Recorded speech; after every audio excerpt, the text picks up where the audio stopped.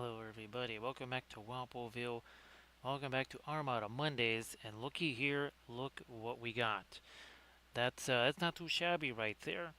Um, so this is our one of our prints, whole bunch of stuff that we've downloaded from the Galactica universe, from the B5 universe, and you're gonna be seeing a lot of these on our Armada Mondays.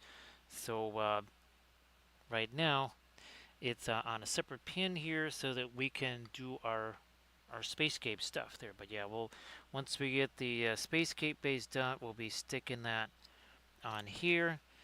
And oh, look at what we're gonna be painting right there. How you doing there, Landrast? Hey there, Blades. So yeah, Blades. The Yankees are probably they're probably like trying to slip the White Sox some money. Like, can you at least maybe win one of these games or something like that? Because the Yankees keep slipping further and further back. It looks like. So how you doing there, Blades? I hope that the stream was good earlier today. Blades, that's like nobody would ever believe it, right, Blades? It's like one of those things that people would say, "Oh, that doesn't happen." How you doing there, Renlor? Great to see you again. So say we all. Thanks, Renlor. We don't mind. A little bit of this right here. Thank you so much. Well, I'm not going to say anything, Blades. If I say anything, it's going to jinx it. I mean, this is baseball, right, Blades? I mean, anything can jinx baseball. I mean, literally anything can jinx it. So we say nothing, right, Blades? We say absolutely nothing. Now, I don't have the Rakashar figure, but this will give you an idea just how big he is. So that's how big that's his base. So that pin is 1 foot. That pin over there is the other foot. This is like a 90 millimeter base that I printed this up FDM style right here, by the way. So yeah, this is just part of that, and this video is rendering right now. So this will probably go up on the Patreon page tomorrow, something like that. So great to see you there, Renlor. How the heck have you been doing? Oh, here we go. This was our last Armada Monday. Uh, a little bit different here. That is Rodney. Now we're gonna paint Galactica. And also, we're going to be using the same Spacescape color scheme as our latest. Speaking of the Patreon page, this is our newest Army painting series that we just started. That video just went up on the Patreon page not too long ago. Let me move these brushes out of the way, and because I want to have my little. This is going to be my reference right here. Oh, it's Paneline Galactica, by the way. So Renler, how have you been doing? That's 43 months worth there, Renlor. So thank you so much. Appreciate that. So it was going pretty good for him early in the season, wasn't it? Well, Renlor, if you want to share that, you can always share that if you want. Now we're gonna take this off of here so that we can do our spacescape thingy right here. So yeah, Renlor, if you want to share anything in the chat, please go ahead and feel like you can do that. By the way, I was using the water washable oils on that thing. Just throwing that out there. Use the water washable oils on that. They are really weird, I gotta tell you. They are super freaky because what they do to the palette, and the water doesn't really clean the brushes, and when you try to glaze with that stuff, it gets really weird. Again, there's other little advantages that I am starting to find with those things. Well, this is what, like the fourth time I've used them ish, something like that.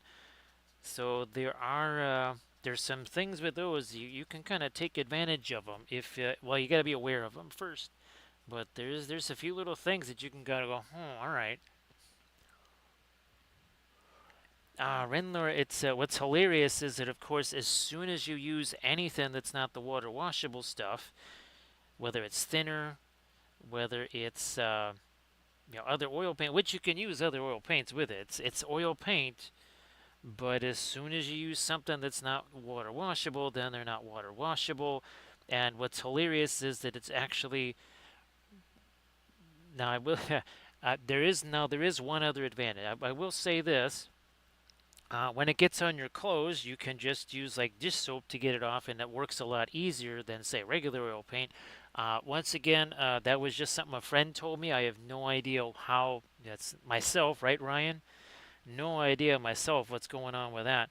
Yeah, Ryan. Actually, Blades. Why don't you same thing? Why don't you share some of your stuff in chat? There's some folks in the audience there. Same thing, right? Why don't you share some stuffs in the chat? Why don't you go ahead and do that?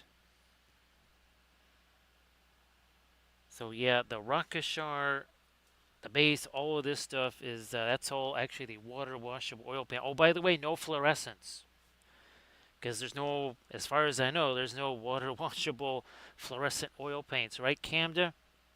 Camda, glad you're here. You know what I need you to do?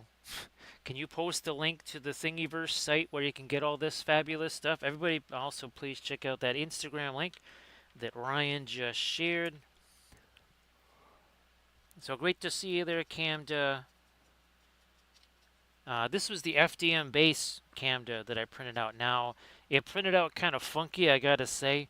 I had to go over the top. I had to sand the heck out of it and then go over the top of it with the marble dust slash modeling paste. And that was printed out at the 0.08 layer height. Everybody check out that Insta link there that Blade shared, and there you go. So that Thingiverse link, if you want these files and the fabulous B5 files, that's where you can get them. So be there or be square. We tried, Camda. We tried. We didn't use the soft stuff. We used the sandpaper. Yep. We didn't go gently there. We did not go gently. We went strong. Blending brush, where you hiding? There you are. We have our Paneline Galactica painting handy there, Camda.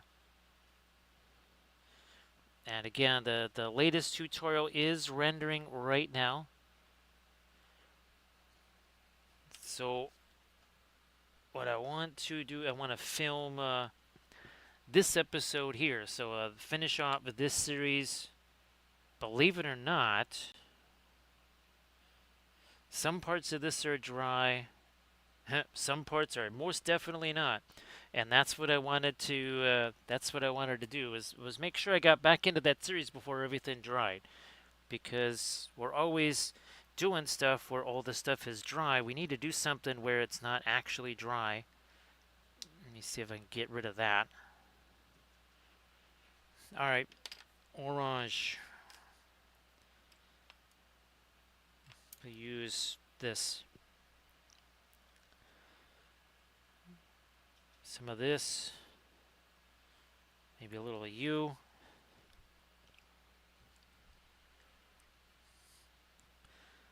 That's because you didn't see the other 10 that we started, Sectrix. Yeah, this is just one of 10. And this is the smallest one, Sectrix. Yeah, I mean, that's, otherwise we would, this would all be done, right?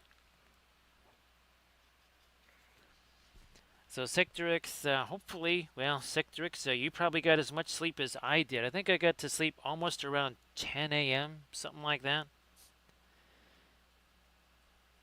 Actually, I think it was a little after 10 a.m. And of course, we have our one-to-one scale terrain project here for today.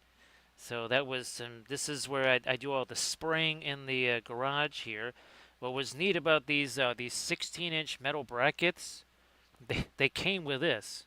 They actually came with their own level. So that was pretty cool, actually, I gotta say.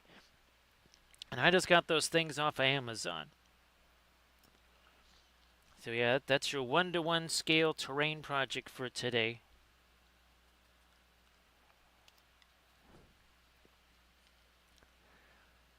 Yep, Sectrix. That's about what we're working off of here. Sorry that it's been so crazy for you there. Camda, if you wanted to also post some of your regular personal stuff, some of your oil painted things, please go ahead. And everybody, again, check out the Instagram link that Blade shared, the one that Ryan shared. So Renlor, I guess I'm glad that you're kind of again nearing the end of that. The Zygamores, actually, that's another reason why we have to kind of make sure that those are done and dried because those are well for Gen Con. Also, same thing with Rakashar. We're just gonna call him Rocky from now on. And I think I'm just gonna call his hat Rocky Top. Yep, I'm gonna call his hat Rocky Top because I can do that.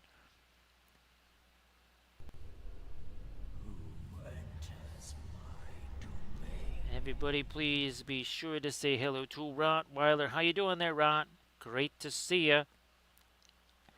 So, Rot, how'd your latest tournament go? Now, you didn't. Did you do a tournament over 4th of July weekend there? So, Rottweiler, look at this. Well, you've seen our Battlefleet Gothic ships, right? Well, look at this. It's Mega Battlefleet Gothic with Battlestar Galactica. So you saw this. I think actually you saw me painting panel line Galactica, right, Rottweiler? So now we're painting up Galactica, and we're right now working on the base. We're doing that.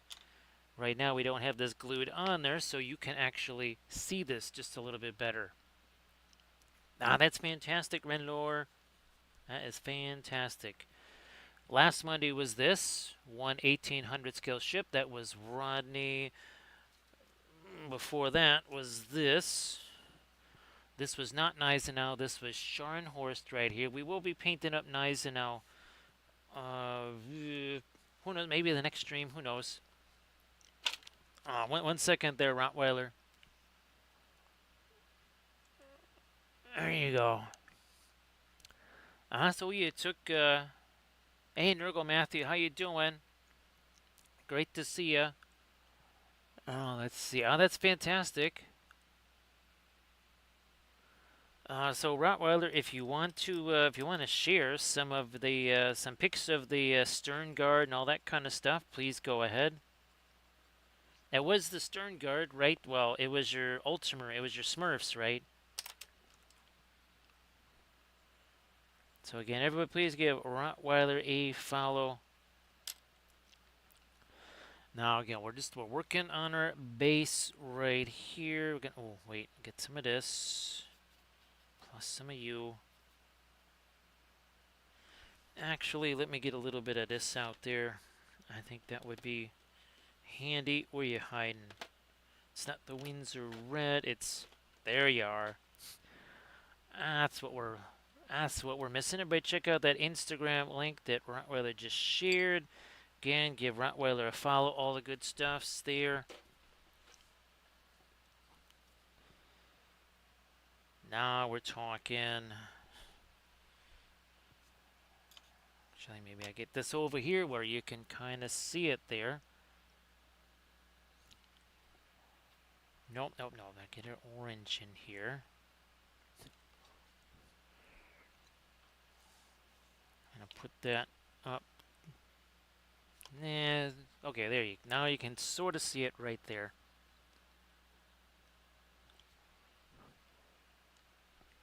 Oh, 13 minutes ago. Nothing on here. Doing our oil paints like usual. It's what we do.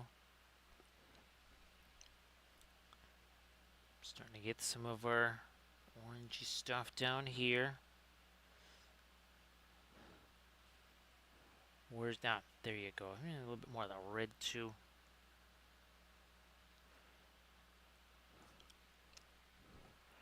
So this one is FDM printed. So that's 60. You can tell how much bigger I went.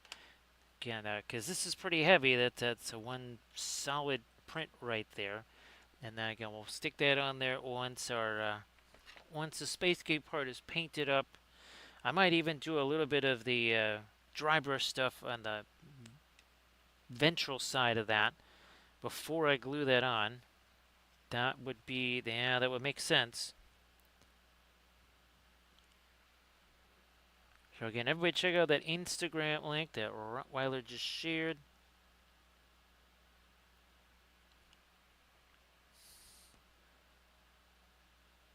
Yeah, we're just gonna do a little bit of our dry brushy stuff here after a little bit. We're gonna get back into the greens. We let this have a chance to set for a teensy bit. There we go. See, that's sort of starting to integrate with some of the greens, turquoise, whatever you want to call it.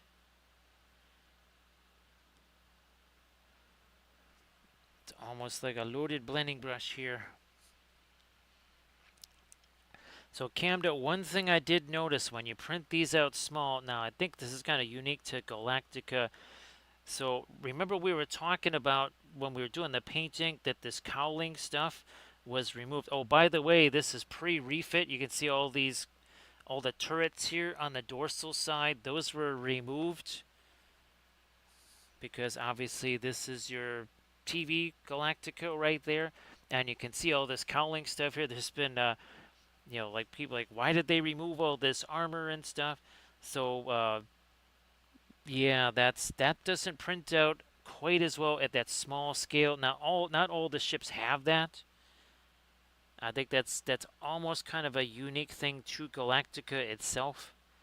I think the other ships that's a little bit more minimal. But Camd, I think as much as I love printing this stuff out, I think I'm going to have to do some prints tonight that are just, well, of other things. But if they need supports, I'm going to go with that 58%. Actually, Camd, I think there was at least 2 instances now printing out these ships. We're going with the almost 60%, kind of saved it from falling off the build plate. Because even at 60%, some of those supports, well, let's put it this way, they were buckling. The supports were buckling just a little bit, so I think that made a big difference.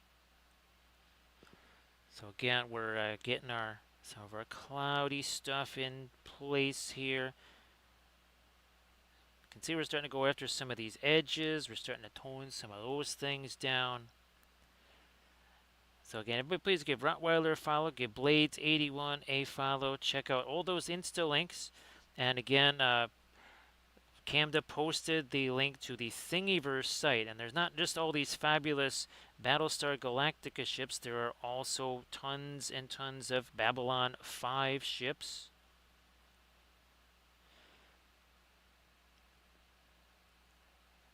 More here. There you go. So now let's maybe work our way back over towards some of our green there. Hey there, Valfira. So we're taking the Patreon page color scheme, and that is going to be the backdrop for actual physical Battlestar Galactica. So there's again, there's the Thingiverse link. That is where you can get these files. And again, they are free. You can't really beat free, right, Camda? I mean, free is pretty nifty. Yeah, I'll take it. So great to see you again, Valfira. So Valfira, hopefully things have been, well, we don't have to worry about gravity. Actually, Valfira, I think you would really like it on the, not so much in the grav section of all the Earth Force ships. So there would actually be places there where you could probably just really be able to kind of take a breath and relax and not have to worry about that dreaded thing. Now, you might still have to worry about Mustard, because Mustard is a fearsome beast, right, Valfira?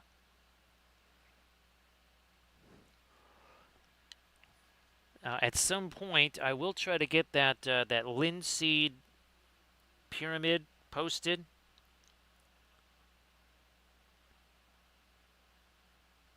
to it's kind of an update to our painting pyramid from long ago.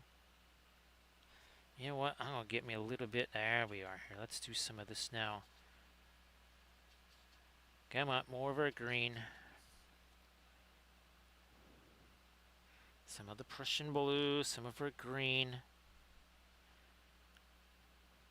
We've been going lighter and lighter and lighter. Now we're gonna go kind of in the opposite direction. So Velfair, I had to send you pictures of the one-to-one terrains, one-to-one scale terrain project we did today. I don't know. It looks like those tomato plants might have actually taken Valfira. Now they were a little bit shocked when they first went out there. Like, whoa, what happened here? And of course, then they got whacked by some rain. But now it is well, at least for today, and it was only in the 70s. So I think that kind of gave them a little bit of a chance to recover.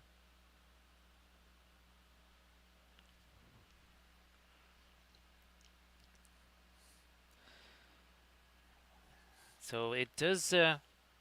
You can see it does say Galactica right there on the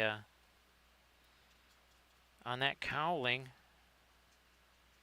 Let me get some of this and some of our green. It's Payne's green.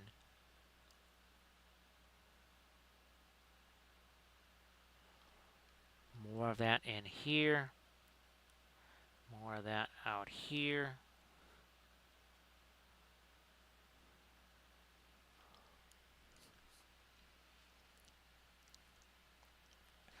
So Velfair, we're just going to keep it simple. We're just going to have that one linseed pyramid right there with all the little workers on it.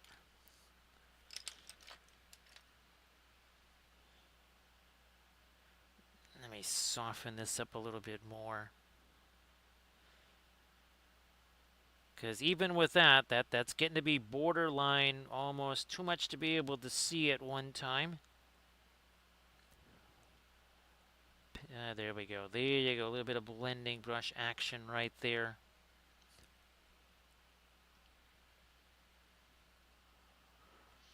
Actually, Velfira, that is so tiny and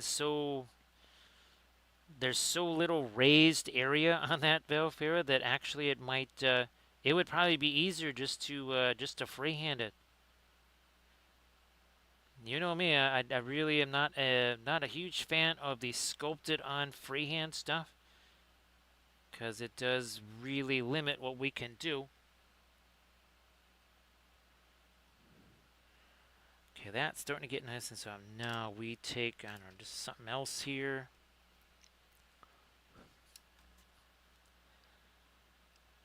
We'll soften up some of this. Then we'll try to get to some of our lightest orange. Then we have to, probably after that, then we'll do, well, we've got our spatter stars, do Battlestar Galactica. There you go, Valfira.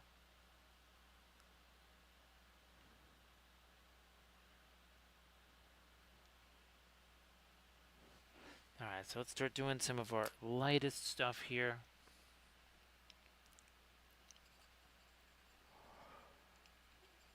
Well, Cam did, that would be all of our, what the heck is that stuff called? The Trench Crusade. And actually, there's a whole bunch of that. All that Torquemada stuff, I printed out all that. So if I wasn't doing all the Conquest stuff, I would be painting those. But unfortunately, we got to get to all that Conquest stuff because that all has to be ready for Gen Con.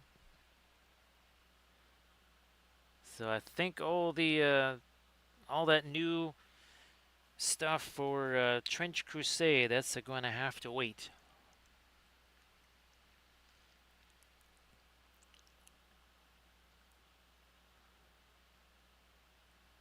It's funny, Velfira, I haven't, it's been so many years since I last saw the actual symbol itself, just the symbol. And I have to kind of like really think of what it looks like. It's been a while.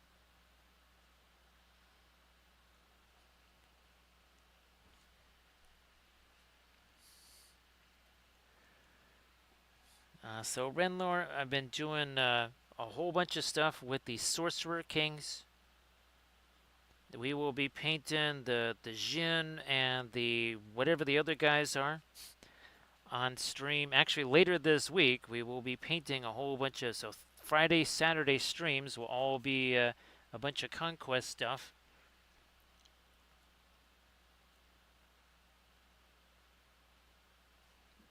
And again, I think this episode 3 of our Rakashar series. This is the base, and again, this is a 90 millimeter base. His foot is here, his other foot is there, so his feet are basically spread almost 80 millimeters apart. That's just his feet. That would be the agony of defeat.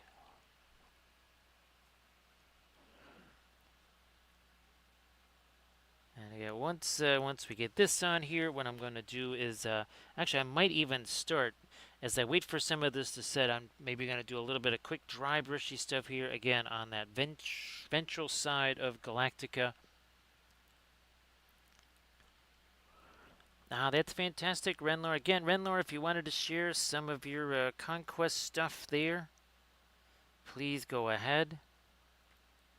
I also have, what is that? Nords, that's right. I also have a bunch of Nords. Actually, that's going to be the army paint. One of the army painting series I will eventually be doing is the Nords. I've got an army painting series that I will be starting on, again, some Sorcerer Kings. I've got the figures prepped. I actually baked more Sculpey clay for their bases. I might actually even bake some more.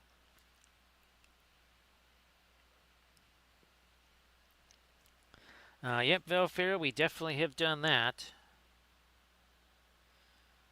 What we hadn't done yet was well, of course, we did a whole bunch of all different kinds of colors, right, on all of our spacescapes there, for sure.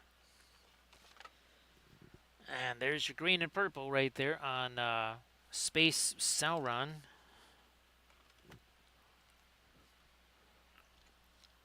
Yeah, Renlor, since there wasn't enough object source lighting just flaming off of his back, I added that cauldron right there, just because we need to add more, right? Of course we did.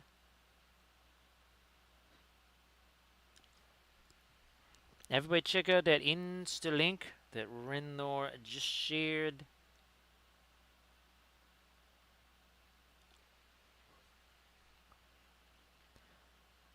So yeah, we basically ran out of what would we say different colors to kind of do. We did so many of those spacescapes. Oh, speaking of which, this Thursday, can I actually get it out of here without destroying everything? So in here, this is that's that package of the bezels right there. So however big these are, I think I'm gonna maybe try to see if I can cut up some plastic card or something, and plastic card that will fit inside those bezels.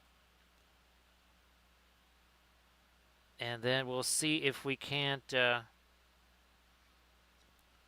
I'll probably try to paint a bunch of different little spacescapes. Maybe a Middle Earth landscape or two. See what we can get done on that stream. I would probably kind of keep it to shorter times for each painting, I would think.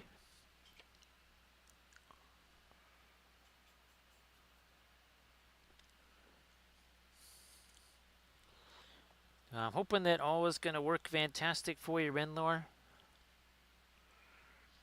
Velfair, these might almost be small enough to be earrings. Now, they would probably be heavy. Again, I've never had earrings myself. I don't know if there's a weight limit on those, or people just figure, okay, they'll just have longer ears as a result. I don't know. But we'll see. We'll see what happens. Again, I haven't even taken them out of the box yet. So we'll find out what those are like. Mostly because I wanted to test out all of the water, the resin stuff for basically slightly deeper pours.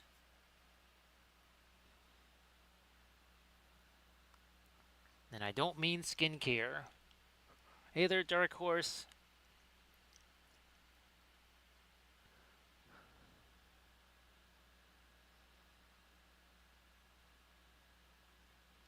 I would, because the bezels are obviously they're metal, and you'd have to get some kind of hook for them too, because they don't come with those. Like a hook for the ears, something like that. I don't know. Also, I know some folks was it like hypoallergenic or something like that. Certain kinds of metals they can't come in contact with. So it could be an ornament, it could be like a brooch kind of thing. Nice to see you there, Dark Horse.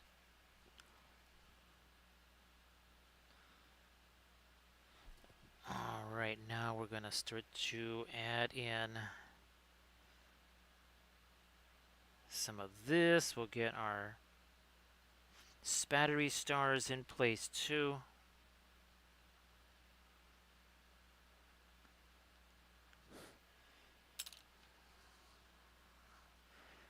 Going to use you as a blending brush here.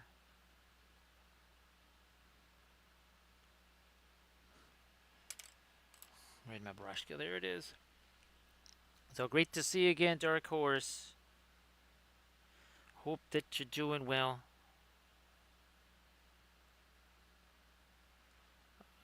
Hope that your rest of your 4th of July weekend was great.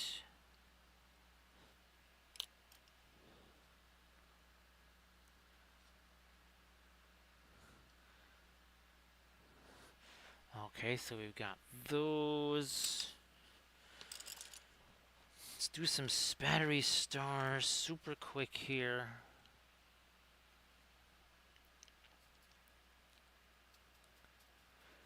And again, these are these and the B5 files. They're all free on Thingiverse. Get that out of the blast zone there.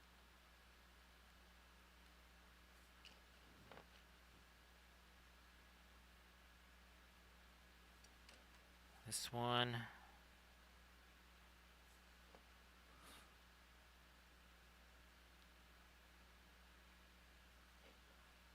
More. All right. He's nice. No paper towel.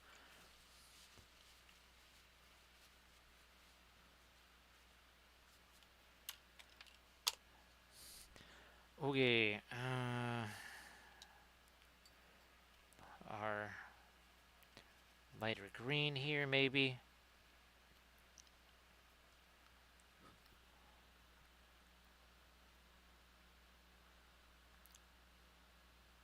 Some other stars is there.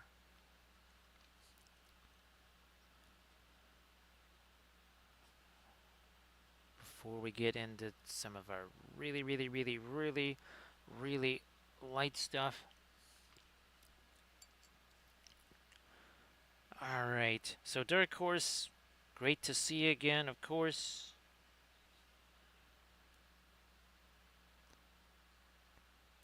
Lighten you up a little more. This one, more.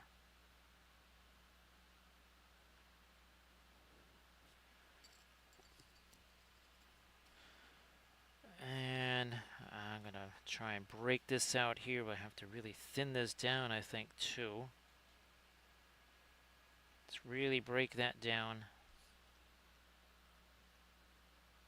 There we go. Now our star is really light there.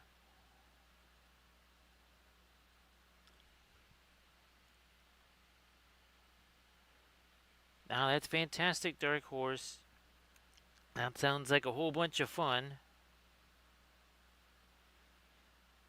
And again, we are replicating here the new, this is our color scheme that we're using on our latest army painting series that we just started on Battle Fleet Gothic stuff. Now, as we let you have a chance to set, I'm just going to grab Something lighter here. Oh look, green and violet. What does that make? That basically makes gray.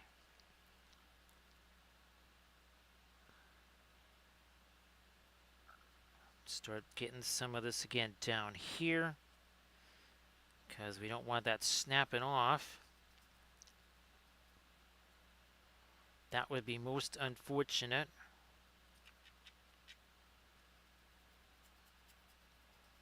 I'm just going to do all this really rough stuff here before we get that baby stuck on there.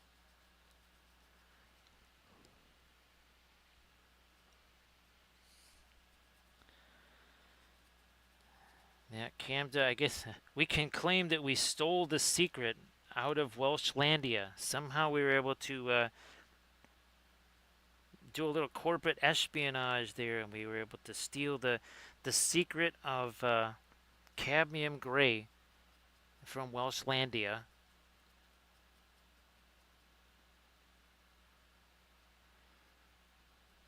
Again, since this is going to be kind of a violent motion, and it's going to take a little while for that glue to set, I figured I'd just, again, do all this rougher stuff here on our Galactica. And yes, there's going to be oil paints on my hands, whatever, don't care.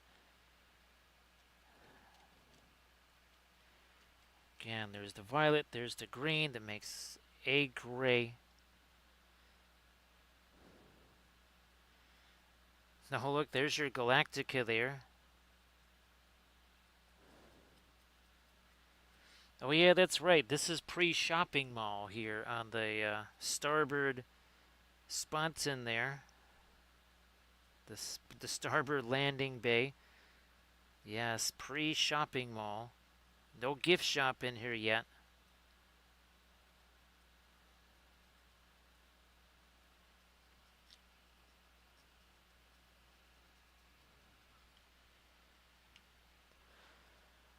Yeah, Velfira, especially with actually, we're gonna put some of the burn marks and scorch marks on here, Velfira. Because you can see in the references, right, how that cowling is not, it's not down here. It basically ends right about there. Well, normally ends right about there.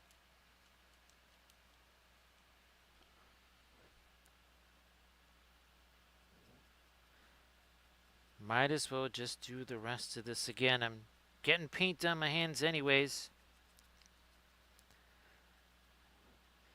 Actually, it would have been very handy, Velfer, to have this when I was painting this, right? Because this, I would have had a chance to see a little bit more what some of these elements were.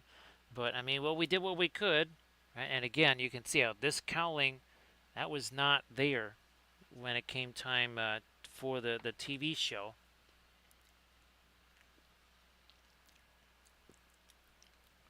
Yes, that nobody knows, nobody knew, right, Camda? That was how, that was their, they didn't actually have any, there were no gray gemstones. They just comboed the radiant green and radiant violet and claimed because they wanted to make quinacridone golden brown type money on it, right?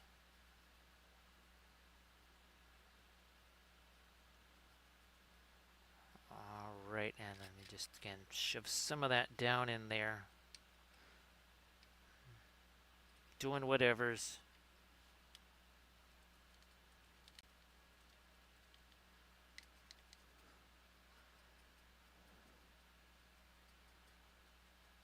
Now, I think if I hadn't printed this, if I had printed this bigger, I don't think that would have happened. Oh, also, this does have some kind of, well, platform, whatever that you can print out, and I think some kind of stand or whatever. Obviously, again, I just printed this out. This was an FDM print that I did right here. All right, we're going to set you off to the side. Now I got the paints on the hand. We're going to see if we can get rid of some of that here.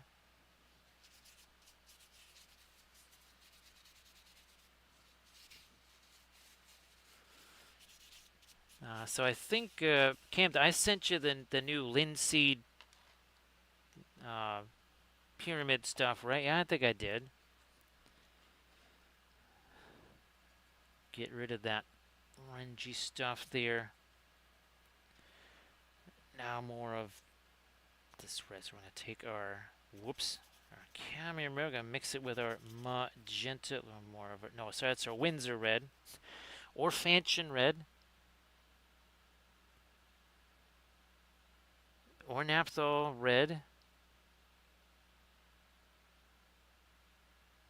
Now, any one of those. So again, doing a little bit of red in here now. More there. And again, this is kind of a dry brush right here that we're doing.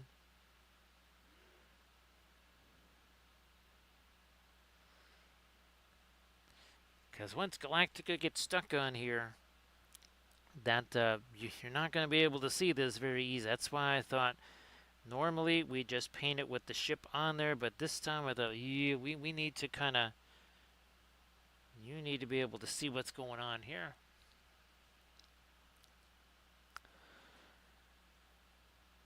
Veilfair, it's not like our phones are listening to us at all, right? There's no way it's listening to us and that oh, maybe they would like to see this giant B5 Lego thing. That certainly is not the case, right, Veilfair? It can't possibly be the case.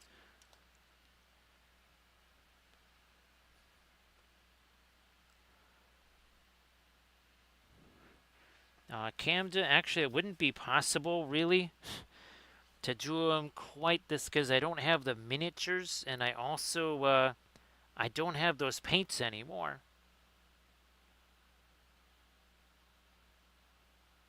Yeah, Camden, because those are from, oh gosh, what are those from? 2013? Yeah, I don't have, all of those paints are long gone.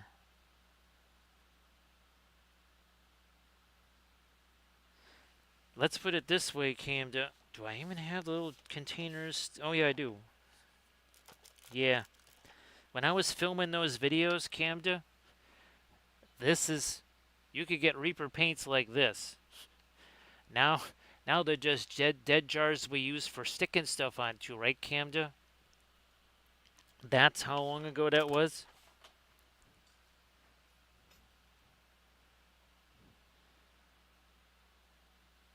Camden, that's, we still do that in every session. I mean, for all intents and purposes, Camden, we still do shaded base coat. If you were to look at those, there's really not that much difference to today.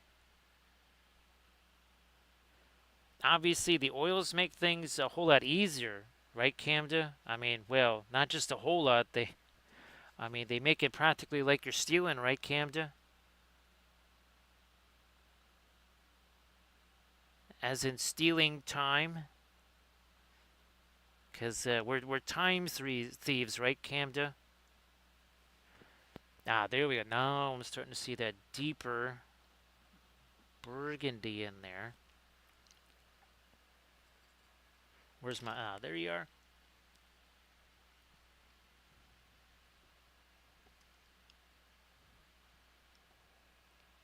So yeah, Camden, all that stuff, basically, pre-glaze was a alternate version of shaded base coat. When I did object source lighting, actually, Camden, if you just look at some of the Dark Sword episodes, that's very similar to what we did. And just watch the earlier army painting series, Camden.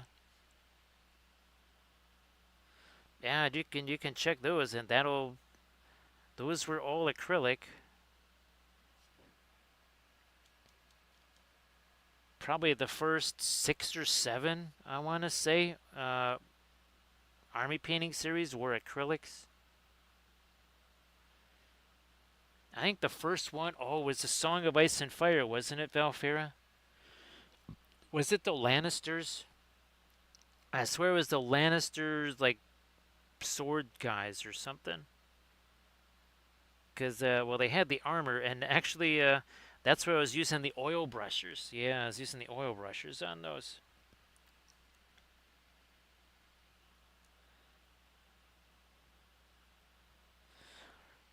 Yeah, Camda, I think Armored Wolf and I got quite a chuckle at that when that first started to become a thing. And of course, well, I don't really know when things are becoming things because, well, we're not exactly watching what other folks are doing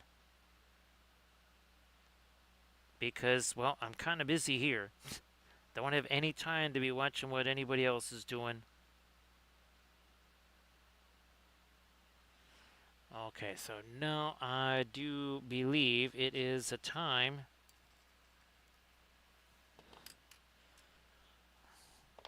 to get out the glue. Here we go. Nice to see you there, Doji.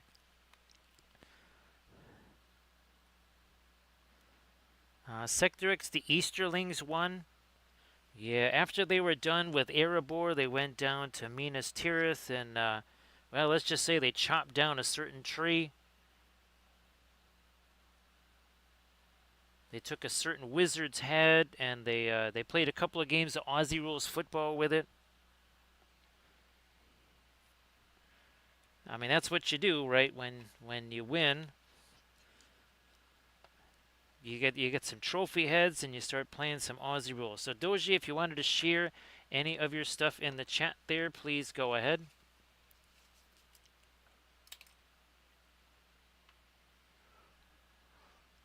What's crazy, Camda, is that series, the Rakashar series here, because I'm using those water washable oils. There's no fluorescent there, and there's no fluorescent on him either. And my selection of yellows is very minimal. Let's put it that way. So I'm gonna let that have a chance to set. Right, so we're gonna come back down here, maybe into a few more little thingy doos down here. I believe I got me a zoom here. Yeah, I do have a zoom. There we go. Boom. Look at that. I got me a zoom.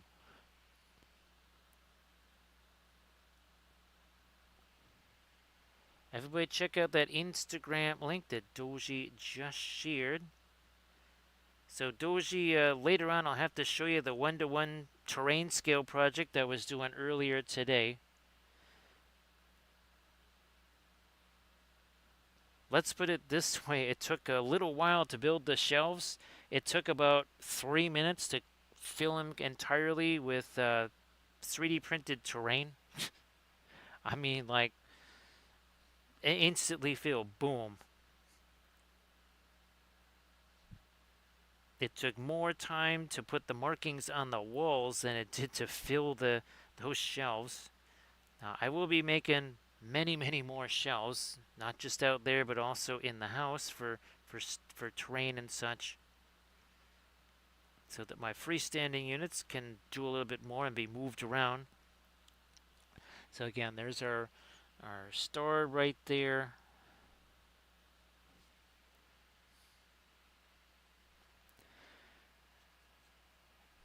Now, Velfira, I was tempted to try and work up a little blob of green stuff there, right? Just to kind of have it at the ready. But just, let's put it this way, Velfira, it would have been more like Armada Wednesday because it was already running late because I was trying to get that video edited and rendered and everything.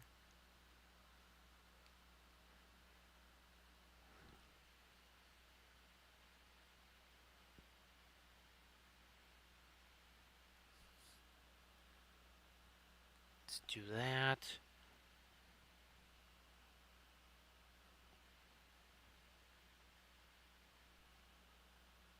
Let me see.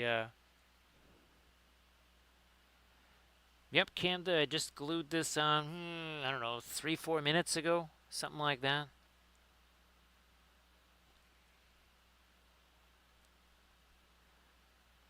Doing some soft little blending things here. So, Nurgle Matthew, great to see you like always, and hopefully you had yourself a Well, as we like to say, a blast on the 4th of July. Oh, that. Thanks, you just reminded me there. We gotta find where you hiding there. I think he might be up here. Holy smokes! There he is. Almost forgot about our Gandalf here. Yeah, there he is. Hey, Fido, welcome back. Nice to see you. So there's Gandalf in his car. I knew there was something I was missing.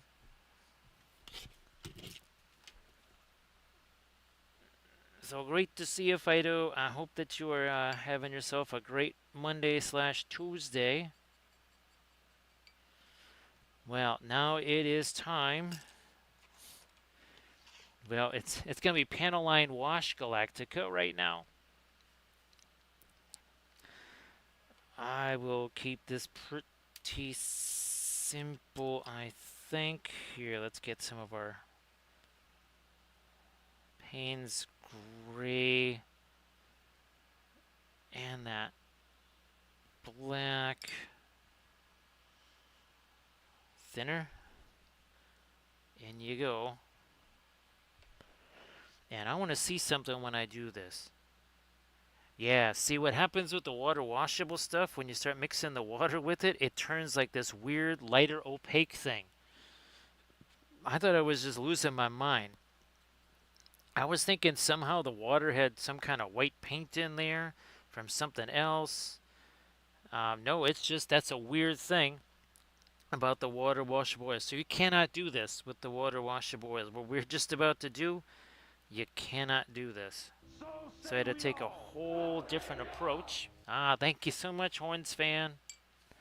That's very appropriate, Horns fan. So Horns fan, sorry that, well, it's a little bit rough. I mean, they're not out of it, Horns fan, but at least they're doing better than the White Sox.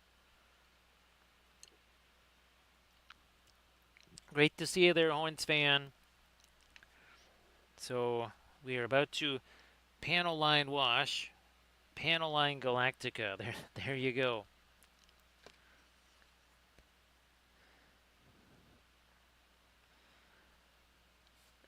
So Landrast, when you watch the video, you'll see a point where I say, wait a minute, okay, so if we can't do this, what if we do this? And it actually was way more advantageous. Because if I was doing this, what we're doing right now on that Rakashar, there would have been paint all over the place. So it actually, Landris, as I was doing that, I started formulating in my head. I said, okay, so what kind of project or what kind of figure or whatever would really, really, really, really benefit from that? So Horns fan, hopefully maybe you've had a chance to do some painting too. Appreciate you being here, and hopefully your 4th of July was great. So Horns fan, I wasn't sure if you've seen some of the 2D stuff that's been going on. So Horns fan, they did, well, they had themselves a nice little game against the Ruse there. They were in the top 4. Obviously, I'm pretty sure that Geelong has won. So now next week is going to be very interesting. Next week gets real spicy because a lot of the top teams are going to be playing rough games. This week was mostly top teams playing bottom teams.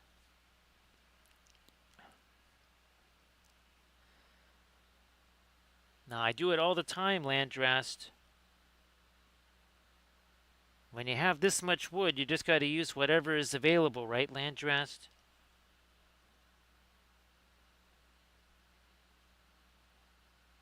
All right, there you go. And what's the, oh yeah, Cobra, that's it.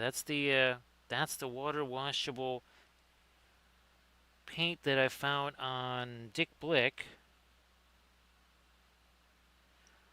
The other stuff is the liquid, no, sorry, the artisan whatever from Winsor Newton.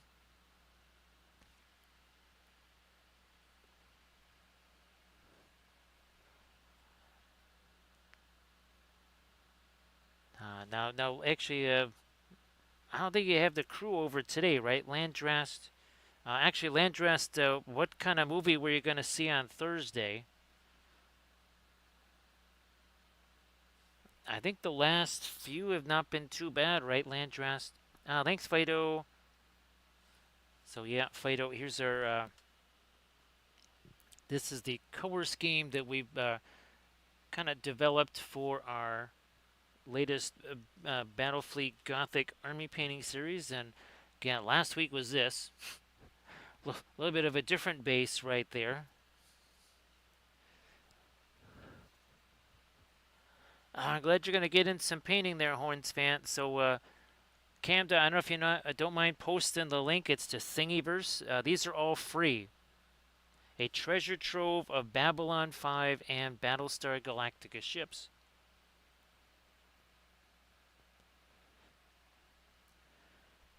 Thanks, Fido.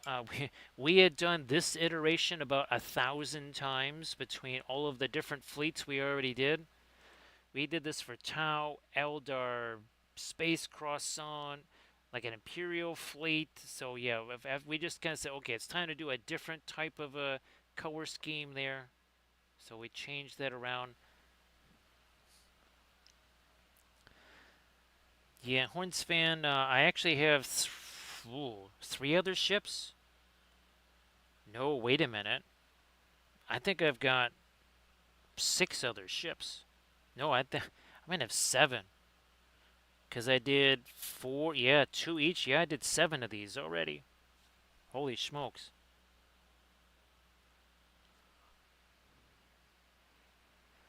Yeah, this set really should be printed out larger, Horns fan, but uh, this is what's going to fit on screen.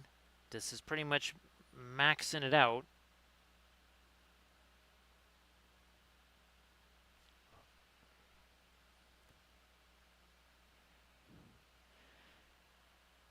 Camda, I would think.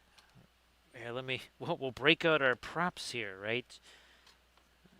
Let me see if I can. One second here. It's going to take me a little bit to dig through everything here.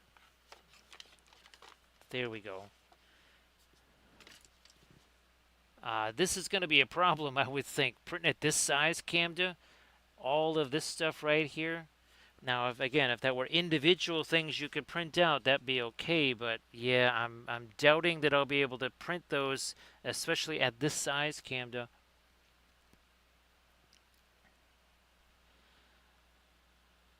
So I think I'm probably just gonna have to content myself with all the BSG stuff, unless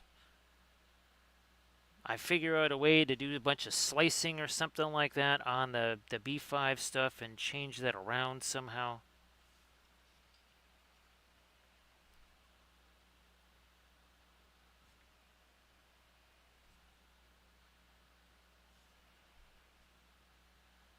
We're almost there with our Paneline Galactica wash.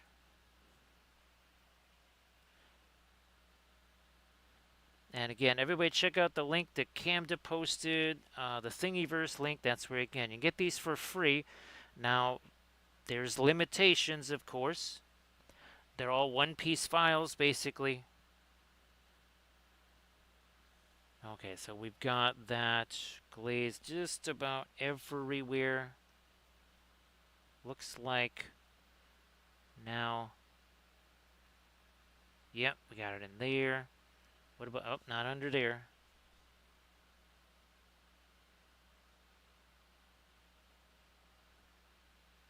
And then we're going to have to start doing some of our engine glow there. It'll probably be the next thing that we do here. Camda, let me know, because Camda, I got tons of the BSG ships that I can print out and paint, so there's no rush on the B5 stuff. Definitely no rush on that. And again, I don't think you saw the Zygomor. Well, this is one of our tutorial videos here, and the other Zygos, those are all posted on the YouTube channels there. So these are the things from Archvillain. This is where we're using none of the Alkyd paints. We're using all the crazy colors, the money palette, right? Right, Landrast?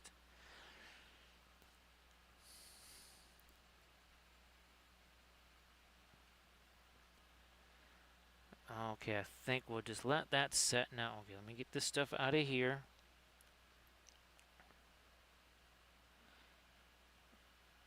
Get me some of this much lighter blue for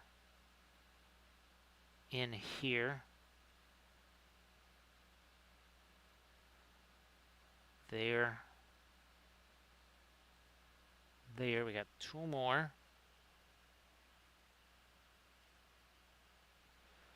Down in here. There's one.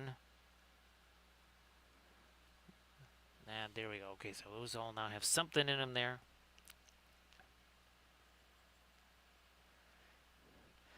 Now there's some smaller ships. I'll be using the 60 mil bases on those.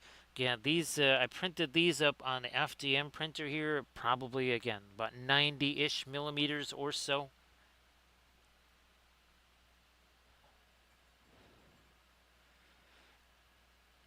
So yeah, Horns fan, lots of stuff has been going. Lots of terrain stuff has been going on. Been experimenting with the water washable oil paints. Been experimenting with a whole bunch of insanely expensive colors. Wouldn't you say, Landras, that those Zygamores, like if you were to combine all the different series together, you get like series 75. So the base is printed up in FDM. Now, of course, we have been printing up, well, actually, this base also. Now you can't see it because it's covered by this thing here, but I've been printing up a bunch of these on the FDM printer because I can actually kind of cut out the bottom for magnets and such. Again, this is another one of our series right here. We just did episode 2 on this. That went up on the Patreon page. And of course, I'm just going to reach for this one because it's the easiest to get to. We have painted tons of busts. This is actually an FDM printed bust right here. You can see the lines right there. So the base, the bust, all of that printed FDM style. Also, this right here, that was FDM printed right there.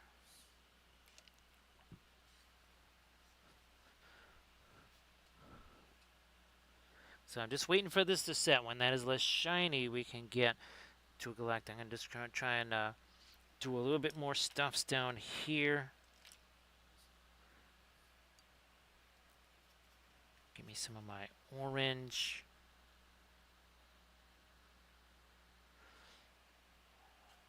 This has also started to set a little bit more, so I can do more. Yep, see that? I can do a little bit more in there than I could just a few minutes ago. There we are.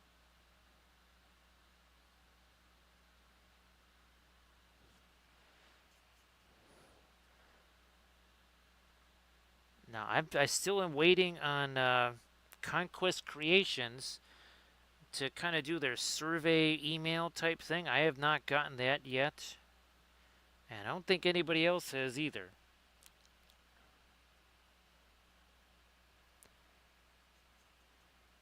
So this is the same file here as this base. So this is the 60 mil version, and then I upped it to 90, basically around 90 mil here. So that's also that's resin printed though. You can see the support things there.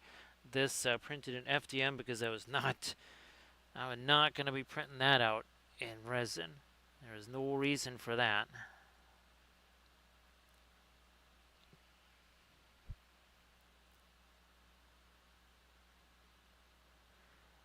Actually, Landra, speaking of printing large things, as you also as someone who has also printed out entire cities, basically like me, I wasn't sure if you got that one Kickstarter, Landrast. I wasn't sure if like from was it printable scenery? Is that what they're called? I still got all of those ships that I want to print out from them. Actually, Landress. Remember we were talking about printing those in with at least with the 08 layer height, like that really fancy Spanish galleon thing.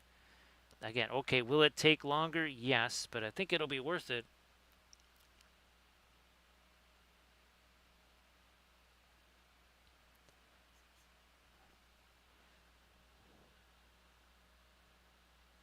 Yeah, I can only imagine.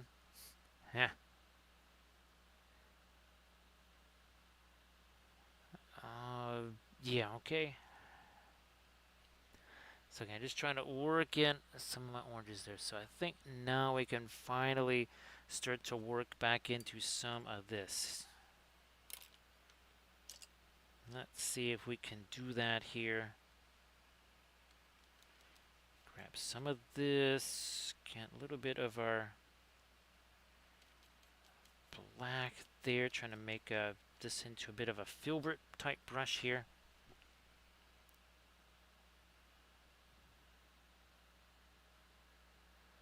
Oh, well, that should be good, Landrast. That should be super fun.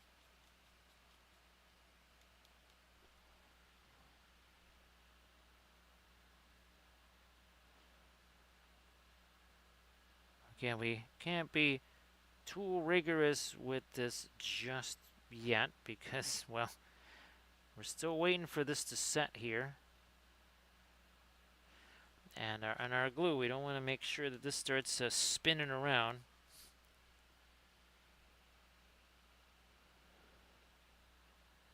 So Fido, these are way too, unfortunately, these are way too big for any of that stuff. So Mantic's Armada is, obviously that's a fantasy ship game. So let's see, do we still have, yeah, I think those are down here somewheres. There we go. So yeah, that is all the Mantic stuff right there. Do we have another one? Yeah, oh, there, nope, that's not them. But yeah, that's all like a fantasy type of a thing right there.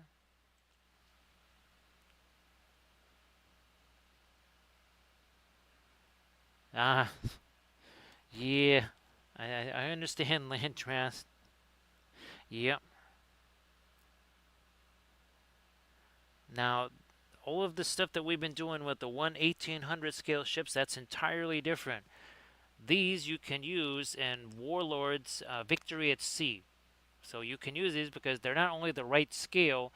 In Victory at Sea, the bases do not matter. You measure from the bridge, so that is immaterial. So all of the ships that we've been painting here, those could all be used in Victory at Sea.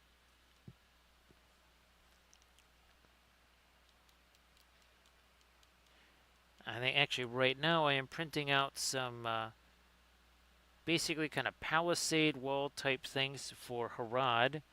That is for that Harad encampment. Yeah, so we're still waiting on that to set a little bit more here. Let me see, 1 hour 18 minutes ago, or was it 1 hour 8 minutes? 1 hour 8 minutes ago, there was nothing on Galactica, and there was nothing on our Spacescape either.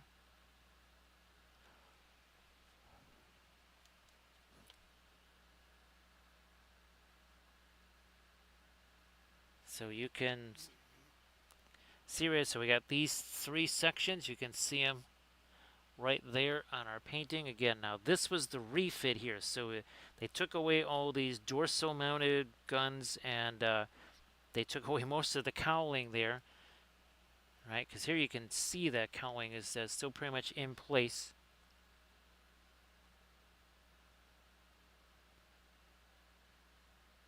Oh, and then of course we've got the shopping mall over here, which is not the at this point is not a shopping mall. Well, we're gonna paint this up more as just Galactica here, as in TV Galactica.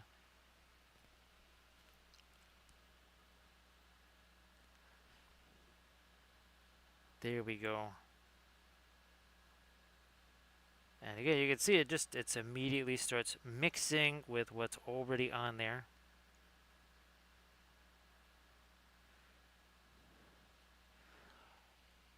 Now we're starting to get a little bit more lights and darks also starting to happen here.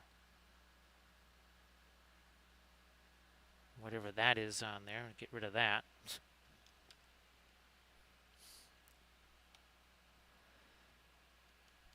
So Fido, yeah, the ships we're doing here, the Galactica stuff here, this is just kind of for funsies.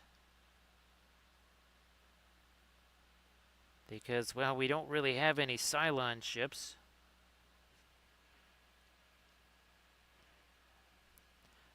Of course, again, these are all free on Thingiverse, so can't really complain too much about free, because, well, free.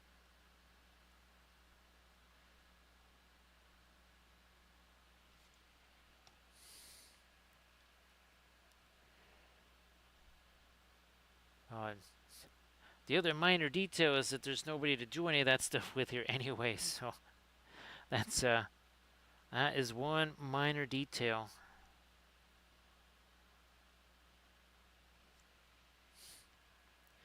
So Camda was kind enough to share the Thingiverse link once again. Thanks, Camda, for doing that. Appreciate that, of course.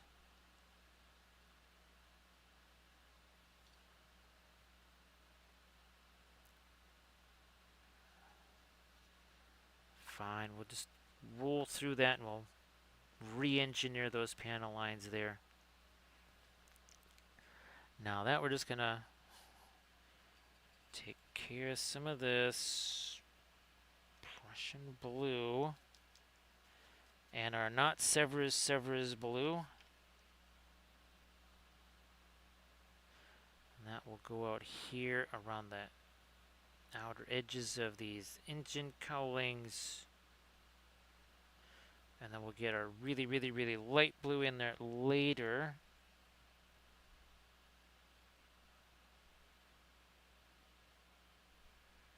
Come on. A little bit more around that outer edge, like so.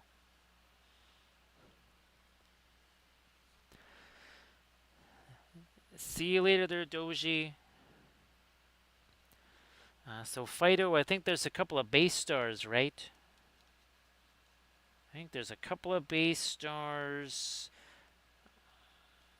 There's also some of the classic ships too, right, Fido?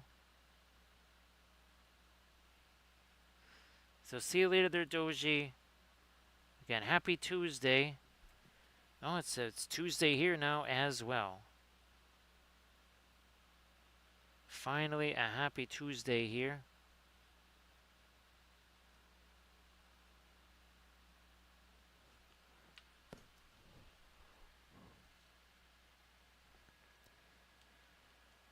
No resurrection ship. Well, can you imagine, Cam, that at this scale trying to print up the resurrection ship? Oh my gosh, that would probably not go very well.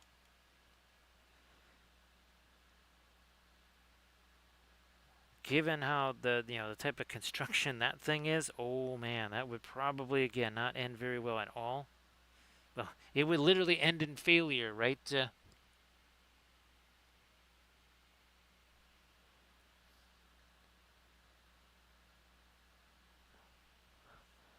Nice to see you there, Shrugs. So happy Tuesday, Shrugs.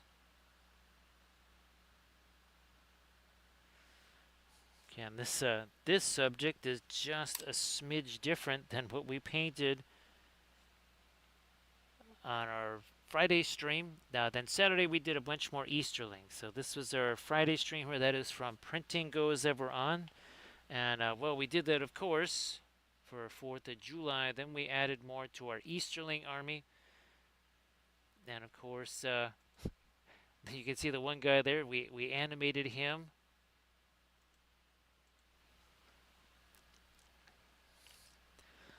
So Shrugs have been showing the 1-to-1 scale terrain project from today. We do have our first plant first 2 plants technically in the ground in the garden there. So the Wampleville Victory Garden is officially underway. Oh, look at that. There's your Galactica right there, Velfira.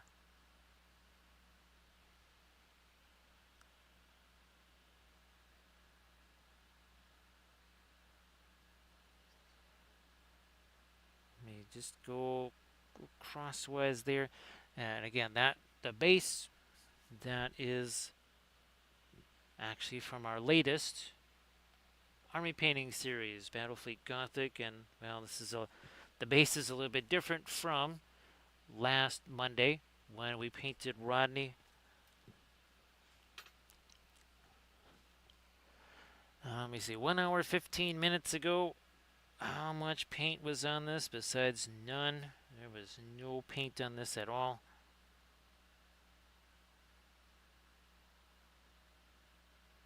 And now that our pin line, panel line washes is starting to set there, we can start to do even a little bit more with our lighter stuff here. But that is a very much a dry brush there.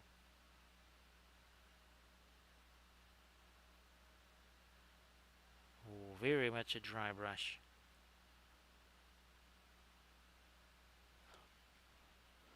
Nice to see you there, Sea Dragon.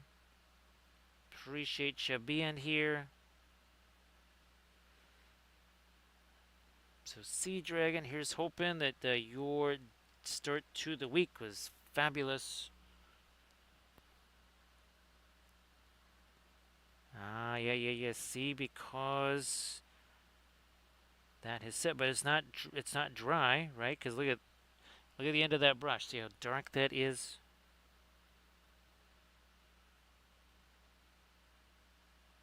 That is why we can do something like this here.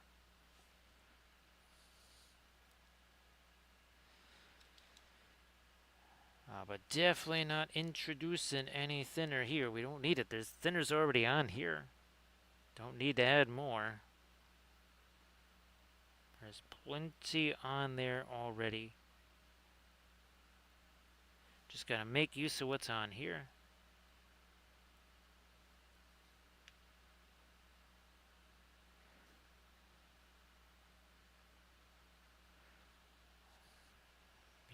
Retreat back to again to something that's much drier here for some of these spots.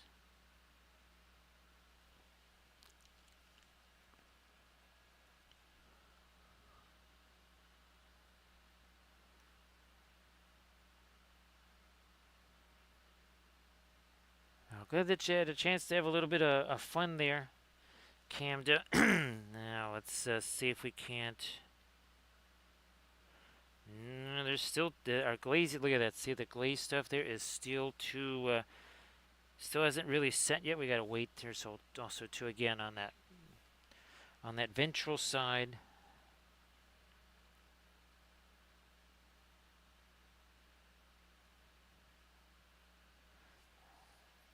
Refresh that brush.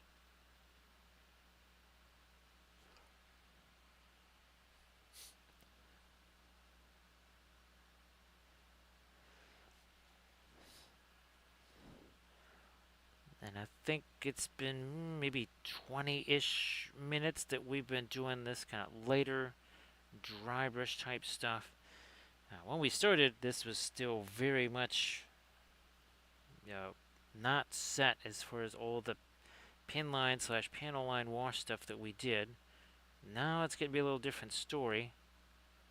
That's why I'm able to do little edges like that now.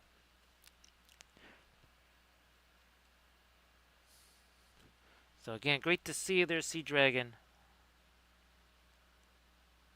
Hello, little hobbits. Spark my ganja. We appreciate all of the new hobbitses. Thank you so much, Kotomaka. Thank you so much. Okay, well I'll get you. This is bigger than some of the other ones, but so again, the oxygen. Well, I don't see any planet over here. There's no oxygen out here. Lots of radiation. It's about minus 400 something degrees. So you like get into this metal box and you do this, huh? That doesn't sound like a great plan. What happens in our big Gandalf 6 here? Oh, it was sitting on a 1 and it kind of bounced and then it fell off the edge and went to a 5. So he survives, almost rolled himself a 1 there.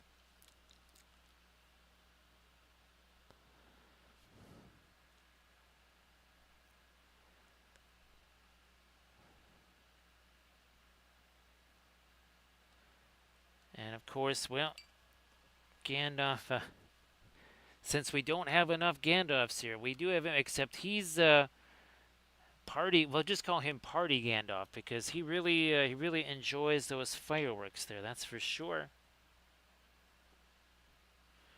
He doesn't quite understand the concept of weaponization of the fireworks.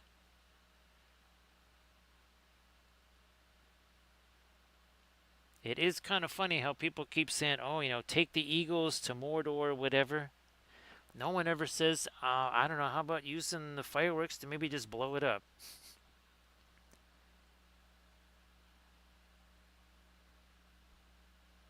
Or you get the Eagles very, shall we say, overserved, and you strap a bunch of explosives to them, and you use them like suicide drones or something like that, flying them into Mordor. I don't know. I'm pretty sure that Guahir would not appreciate that, right, Camda?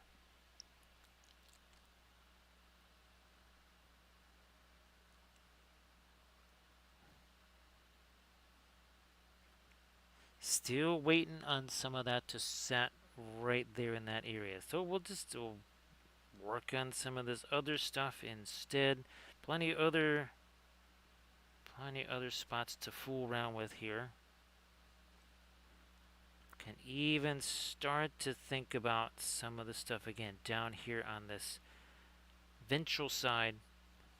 But look at that. See how dark that got there?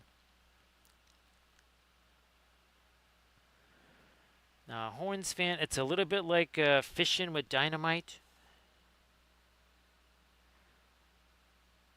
I mean, is there any more efficient way than fishing with dynamite? Saves on time, saves on a whole lot of things.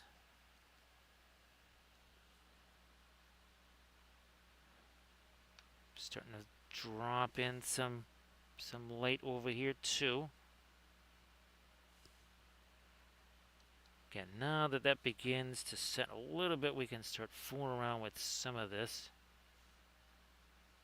But see all that darker stuff there? That is all of that darker glaze that we put on there before. So we're still waiting on that to set in some places.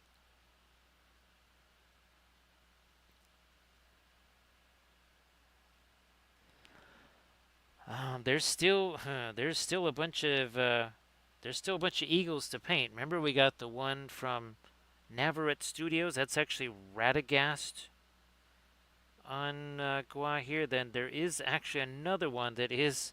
It's supposed to be Gandalf on Gua here. That's going to be just about as contentious as Grumpy Shadowfax and Gandalf. That will be contentious.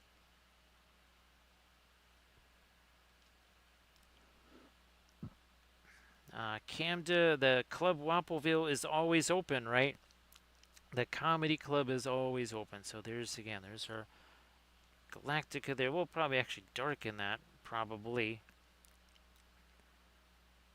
Again, see, I can't really do a whole bunch there with my lighter stuff because we're still waiting on things to set as far as our darker glaze things that we did there. This I can finally get a little something in here. Like you do.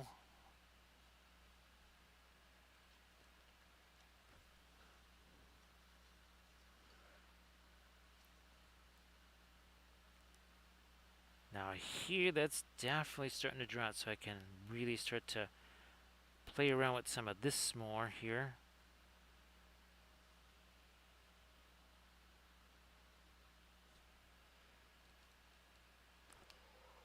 One hour 24 minutes ago,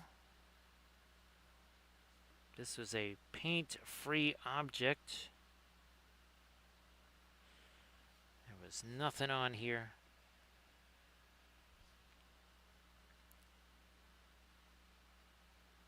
Now starting to do a couple little different directions with our brush strokes there.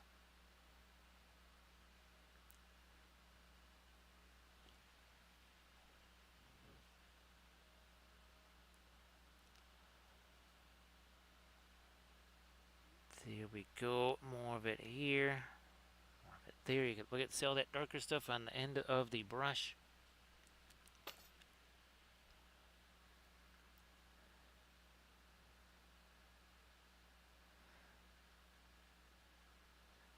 Oh yeah, I'll be someone. Remember I was talking about that there was kind of a almost like a time lapse video of the city and what it looks like on the 4th of July. Well, I think I was able to snag the link to that, so I'll be sending that link to a bunch of folks so you can get some semblance of what it's like here on the 4th of July.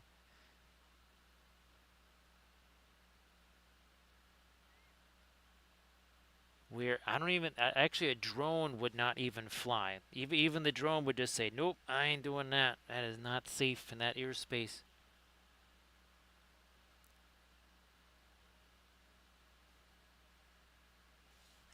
Catch a little more of the light along there.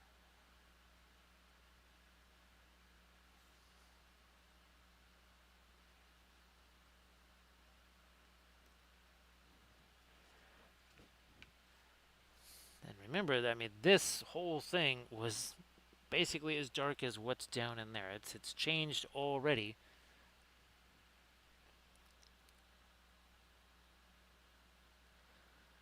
Again, we don't believe in wasteful fishing practices. You just blow it all up and you got yourself a bumper crop of fish right there.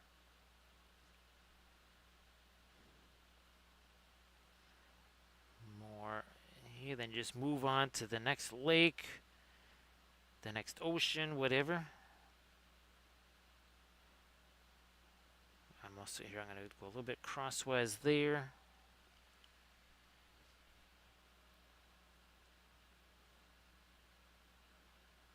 Think of all the hapless bait animals you're saving, right, Horns fan?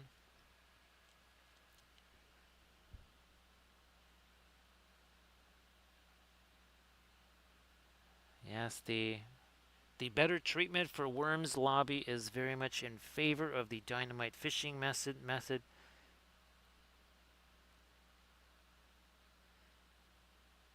Actually, they don't like to call it dynamite fishing.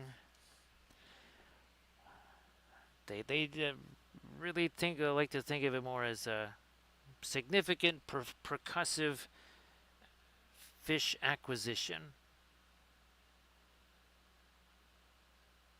I think that is what the official name of it is.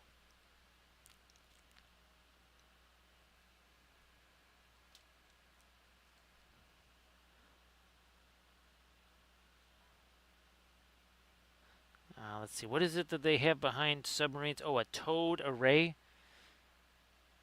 We have a little bit different version of that.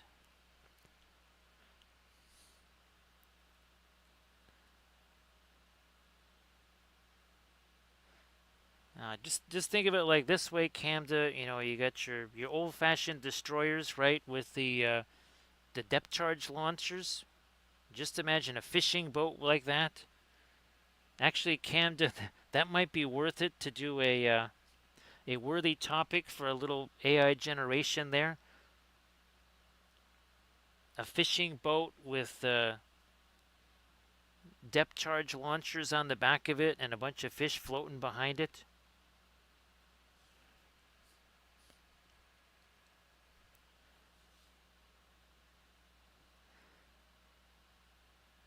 Let's put it this way, at least none of the other fishermen would mess around with you. They certainly wouldn't get all up in your fishing space. And get some of this lighter stuff over here too.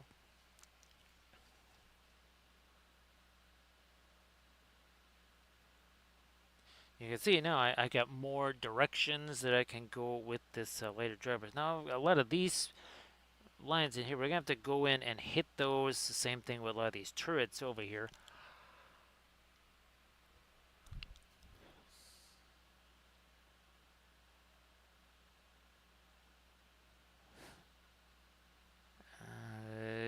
Steel looks like that's too. Oh, this is okay.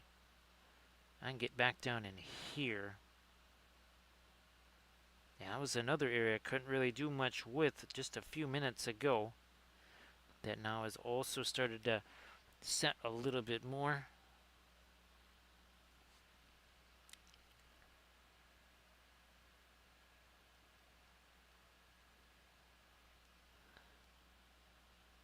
That's now it's got a little bit of our yellow in there. We're starting to kind of change up our later tones here.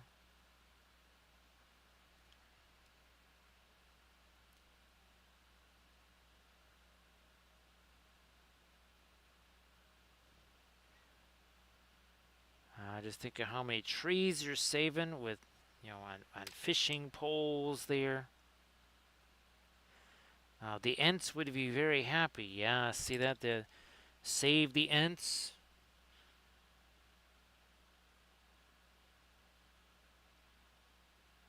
The Ent lobby is very much. Look at all that dark stuff on that side. Look at this side. You can see again.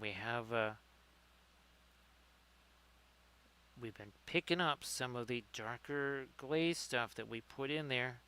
Oh, 35-ish minutes ago or so.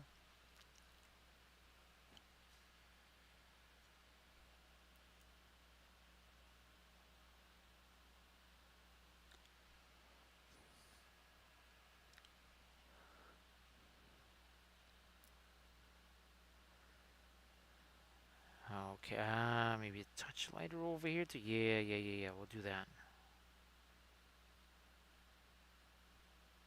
Also some down here. Now in the engine colorings here, let me see if I can go a whole lot lighter there, or do we try and get more down? Let me try to go lighter in there. Let's try that first.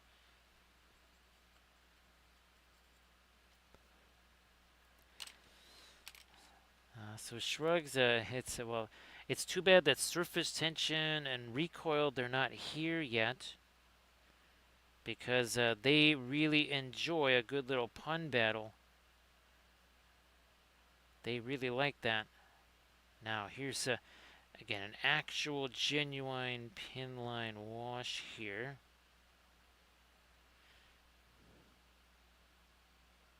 Boom, get down in there.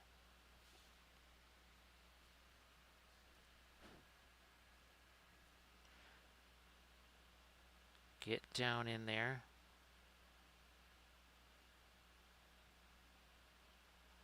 Same in there. Hey there, Grand Oracle. Great to see you, Grand Oracle.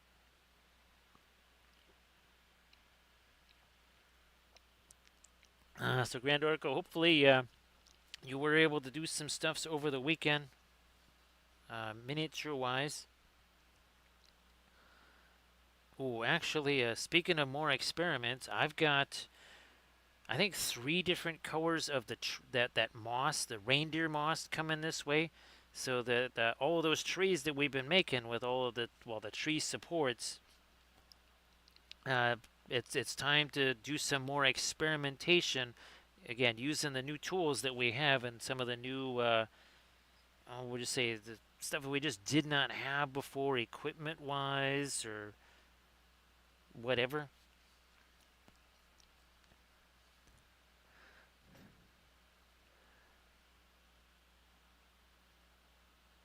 Camda, oh yeah, it was Bithron. Bithron used to make clips all the time, Camda. Oh jeez, sorry about that, Grand Oracle. Actually, Grand Oracle, I think I might have sent you a few pictures of things. Oh, that's right. Also, well, again, there's our Gandalf on his little cart there. But here's let me see if we've got it here. Nope, not there. Ah, here we go. Yeah, so here was some of our new flags that arrived. And this is the Fort Sumter flag. So that was super fun to get that one going. Had a lot of. It was really enjoyable seeing that one. That's a flag I've wanted since I was a kid. Just happened to be very, very, very inexpensive on Amazon.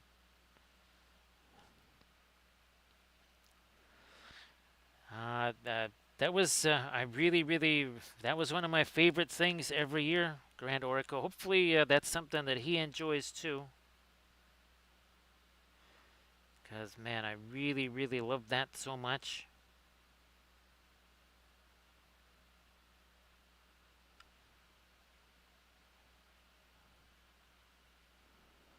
So Grand Oracle, that's kind of that was kind of the plan. Also, too, Grand Oracle, we've only been painting on the ship for about 18, maybe 20 minutes or so.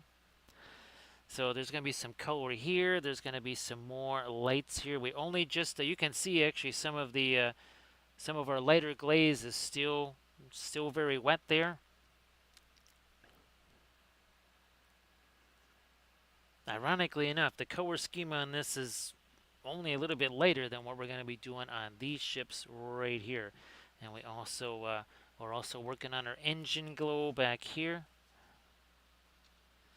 So yeah, we've only had 96 minutes so far on this one.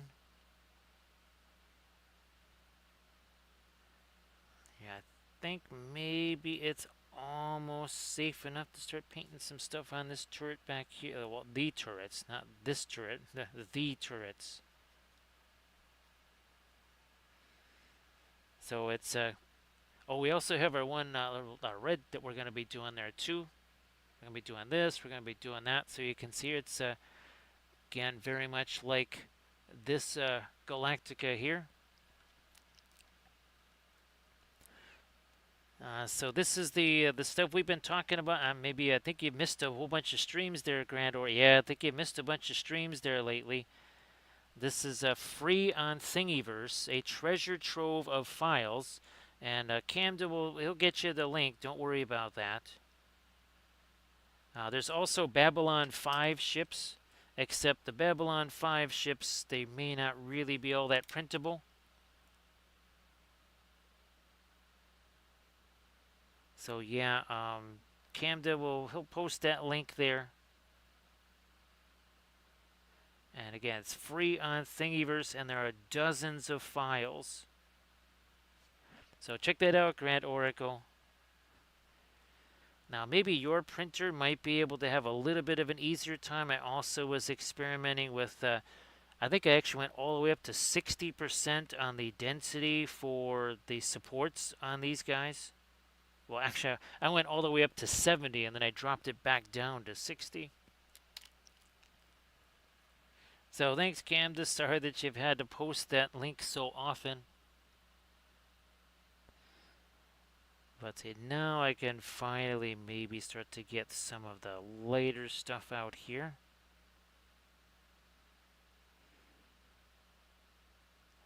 As all the darker glaze stuff starts to settle a bit more. Nice to see you there, Recoil. So Recoil, we actually got a raid from Wattweiler. I wasn't sure if you were doing the moderations for him there, Recoil.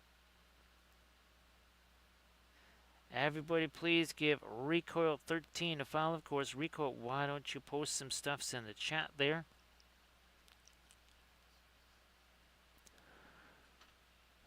Yes, freely sharing the free thing is very nice, right, Camda? Where's my... Oh, here we go. Gotta get the rest of these guys up here.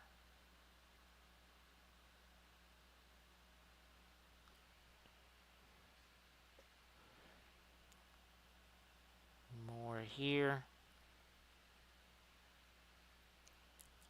Actually, Rico... Oh, that's right. Camda, I think I sent you the new...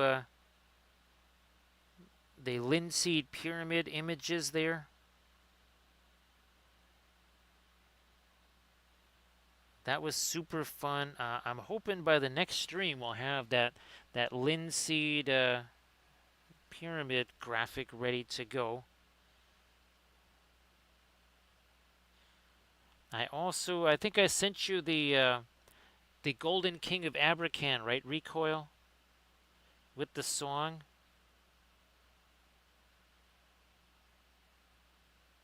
Yeah, that was one of my favorite combos right there.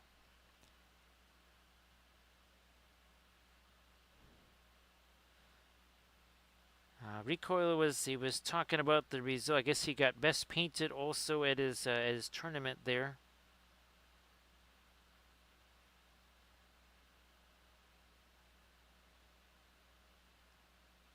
It's going to be interesting round this week. Recoil, a lot of the top teams they actually have to play. Well, let's put it this way: the bottom of the ladder is playing the top of the ladder pretty much for the most part this week. So there could be absolutely no changes in the top eight, or it could just be a complete mashup there. It's going to be one or the other, I think. It's going to go it's going to go all chalk, and everything is pretty much left the same, or there's going to be something's going to bounce, and there'll be a massive change.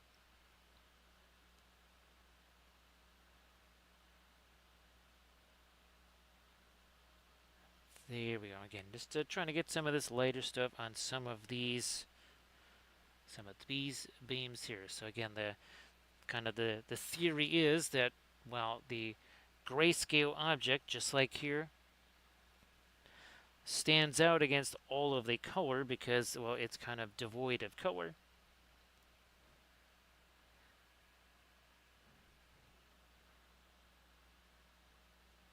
More of the light again on these bits of the cowling here.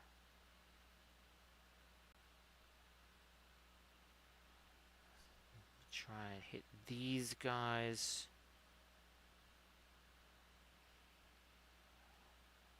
Start working a little bit more down there too.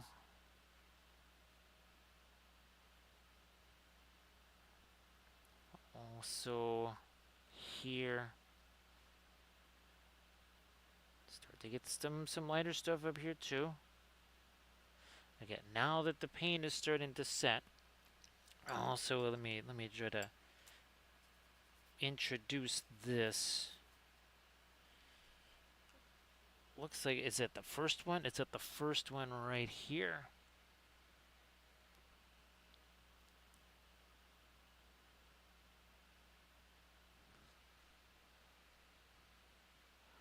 Yeah, Grand Oracle, we've been talking about those. Those are probably not really going to be very printable, sadly, because of the way they're made, and also, too, you'd have to print them gigantic, Grand Oracle, because even this one printed this small, it's a little iffy. Because there's some texture that didn't really print out even with this one on the resin printer, because it's printed so small.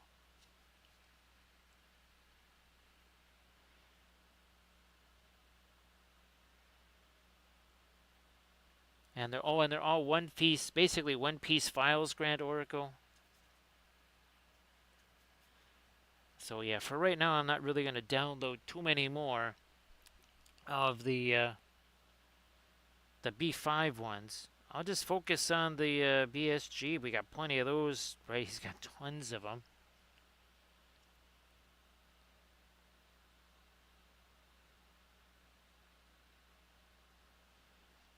Now here on our Galactica symbol, we're just going to at least get a little something on there for right now.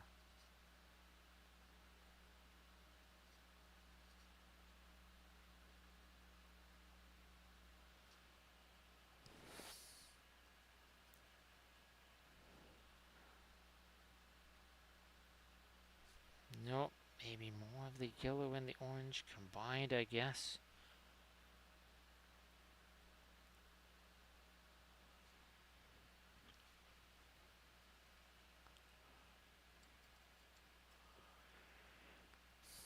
So I think the biggest one was a little bit bigger than this Grand Oracle, maybe like 3/4 of an inch bigger tops. That's it.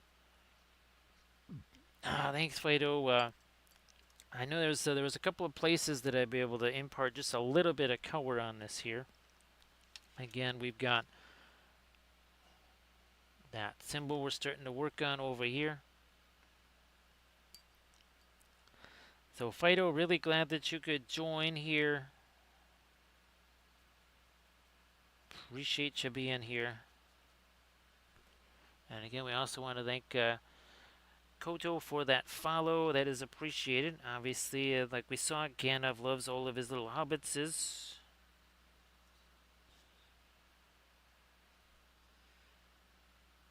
More of our red gets down in there.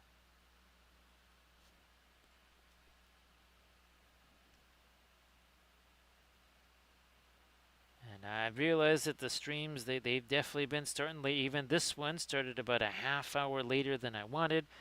But I really had to get that video render going. That was just essential no matter what before the stream.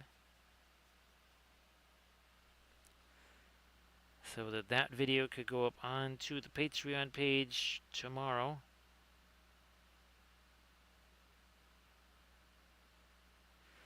So don't be surprised if you see, well, a certain kind of subjects this particular month, because it's almost like Adepticon. Uh, there's going to be a lot of Gen Con related stuff on the Patreon page this month. Oh, thanks, Camden. You reminded me.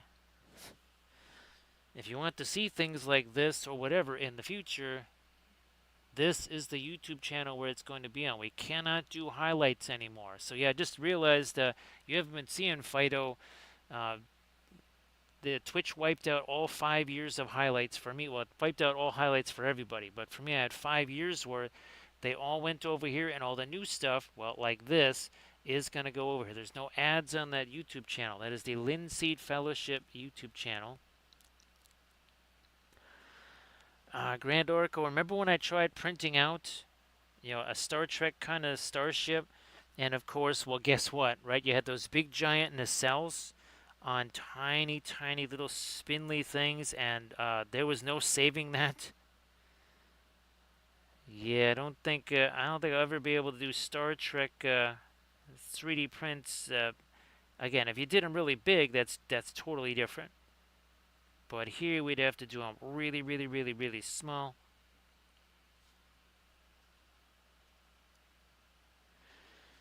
So yeah, Fido, that wiped out 4,539 hours worth of highlights saved over the course of 5 years.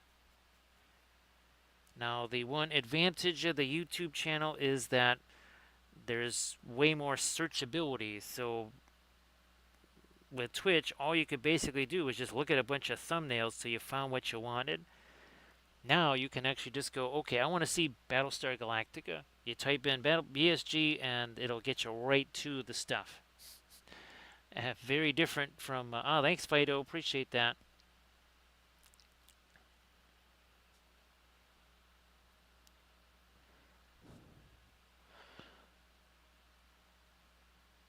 So again, yeah, if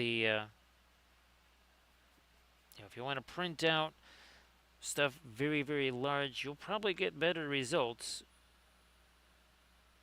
Again, on some of the tougher to print files than we're going to get here. Print them out really, really, really small. So thanks, Fido. Appreciate that. Again, there's not gonna be any ads on there. That's not what that channel is for. It's basically to take the place of what we used to have here on the Twitch channel.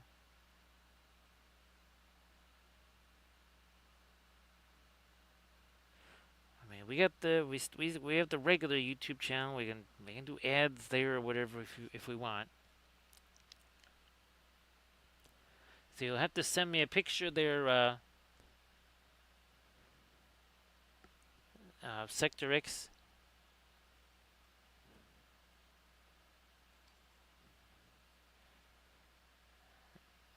So it looks like the video just finished rendering.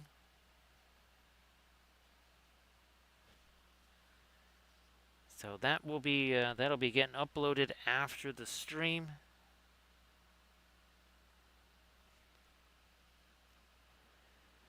So yep, Fido. Again, I was really surprised that they even note that anybody else was doing it because it seemed like nobody was taking the time to, again, after a stream ended, I would make a thumbnail just like you would do on a YouTube channel, and you basically saved your session as a highlight. Hey there, Meth Muffin, how you doing? We finally have something very appropriate for when that sound happens, right, Meth Muffin? Thank you so much. Appreciate that.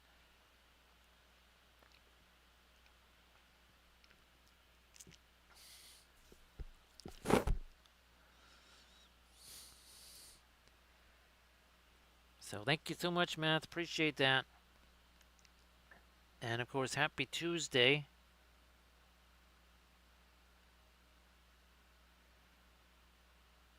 So Citrix, well, I wasn't able to catch any more tutorials on Descript.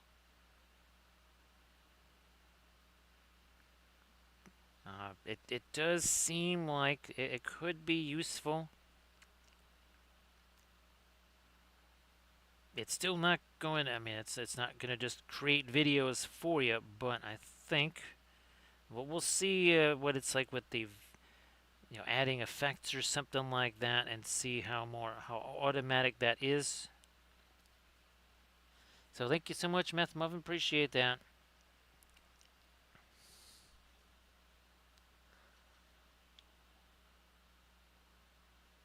So now that starts to stand out a little bit more. We're going to start getting some lighter stuff happening up here too. Okay, we had to wait for all of that stuff to set. We had all of those washes and stuff that we did. Now that those are finally starting to set, we can get down in here and do a little more of this.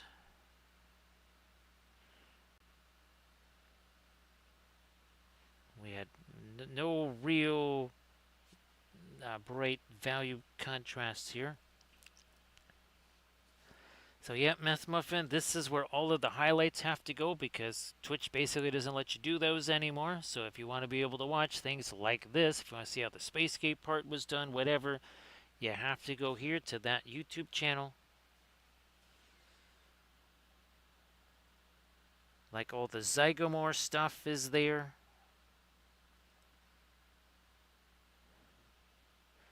Thanks, Matt. Appreciate that.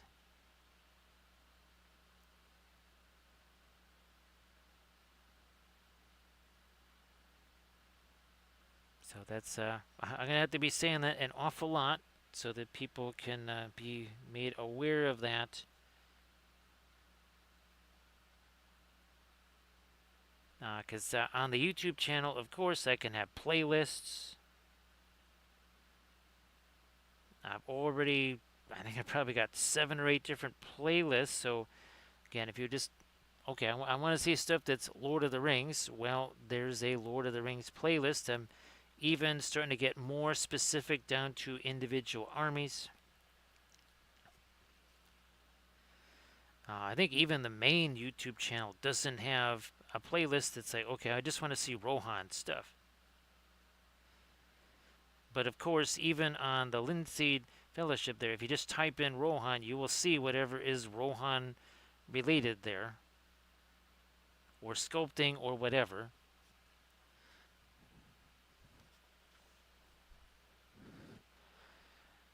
Yeah, Fido, there's tons of Trench Crusade. I did at least I'm actually this week I'll be finishing off the Trench Crusade army painting series.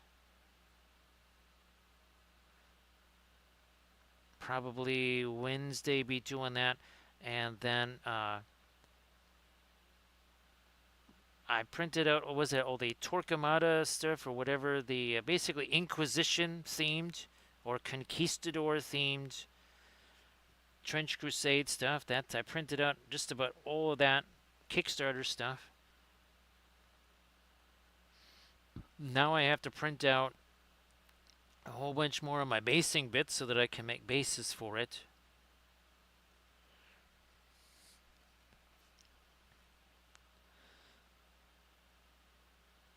So Meth Muffin, hopefully your the rest of your weekend was fabulous.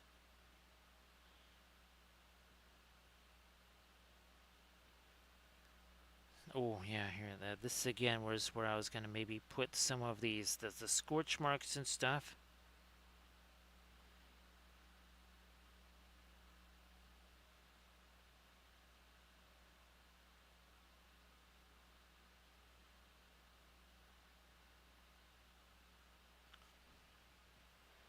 Where are we at here?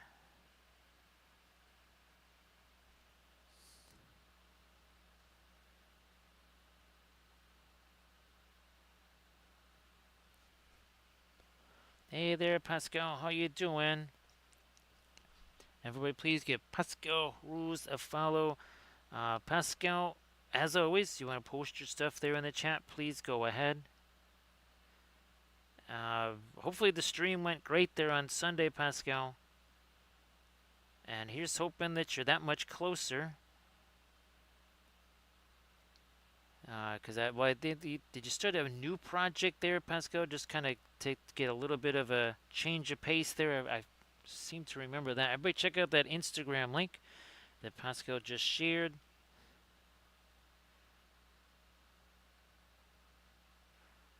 There we go. Let's do that.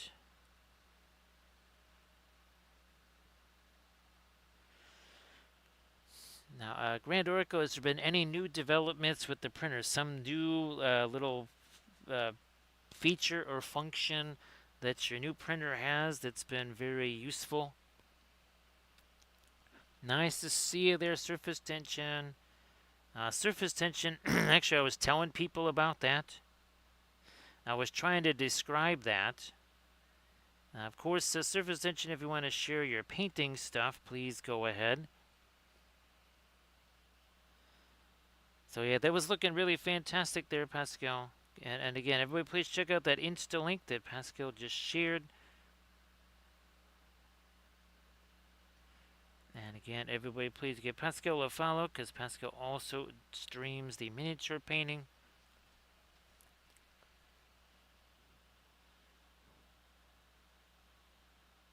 Come on, a little bit. There we go. Let me lighten this up too a little bit right over here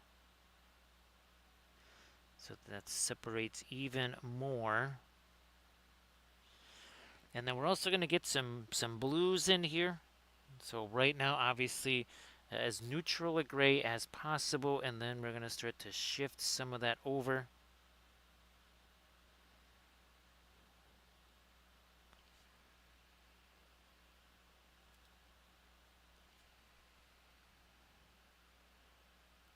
Okay. Oh, that's great, Grand Oracle. So Grand Oracle, to print these out, I knew they were going to be super heavy. So I actually, at first I bumped up the support density to 70%, and then I actually backed it down to, I think it was, well, technically 58%, but you could say 60. And I think that's the reason why these have printed out successfully. Grand Oracle, I'm not going to say anything because I don't want to jinx it, right? I'm not saying a single word. I don't want to be responsible. Actually, Grand Oracle, oh geez, I have to look and see if there's any interesting sales going on Dick Blick. Holy smokes, Grand Oracle, I've completely forgotten about that. Absolutely forgot about that. So again, this essentially is almost like it's trying to insert some panel lines in here.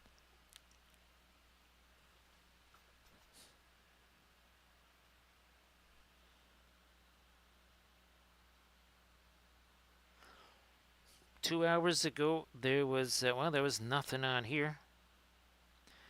There was no Spacegate base. There was nothing even on Galactica itself. Oh, and by the way, as light as this is nowhere near white. This is like maybe a value 3. We can still go lighter.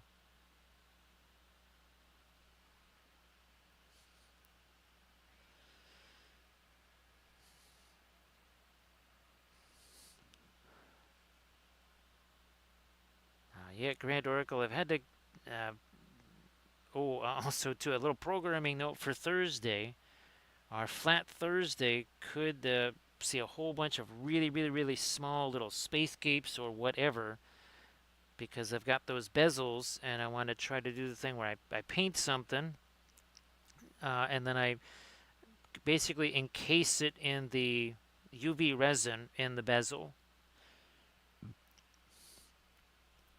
So everybody, please check out the bull riders that Surface Tension posted. Also, again, check out what Pascal posted. Give Pascal a follow. Thanks, Surface Tension. Can always use more rations, right, Surface Tension? So again, much appreciated.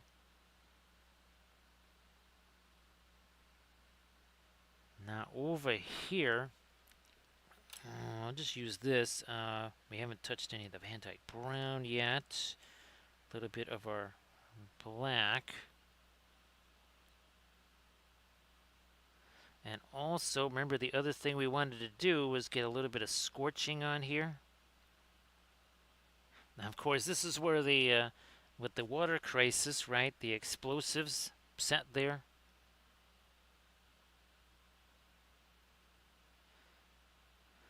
I don't remember if it was the starboard side or the port side where they basically used themselves as a bit of a shield for the impact of that nuke.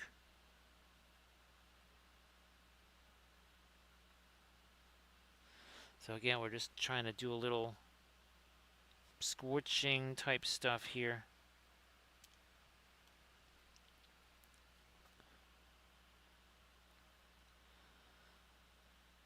We did have a little bit of a pun contest there, Surface Tension, earlier. And I said, oh, it's too bad that Surface Tension's not here.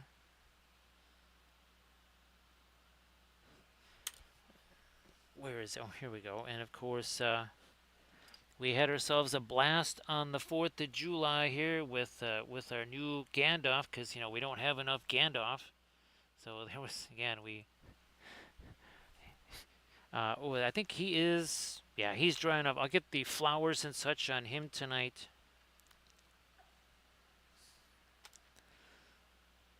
So thanks, Armored Wolf, for posting a link to the Patreon page. We're about to get down to the. I think that's probably going to be 5 episodes for that Rakashar series. I mean, after the next one, it'll be pretty close to finished. But I think we're going to need a 5th episode.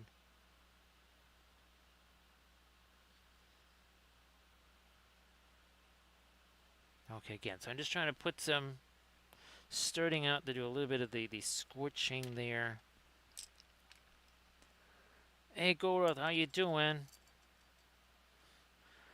That one was 3D printed from Printing Goes Ever On. I believe that's the May release, right, Landrast? Yeah, I'm pretty sure that was the May release.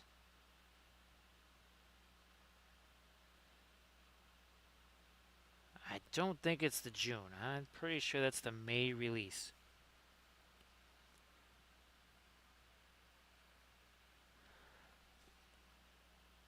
Surface Tension, I cannot confirm nor deny that we have access to your schedule, so that we may or may not intentionally schedule all Gandalf painting to be on those days.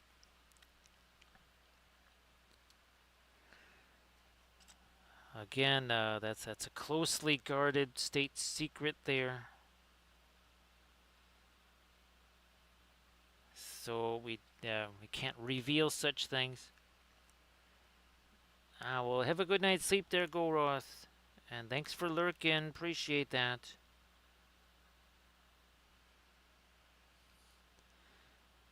Actually, Surface Tension,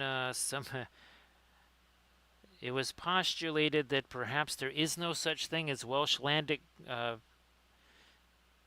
cadmium gray. That all it really is just a combination of, or was it our radiant violet and radiant green to create what is claimed to be Welsh Landic Cadmium Gray.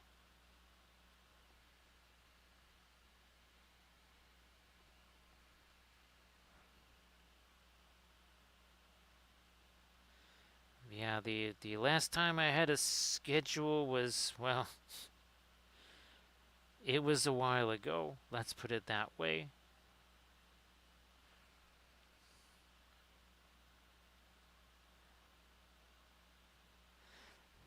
Now I'm also going to try and get some of that up here. Dare I say these are almost like panel lines here?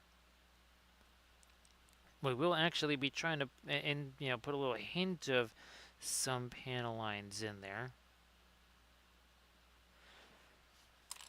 Now, since we have, oh, look at that. They're not all that different in size.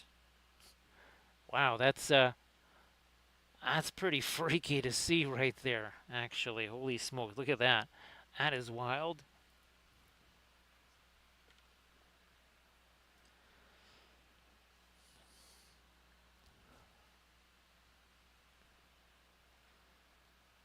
That is really freaky to see that side by side.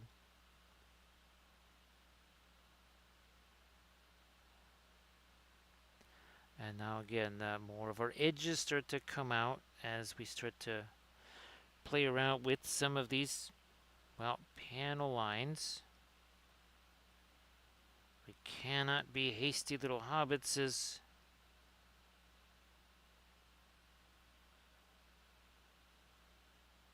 Get rid of that.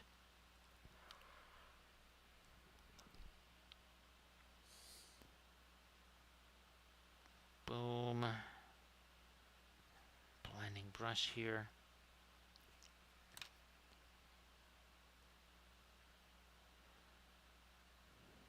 So again, trying to do some of the scorching over here.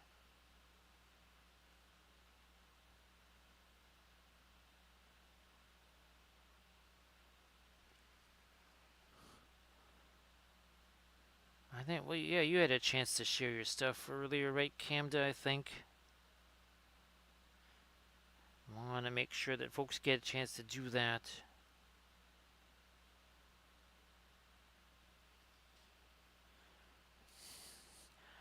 Now over here, okay, that's finally starting to set a little bit more there.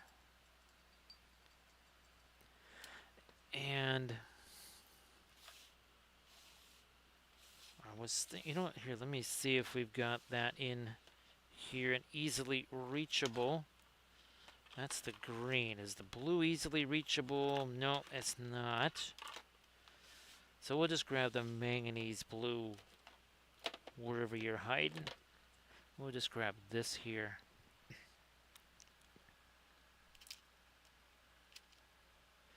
Okay, let me just, there we go.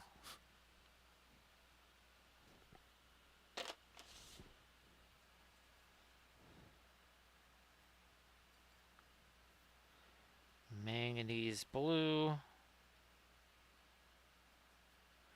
little bit of this Sevres.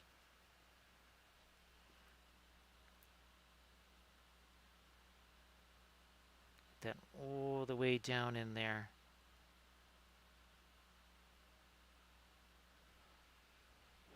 I was very pleased that I guessed right on the angles for these things when I had them in the build plate, because again, there's no supports on these things, whatever. You got to do all that yourself.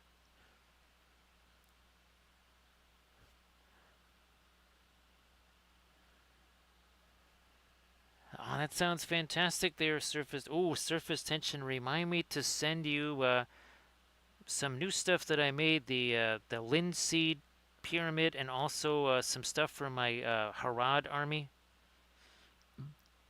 A new graphic for the Golden King of Abrakan and his throne, as it's described in the song that I created for the army. It's basically a golden throne that looks like it's flame, and there's the eye of gold in there. It's a massive gemstone that well, a Kandish, or sorry, a Harad king must possess, and it essentially is well, Sauron's support there. And the Eye of Gold sort of represents Sauron.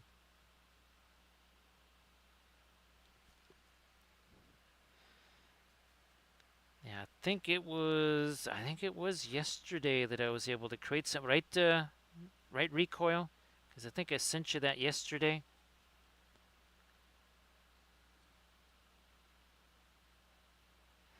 Okay, so now we're starting to get again some of the lights inside the engine there, some of the darks too.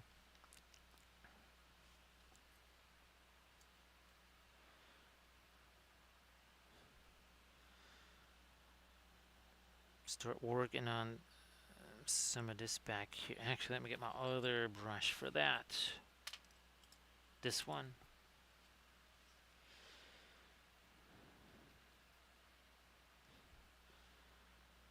Recoil. I tried to do a song about Minas Morgul, and I think I did 6 tries at it, trying to make adjustments here and there. There was a couple that were just ouch. There was one actually it was sort of good, but it might actually be too effective. Recoil, if I'll send you the link to it, and I think maybe you'll see what I mean. It actually might have been a little too effective at conveying Minas Morgul.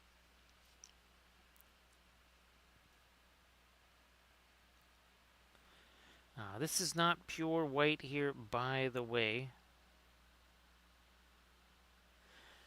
It's pretty wild. Now that I'm starting to get down to some of this smaller stuff, it's really starting to feel like paint one of our 1800 scale ships now.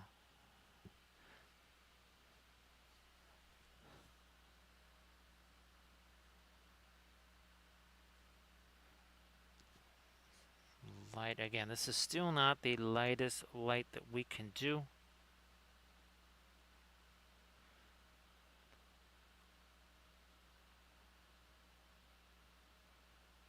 Trying to get some variance in there that so it looks a little bit kind of like panel lines there.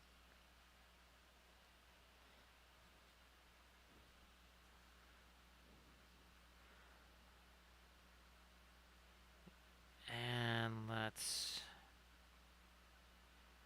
get the name here.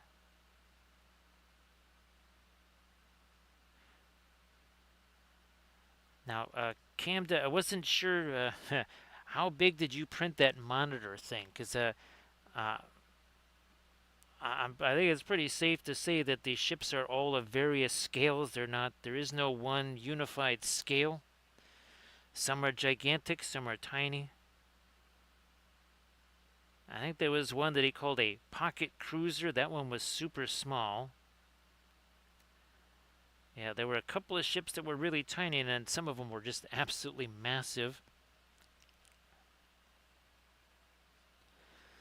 And yeah, the ships won't really be to scale here, the ones that I'm printing out as far as our Galactica universe stuff.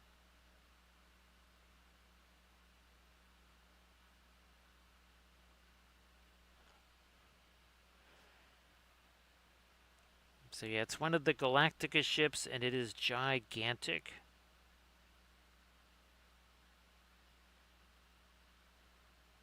I think it's maybe on page 1 or 2 of the BSG stuff.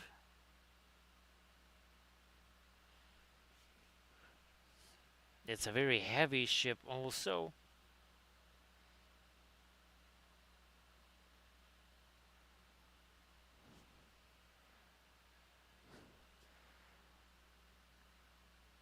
More of our light along the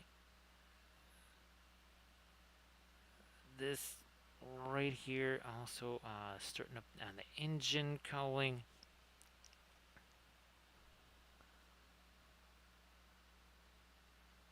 Nah.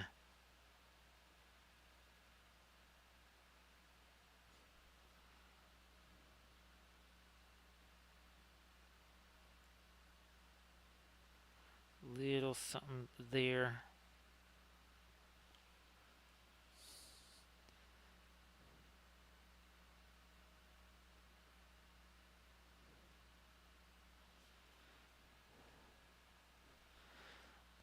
So yeah, Camda, I'm definitely I'm just gonna focus on the Battlestar ships since the Babylon 5s might not be printable, at least not at this size.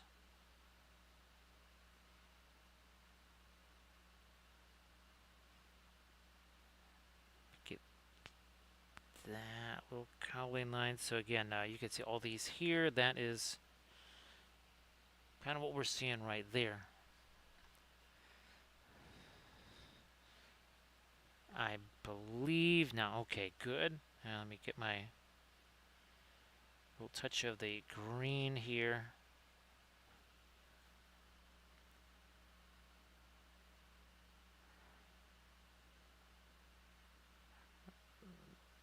Because that would not be dark there.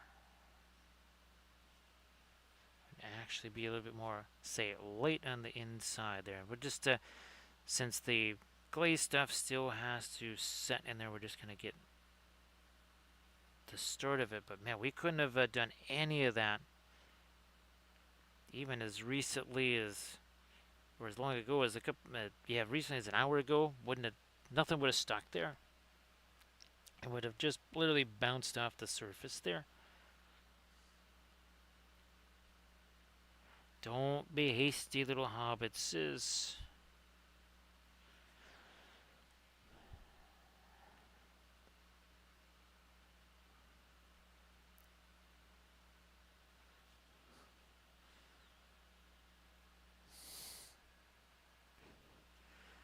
Now, even out here, we'll start to get some different color. We're going to start to get some of that green here. Color goes somewhere, it must go everywhere. So we actually have oranges now up there.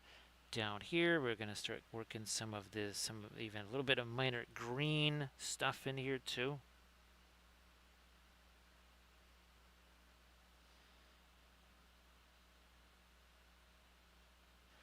Is now we can really start to think about doing some more detailed type stuff on Galactica itself. So there we go. Some of that green is the same green that is on the base. Nice to see you there, Inganes. Everybody, please give Inganes a follow. And of course, Inganes, why don't you please post some of your fabulous stuff in the chat?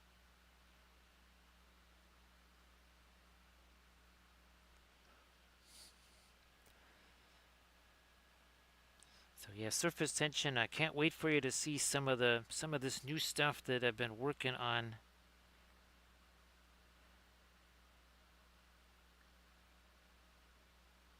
Was able to create a new. So we kind of replacing the painting pyramid with the linseed pyramid. Because well, some parts of the painting pyramid they don't really apply to the oil paints. Hey, Warzogs, how you doing? So happy Wog there, Warzogs.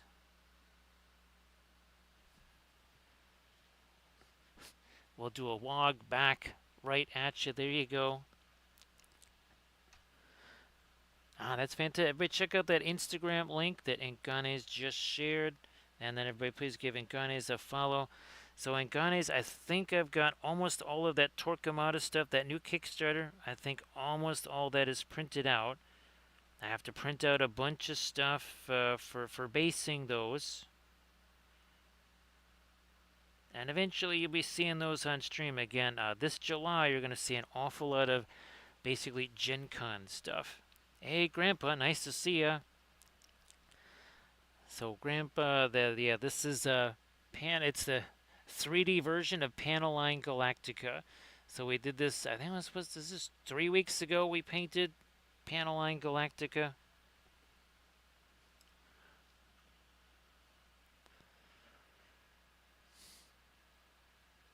Oh, no problem there, Inganes. I just, I was trying to test something out with those.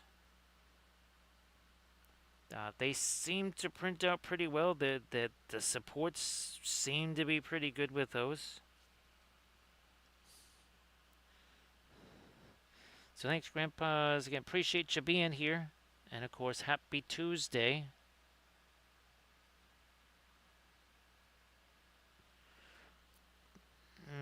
which approach? Maybe this way is best.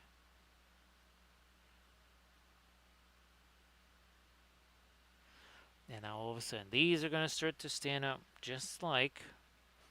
I mean, we're doing these. See these three sections right here? That's what we're doing. That's those right there. Grandpa's one of the I really liked. I like the Caprica series. Obviously, they only ever did the one season, but that was something that I really enjoyed. I know that only again that just there was the one season of it, and that's it. I think actually, if it were done today, it would probably have done much better because, well, Caprica was all about V World. I think maybe at that time people just weren't really all that interested in it. What Much like oil paints, I guess with TV shows, timing is everything, and when your show just happens to, what kind of environment it's in.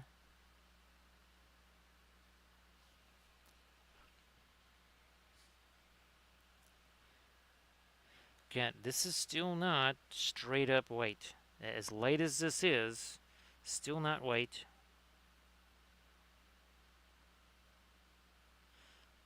It's pretty light, but still not 100% white.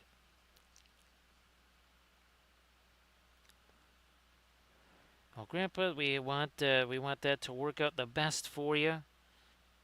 I know that my sister had a whiffle procedure just in February, and that seemed to work out spectacularly well there. So hopefully, same thing for you there, Grandpa. It's that they say, ah, man, this was so routine, so ordinary. It's like, man, we'll be sending him home from the hospital early. It just went so well. So here's hoping you get that same kind of result there, Grandpa.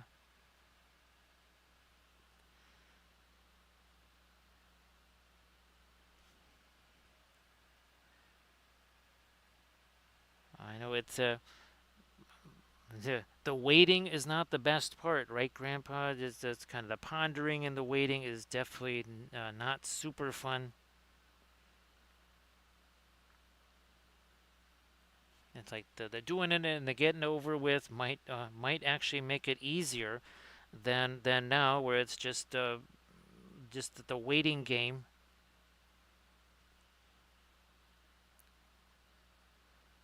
Can we make this? Oh yeah, we can definitely make that lighter. Holy smokes! Again, look at this. It's we're starting to hint at some more panel lines there.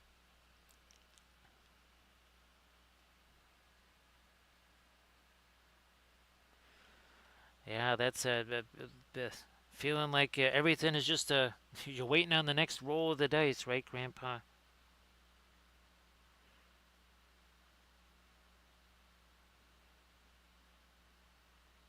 You're just like, okay, just get the dice in the dice tray, do the thing. We wanna know what result we got, and then we work from there.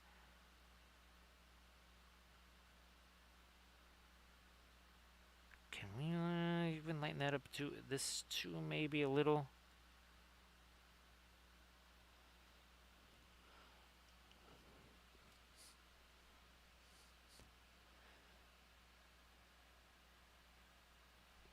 No problem, Grandpa. Again, we just want to say best wishes to you.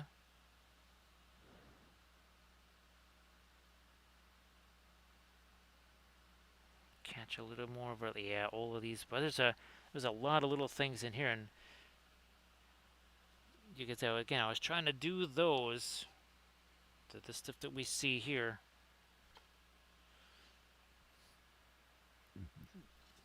and remember this is a tiny bit of a little tiny bit of that greenish shade to it as well.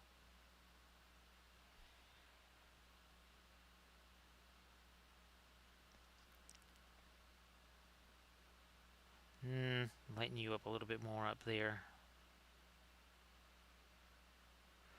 Also, way over here for sure.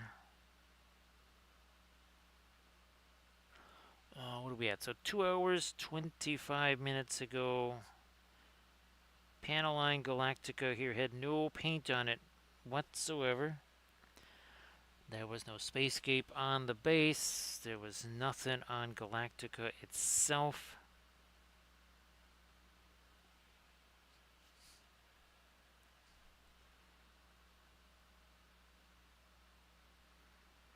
And we're kind of doing a little bit of a mashup here, since this is actually pre-series Galactica, because all of these turrets here, those were removed.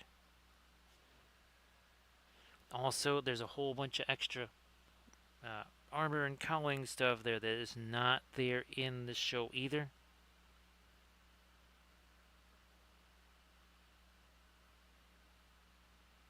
I know there was one version, I think it was called the Darrock Refit, and I'm not quite sure what the story is behind that. Again, it's now been so long since I've seen BSG. My BSG foo is it's a little faint there, so I'm gonna have to refamiliarize myself with some of that.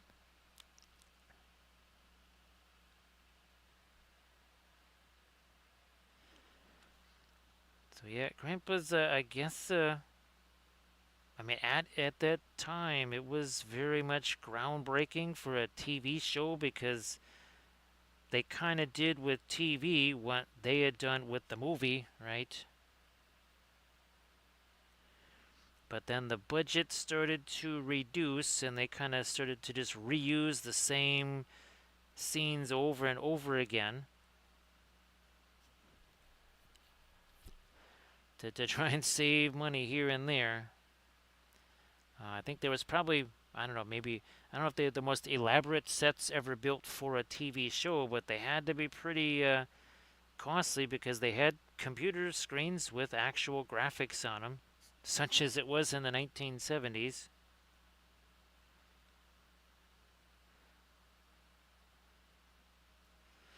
Again, you can see we're trying to get some of the same differences, like what you would also see even on our 1800 scale ships.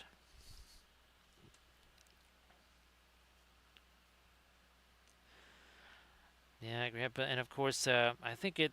Oh, I forget what it was also running up against, right? Just like a show we talk about here all the time is Space Above and Beyond. Also, Firefly, right? Firefly was up against. It was up against baseball, the baseball playoffs at the time, essentially. It pretty much couldn't have been the worst time to try and introduce something new like that.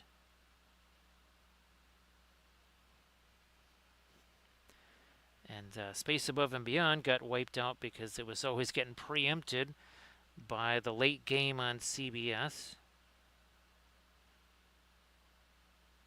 So if you had like an AFC or NFC West game or something like that going on, those usually would run a little bit longer, and that would preempt the show.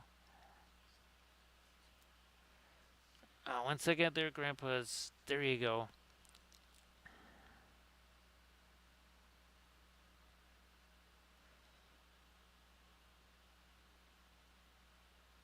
Oh, eventually, speaking of which, Grandpa's, I will be doing a 2D picture of Serenity. I would be doing that this week, but I'm trying to do this thing with those bezels.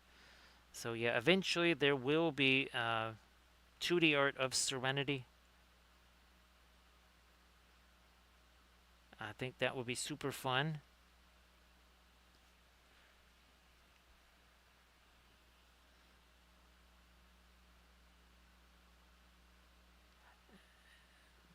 Lighten this up, this edge too. Oh, definitely that edge.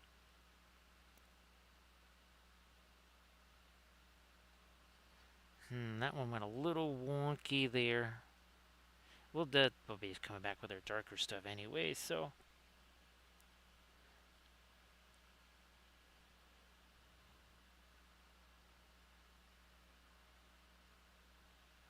Over there, everybody check out the link that Surface Tension just shared.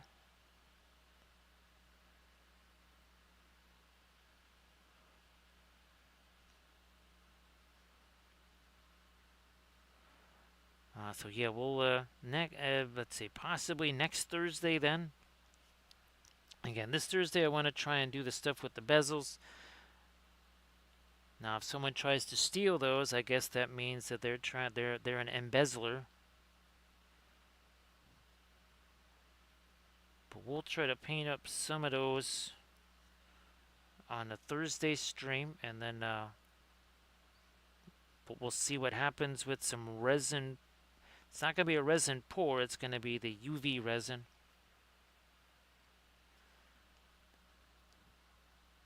Maybe a little direct comparison. Also, too, I got, speaking of the UV resin, I'll be using that on our Trench Crusade Army Painting series.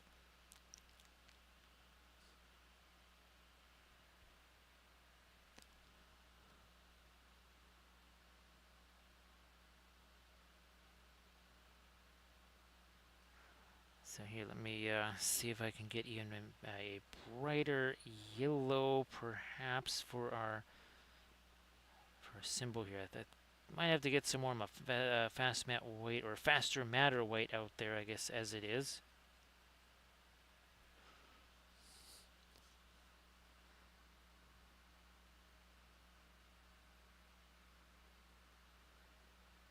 Now, I think outside of Game Buddy, has anybody done? I think we were talking about the what was that? The gosh, can't even think of the name. Too many shows bouncing around in my head. I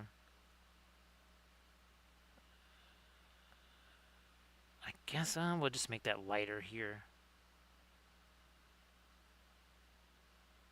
Let's just make that lighter because we were talking about Rocinante.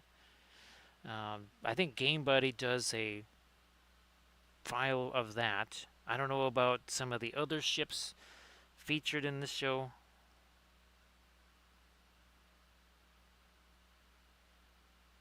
Nah, that's our damage area. Let's leave that. Let's leave that be.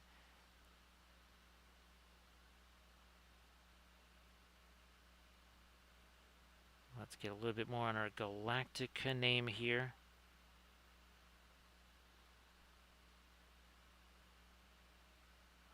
Except there, where we've got again some scorching going on.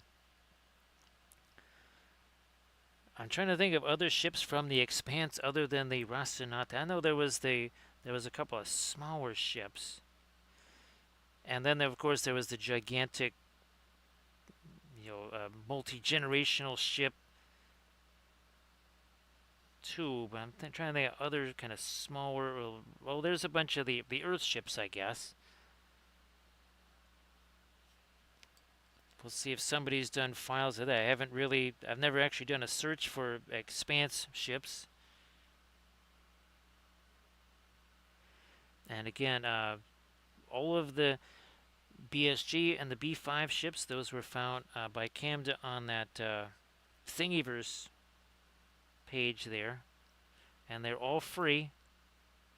There are no supports, and well, you might want to at least initially take a pass on printing the B5 stuff, unless you're going to be printing that gigantic. As in many times the size of this. Alright, Sector X, I'll shoot you a message tomorrow there, Sector. I think I might have sent you a few things.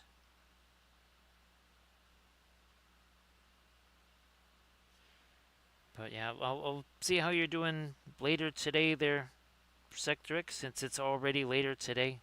It's tomorrow now.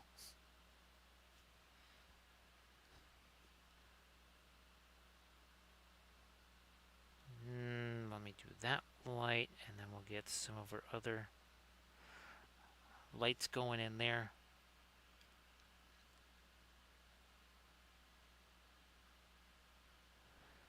Well, Grandpa, I'm glad because it seems like a lot of things that you're supposed to be listening to, they just kind of either get you riled up or anxious or whatever, right?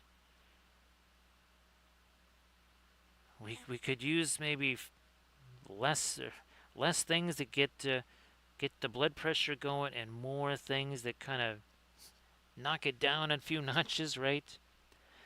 Well, Grandpa, between Recoil's mom and mom, that's fantastic.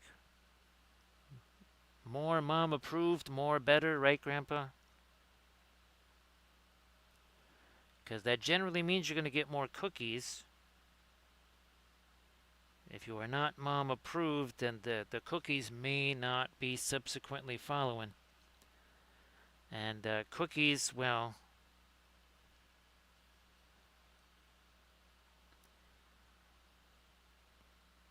oh, that's fabulous, Renlor. And again, Renlor, if you wanted to share the stuff again, please go ahead. It was a while ago when you last shared it.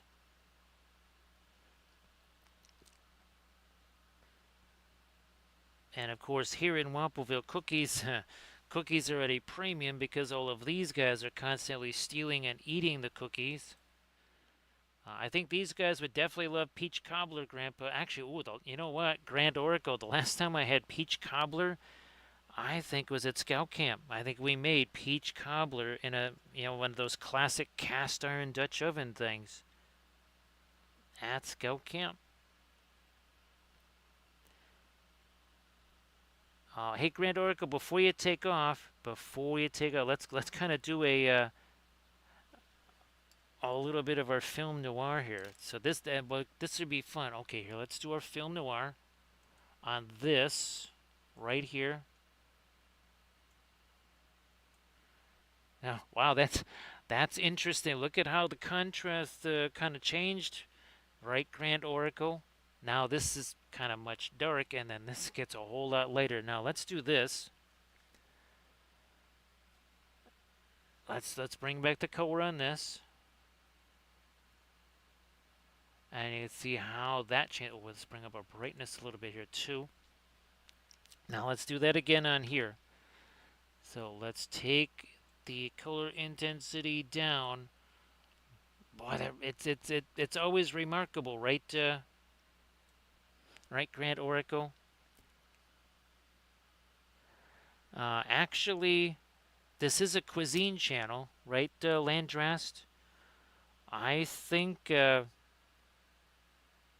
somebody's going to send me a reminder to say, find a peach cobbler recipe. Because now I got me a hankering for peach cobbler, right, Landrast? That's pretty much all I'm going to be thinking about now for the rest of the stream is that peach cobbler. Thanks, Armored Wolf.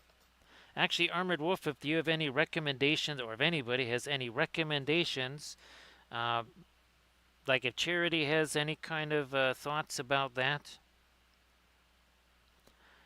Nice to see you there. Oh, hey, speaking of cooking, how did that go, Arid? Everybody, please give Arid Wife a follow.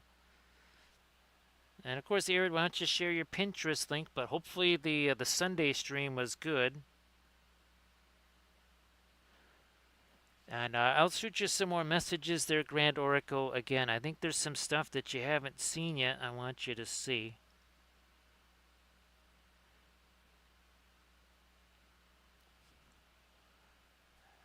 Speaking of I see Sea Dragon. Glad you're still here, Sea Dragon. No problem there, Grand Oracle. Again, get yourself a good night's sleep, best as you can. Appreciate you being here. So Rico, I'll send you a couple of the Minas Morgul songs. Actually, it did a really good job with, say, the lyrics of it. Sadly, of the 6 versions that I rendered, there was 3 of them that were basically almost just unusable. Thank you so much, Arid. It's very actually Arid. I think we're gonna have to have this on hand for every time somebody subs, right? We got to have this handy.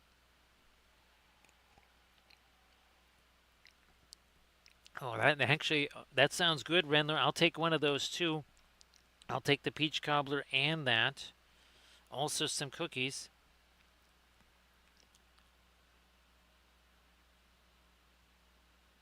And again, everybody, please check out that the link, the Pinterest link that Arid just shared, and please give Arid Canwipe a follow. So Arid, I was just showing. Oh, here they are. Here they are. So here's the bezels, and so let's see. Does it say what the size is? No, it doesn't say on the thing. But yeah, we got a whole bunch of. There's 60 of them in here, Arid. There are 60 bezels in there.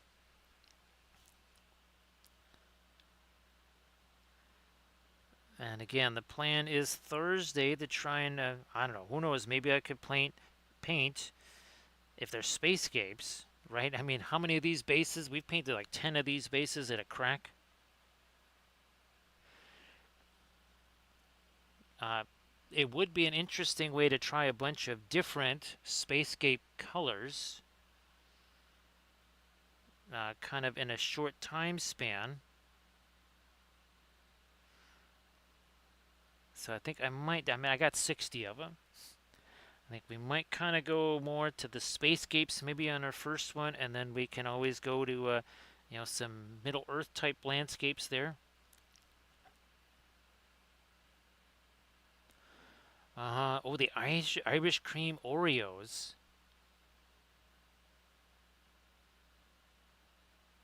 Oh, Renlor, that sounds wow. That sounds really fantastic.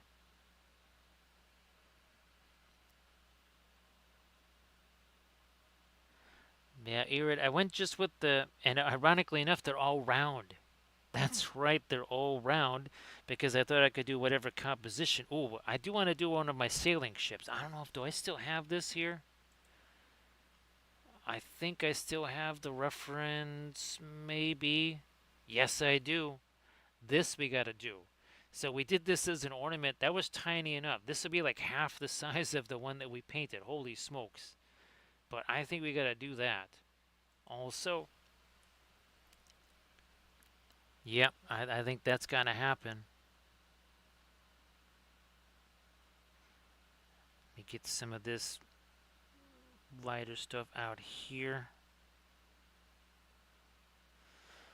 on these and now back in here, right? Well, I'm probably going to get my fast matte white back out there again or something like that to do those. But first, let me try this. The manganese blue, and then doing a little bit of the darker dry brush. Let me change that around a little. There we go. That's better. That is better.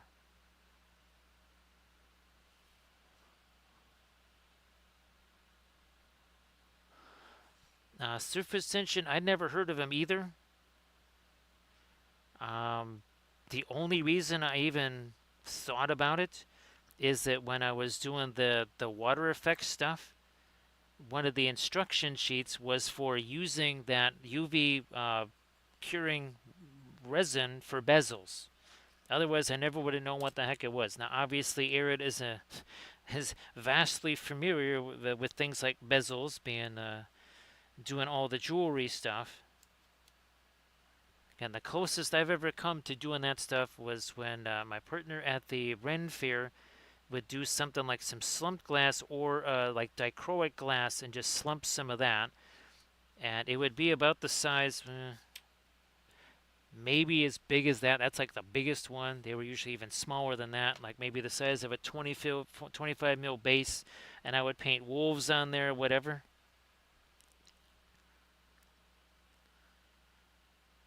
So it's been a while, needless to say.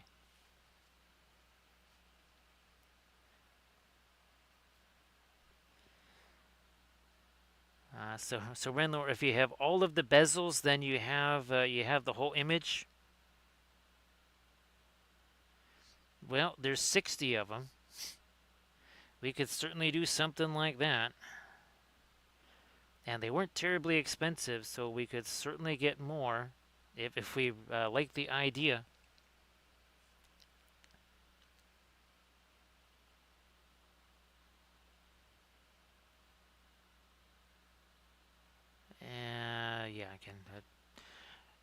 trying to create again the impression that maybe there are some panel lines here,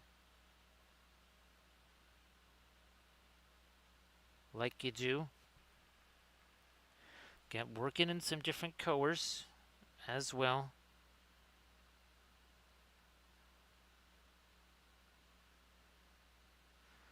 Uh, we'll try to lighten you up a little bit there too. Oops, okay, that wasn't supposed to go there. Well, looky here. It's like we got an eraser.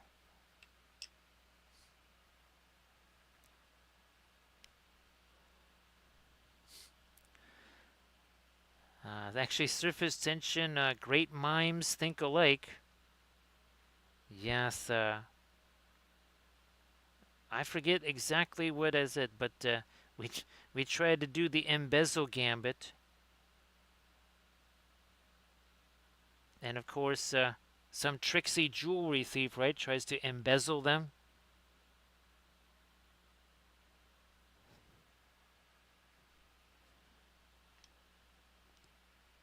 Surface tension, the 1-to-1 scale terrain project today was interesting. Let me see if we can get to it. Here we go.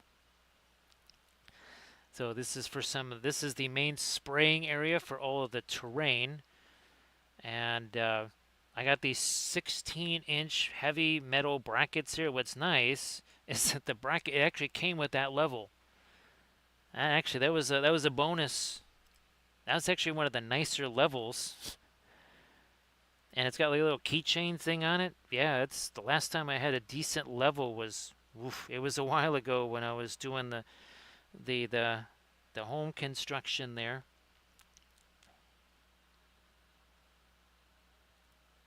And again, everybody check out the Pinterest link that AirDayCamY posted. You might just see some bezels there too. So surface tension, would you say that Mayor Bilbo Shenanigans in Upper Shire Town has maybe embezzled something once or twice? Yeah, I think he's probably been accused of that more than once, surface tension.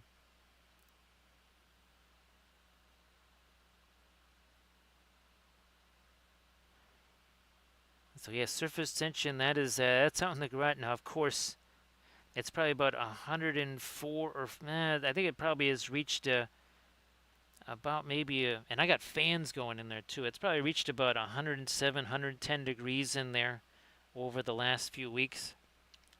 So it's been toasty in there. That's why we haven't really been spraying in there.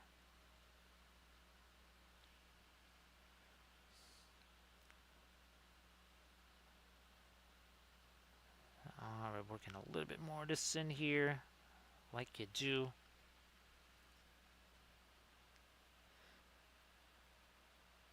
So yeah, actually, surface tension. I gotta find some. I gotta find like Mayor Shenanigans and stuff, and we'll. Well, hobbits are well-known thieves, right? Surface tension. They're well-known thieves, so we're gonna have to be careful when we're painting those bezels. And some of the hobbits will show up.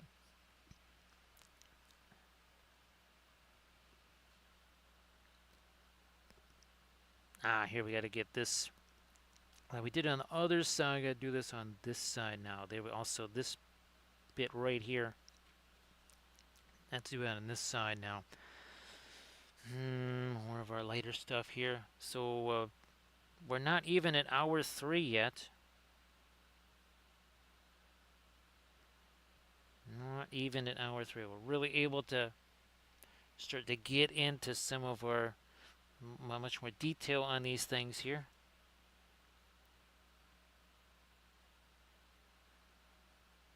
Kind of again create the impression of some panel lines there. Now over here, that can't all just be dark. And actually, I'm going to grab me some of the violet here. Is that too light? Not really. Same over here.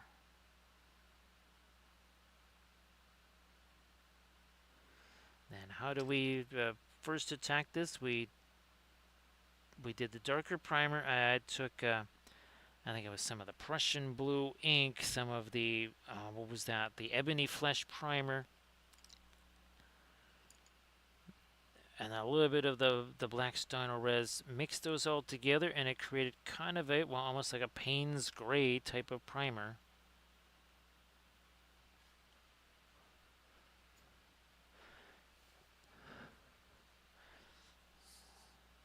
So thank you so much for being here, Surface Tension. Have a great stroll. I don't know if you're dealing with the, speaking of 90 something degrees, I don't know if you're dealing with the giant death orb in the sky today or not.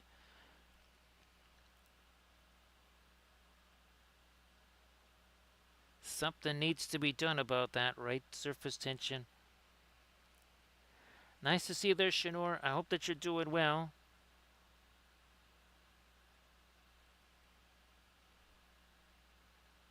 So a couple, I think it was 3 weeks ago on our Thursday stream, we painted, as we call it, Paneline Galactica. Then, since then, we were able to find all of these fabulous printable files. So this is just the first of what could be potentially dozens of BSG ships that we'll be painting here on the stream. So this is just the first go round. Of course, we're starting off with Galactica, but boy oh boy, we're going to be doing a lot more ships. I was actually going to save Galactica and do some of the other ones first, and I thought, no, let's do the Galactica first.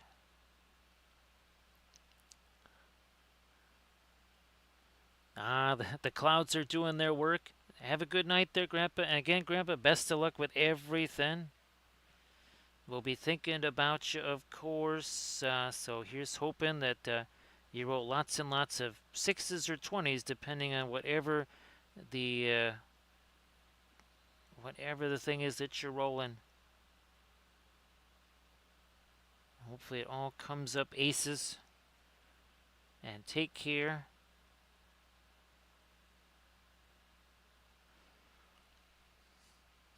So glad that you're doing well, Sure. Been having a blast here. Last week, it was Armada Monday, but a little bit more terrestrial in nature. So that was our Rodney. The week before, I do believe, was our Scharnhorst here. We have Gneisenau all set to go. We'll probably, who knows, maybe in a couple of weeks we'll paint Gneisenau for Artemico and Diadems. How you guys doing? It's great to see you back, Diadems. And of course, Artemico, why don't you share some of your stuffs in the chat there? Appreciate you being here. Not sure if it's still roasty toasty up there. It was certainly not roasty toasty today, or actually yesterday either. Once about the halfway point of the day was reached.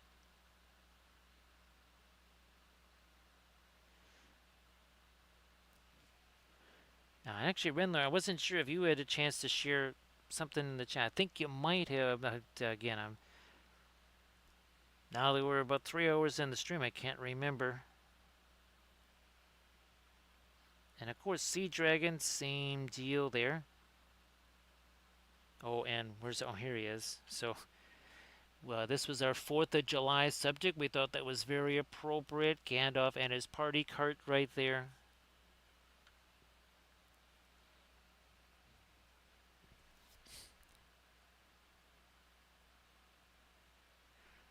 I think it's already in the 60s here. At least it was.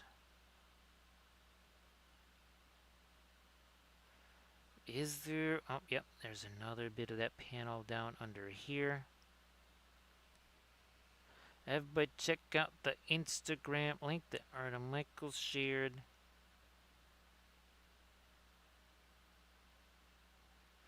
Again, trying to institute a few more little panel line impressions, kind of like what we did here.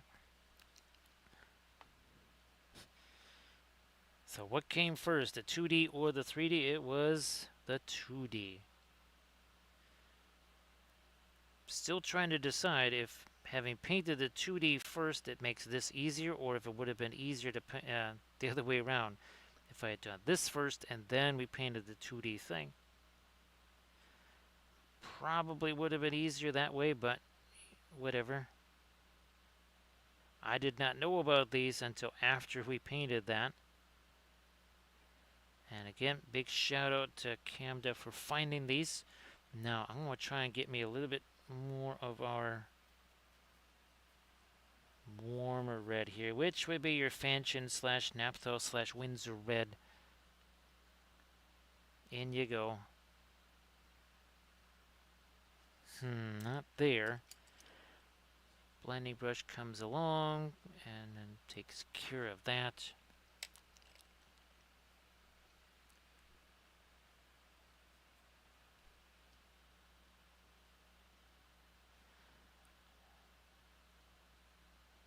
Let me get some of this into here.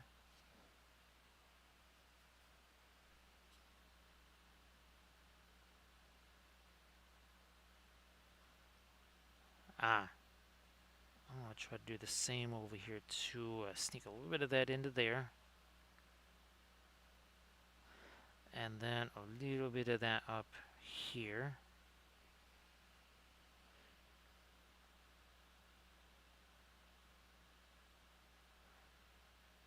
There we go.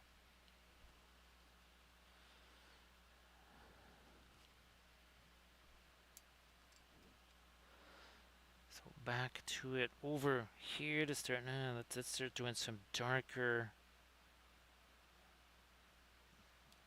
panel line reinforcing here. Let's do that. Got the Van Dyke brown, got our coal black, and then also going to try and do maybe some blast marks here in addition to the scorching.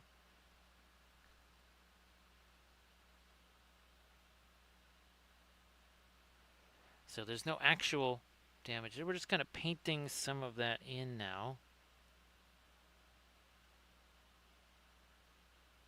No, not too much paint on that. Let's get rid of some of that.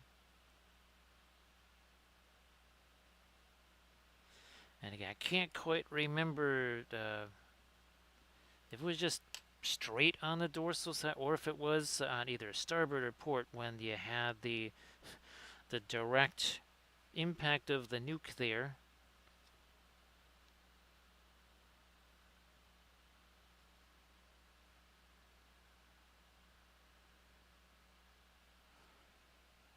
Oh yeah, the Battlestar Galactica board game. Yeah, that is my favorite board game of all time for sure.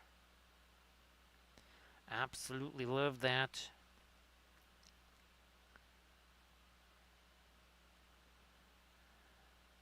My favorite character to play was Tom Zarek.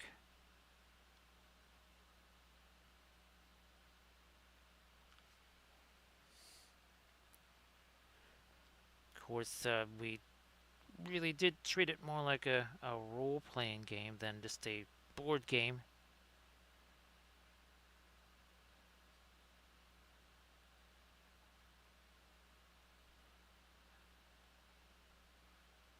Let me try and get, there we go. I'm going to reinforce this line too. That got a little squirrely there. I'm going to reinforce that line.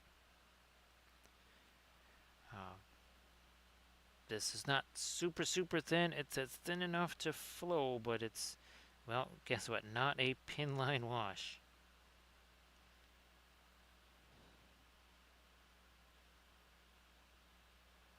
All right, there we go. We might do a little bit of our lighter stuff in there, but I'm also again trying to do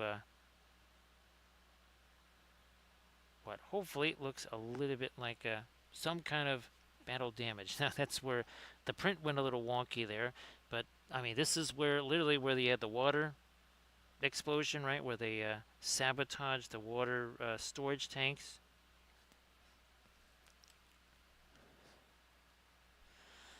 So diadems, here's hoping that the rest of your weekend was fabulous.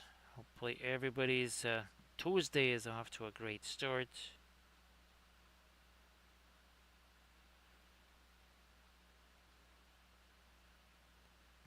dark along that line too. Ah, there we are.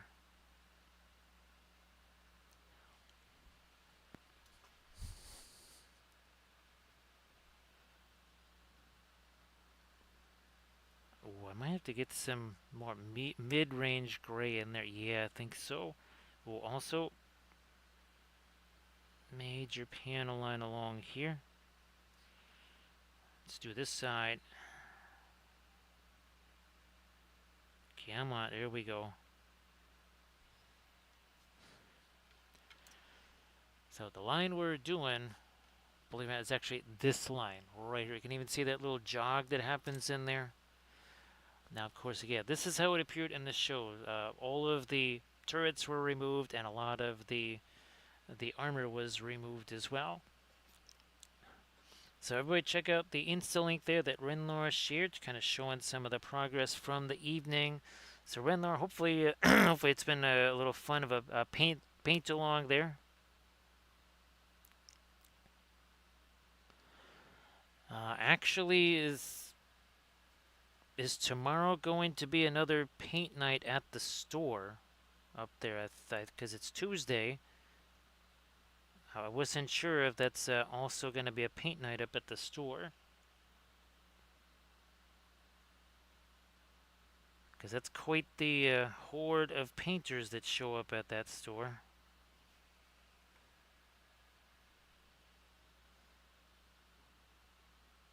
Ah, so I was right. Okay. Wait. Here we go. Let me. So can you see it here? We're kind of doing the little blast things emanating from that.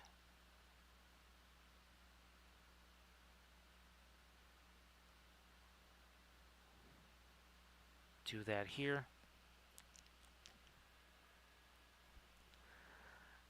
It's very impressive, Renlor. And I've seen conventions that don't have a painting group thing going like that. And I mean big conventions. So that's really impressive.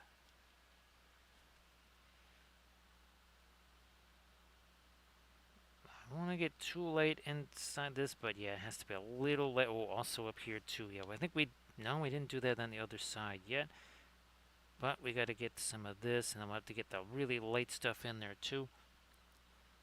So we're going to just super quick get some of that mid-range violet in there. What we're talking about is, again, it's all this stuff right here.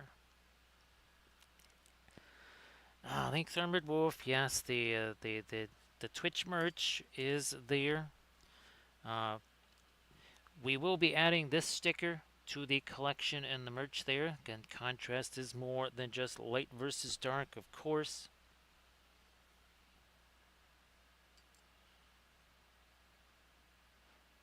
Back to our later stuff here. On the engine cowling over here.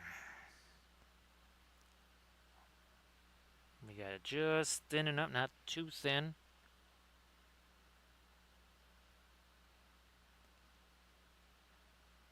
Not too thin. Actually, recoil. I guess now you did all of the little the animations of those logos, right? Actually, if you wanted to share the logos there, recoil. That was amazing work, and that was a lot of work too. I forget just how long you worked on those, but that was a lot of work. I know. And they looked really fantastic.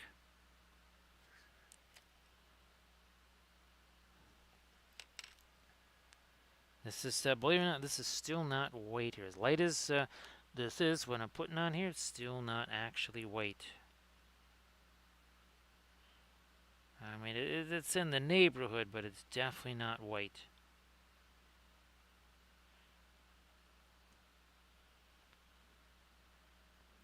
Now, I think we're better off doing. Yeah, let me get back to our darker stuff for these panel lines back here. So first this one,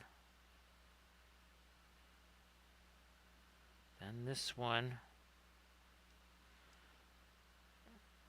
and now we got to figure out where we're going to stick our hand. I'm just going to do that.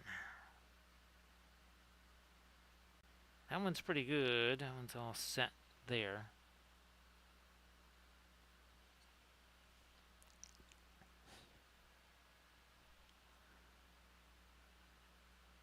Darken up the top of that. Also there.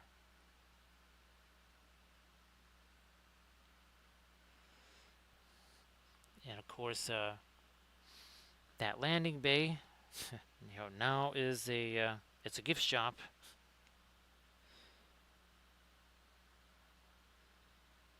That was one of the ways you could take out the humans, was to have a bunch of Centurions board. And I mean like a bunch of them.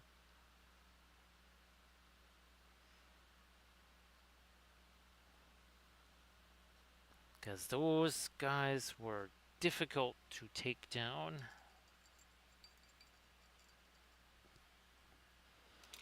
I get my fast mat white out here so that we can do something lighter in those engine cowls. You don't need a bunch, we need only a little bit.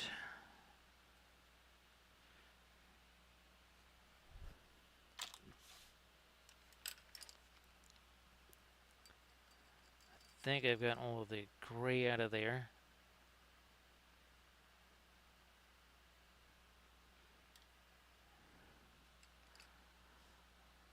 Is there enough thinner in this? We will find out one way or another. Oh yeah, there just is enough. Look at that. See how it went all the way around? Just enough thinner on there. Do that one. Down in there.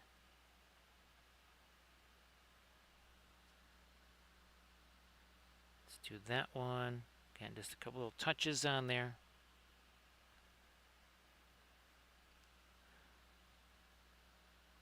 Then this one. And that is it. Now we can't have so much thinner on there. We gotta get rid of some of that thinner.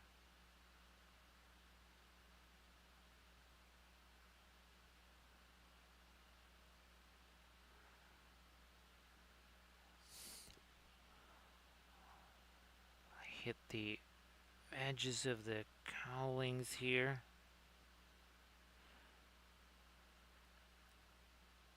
Whoops, that is going a little too far down there.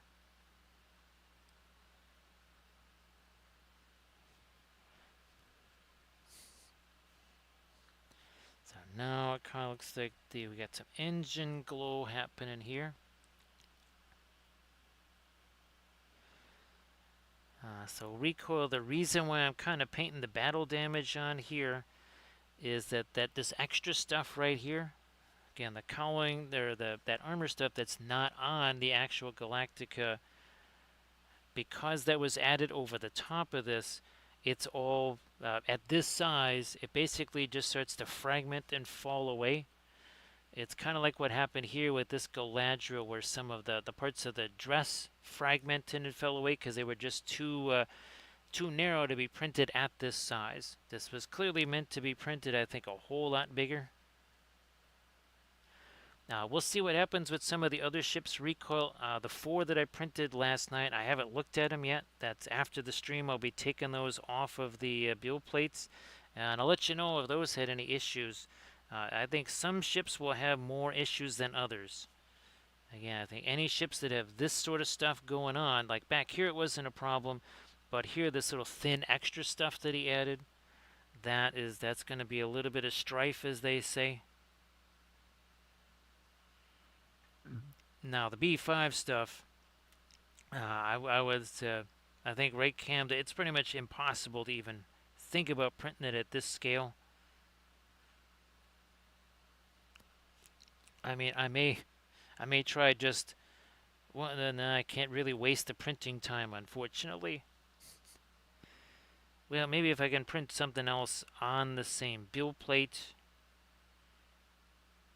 maybe I'll fill it in with some basing bits or something like that, so if the ship itself is not quite usable, at least some of the smaller basing bits would be.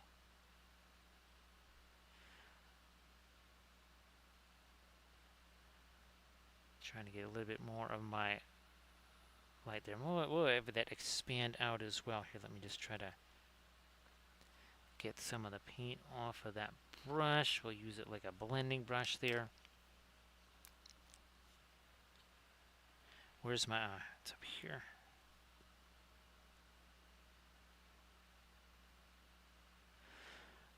These pretty much seem to print pretty well. I can't quite, I mean, I don't know what the exact rotation was that I put on this thing, but, you know, obviously if that's flat, I think it was rotated about to there, maybe. And again, the support density was in that 60% range. And that really seemed to save a few other prints. I think they would have probably gone the way of that race. Oh, that's right. I got to print that race car with those settings and see how that goes. I'm not going to print it as big as we did the one that we painted, the linseed racer. But even going smaller, it still was not printing out. So yeah, now we've got our much lighter. And that's going to go on, get some of our panel lines. Also our little Galactica nameplate there.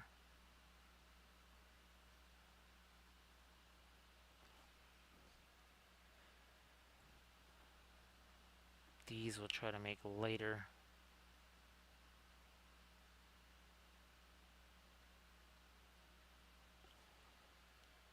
So now about 3 hours, 12 minutes in.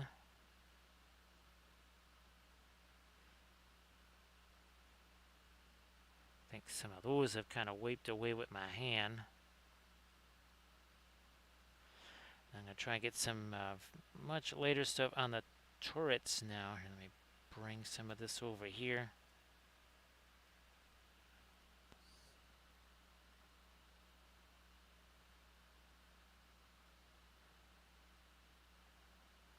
Oh yeah, that's going to make a big difference there.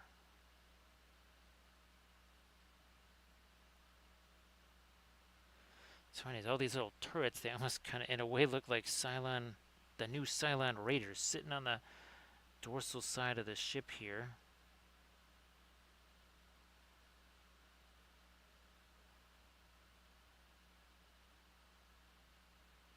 I initially thought, like these heavier bits here, that those were supports. And I started snipping those off back here, and then I realized, no, those are not supports. Fortunately, I think I only snipped off about 4 of them or so. And then realized what they actually were. Or 3. No, wait. Well, 3 turrets. That's it.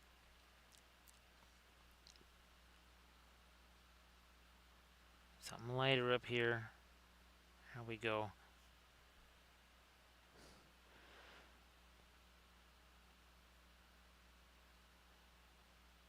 Maybe a little of that edge. Now we'll try to get some of the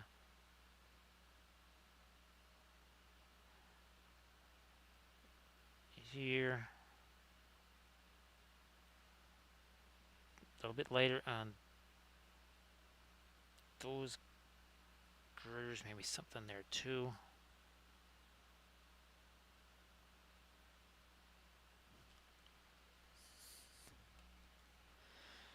I am glad that I printed out this 90 mil base. I think I might have been able to print it 10% bigger and still fit it on the build plate, but then it wouldn't have fit on screen. So that's a lot of these things. If you see the size of them, those are the two considerations. First of all, is it something I can print? Second of all, squeeze on the printer. Is it also something I can squeeze on camera? Because if I can't, it's not going to be a useful object. Some of these might need a little more cleanup up here too. Whatever the heck these are, I have no idea what those are supposed to be.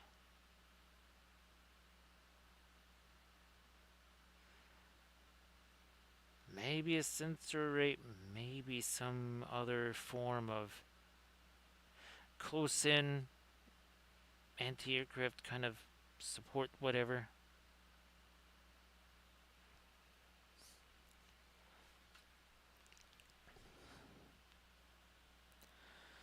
And now between this and that and some of our other and all the lights and darks here, we start to get more and more contrast with the base,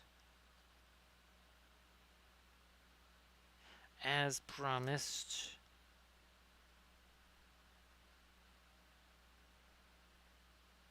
We got the later stuff down in the crevice of that. We need to get some of that up here.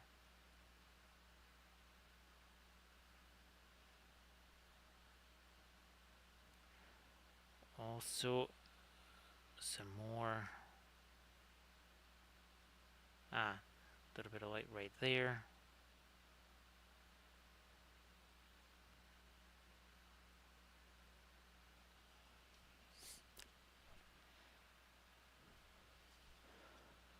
Up on top.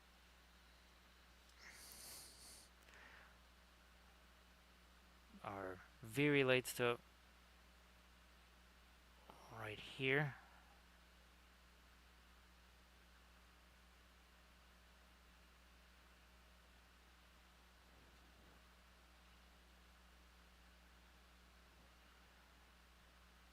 More of this. Yeah, here we are on our Galactica symbol there.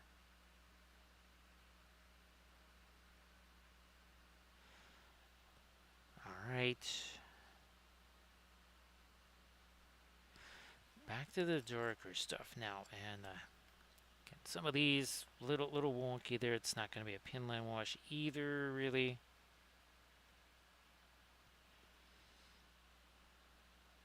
Like these guys here. There's almost no separation between those couple.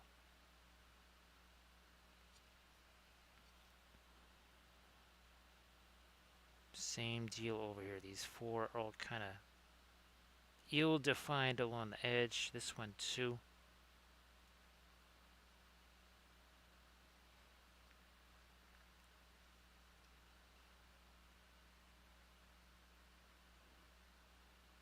Reinforce that leading edge, and now again maybe something that looks like panel lines here. Yeah, just a hint, Adam. Just a hint.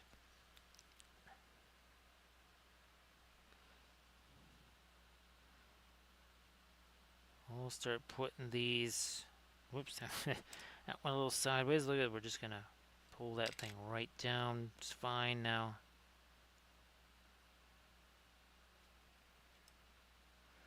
Of course, if I don't like what happens, I can just, well, wipe it out. Like you saw there.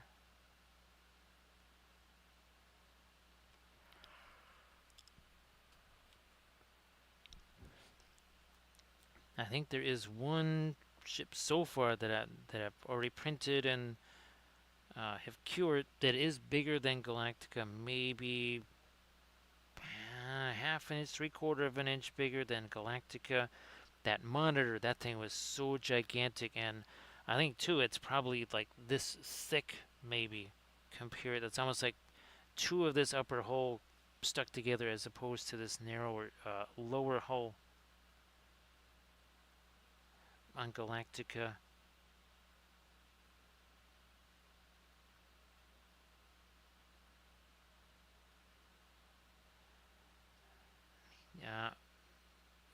Find that straighter line here.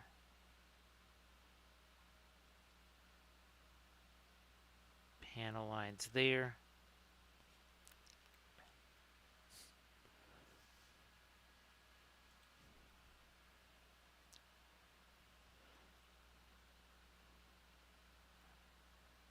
Yeah, I'll try it here. Because I think, yes, sort of did that on this side.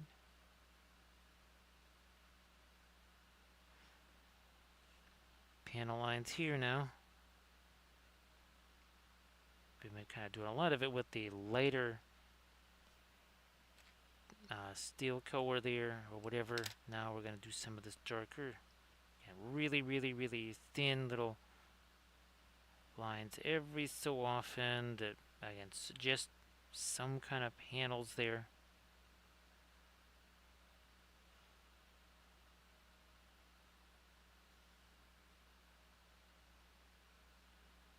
That didn't go with it. Whoops, not that one.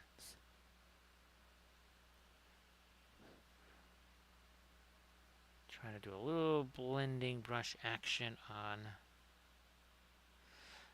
That's again some of the manganese blue that we added there.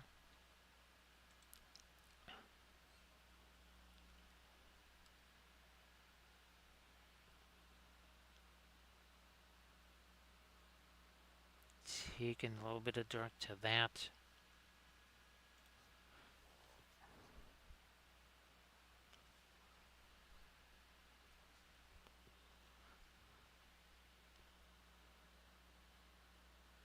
Went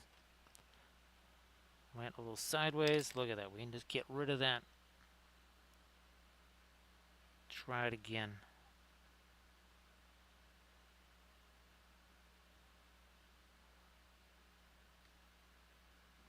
Maybe even darken the edge of this a bit more here on the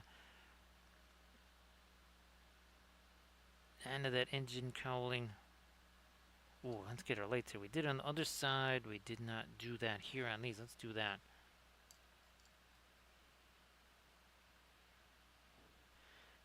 Breaking this back down again. It's a very light gray. It is not white. And it can't have too much thinner because if it's a bin light wash, it'll fill in the area that we, well, actually want to have be dark. That would not be super useful.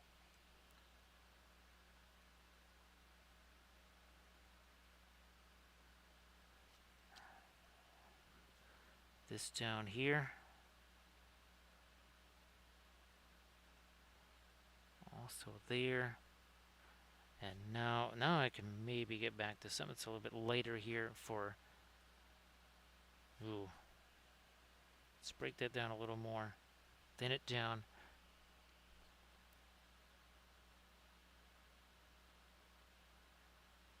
Is it working? Yeah.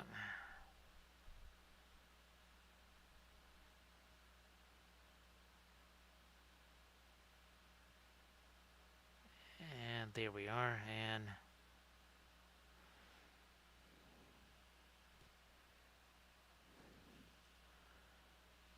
this stuff up here, got to do something about this because there's not a lot of light up there.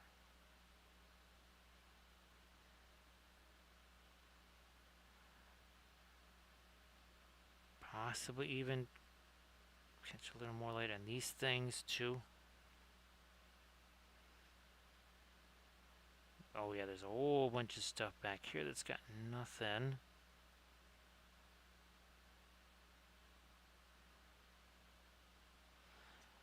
Not even, you know what, let me see if I can get almost like a blue glow. Let me take that Severus blue. Here's our manganese.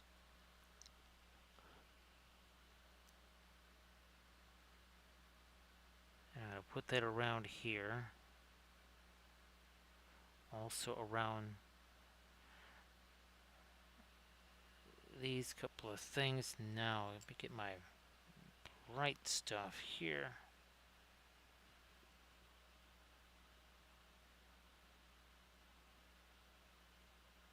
To almost maybe give that a bit of a glow, perhaps.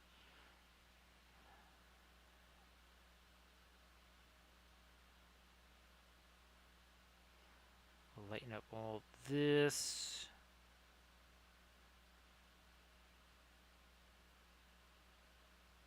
Whole bunch of little lines over here.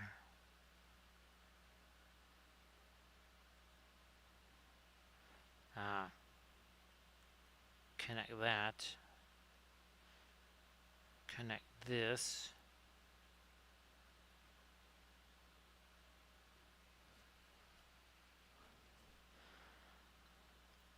Got to do the same stuff over on this side that we did with the later stuff.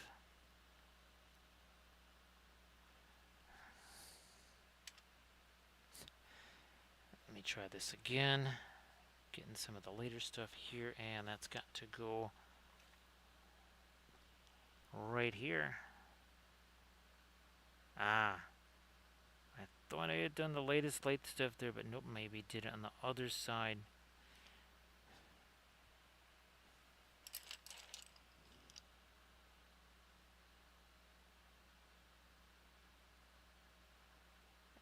There.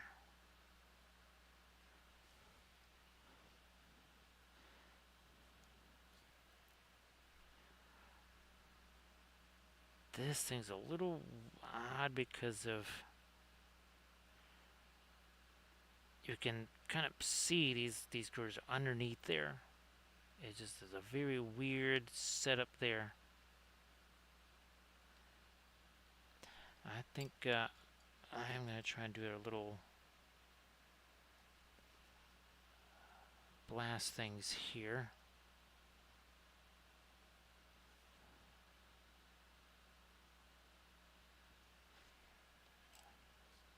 Whoops. That's got some of our flock on the end of that brush. We don't need that. That's a little extra stuff that we don't need. So recoil, when this stuff arrives, I think it's supposed to show up today. It's that reindeer moss, but I think there's either 3 colors or 4 colors of it. One that I know I've used before, but there was 2 colors that I've never tried to use. They might not, who knows, maybe they won't look anything like I think they should. But with all that knock foliage and some of the other stuff that I found on Amazon, I wanted to really try and get a little bit fancier with the tree foliage on the trees that we made out of the tree supports. Especially since the Harad terrain that I've been making, since it is so organic, it's creating a ton more of the tree supports. Because, we don't have enough of those. Thanks, Cam. Appreciate that.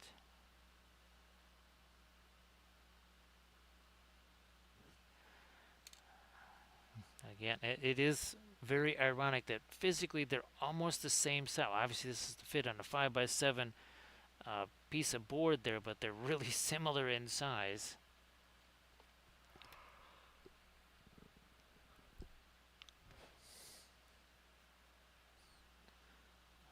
And well, all the 2D art, all the paintings, those will be going up on that same Linseed Fellowship YouTube channel. All that stuff.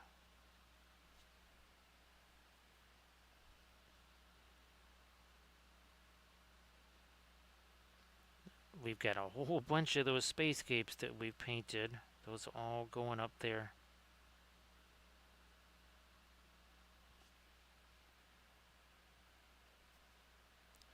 I just there's so many. I haven't had time to process all the images of them.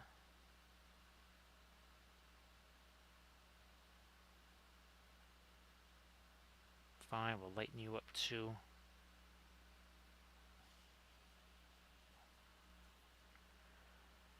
I haven't gotten any later stuff there. Any that would change that up now a little.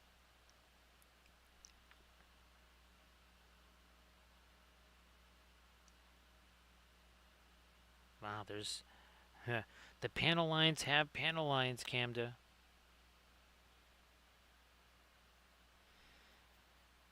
I'm not sure if I probably didn't send you. I took the Richelieu, one of my 1/1800 scale ships, and took the pictures of it, and asked GPT to basically create a background for it and to create basically an extension of the water. Because well, right, it kind of stops right there at the edge, so it was able to actually extend that out.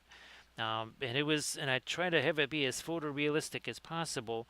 The one thing it didn't do very well is when I told it to create an image of the guns firing.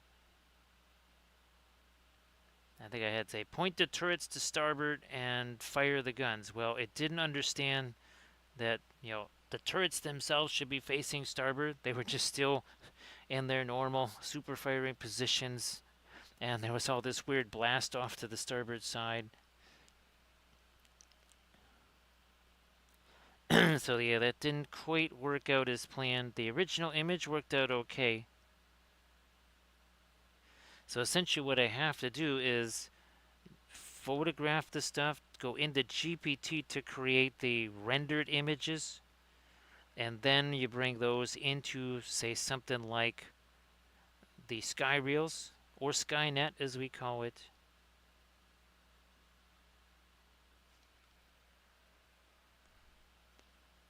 I think the raw photos, it really wouldn't understand what to do with them.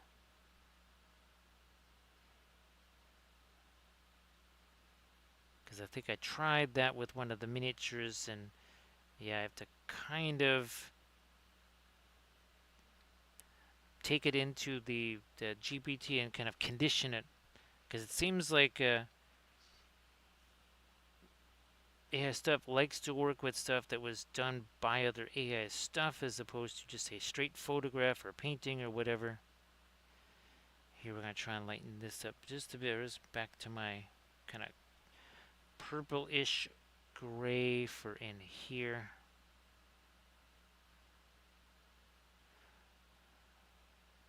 Some of that under here. Yeah, so again, a lot of the surfaces under here, yeah, those didn't necessarily print out fantastic because they have that same sort of really almost well, beyond paper thin. Yeah, paper is way thicker than that. And let's see if I can't just do a few little later things on some of this.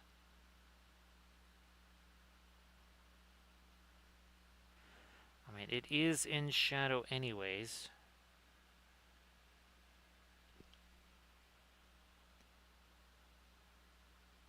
Fine, so I'm a little later there.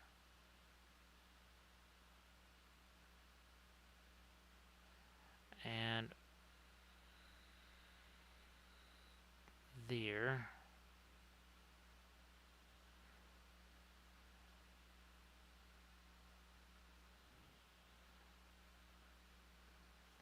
Not too much. Let me reinforce this one line down here. It's easy enough to reach, kind of, sort of.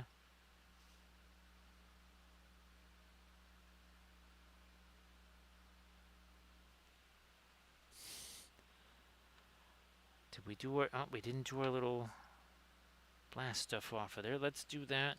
Let's go back and grab some of this. That's a really dark brown, Van Dyke brown, some of the whole black. Okay, there we go again. Have like a little kind of blast thing going off of there.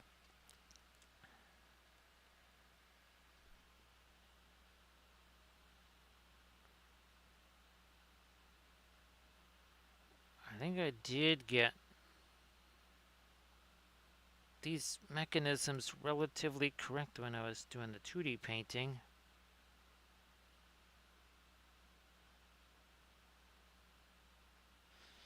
Blending brush again.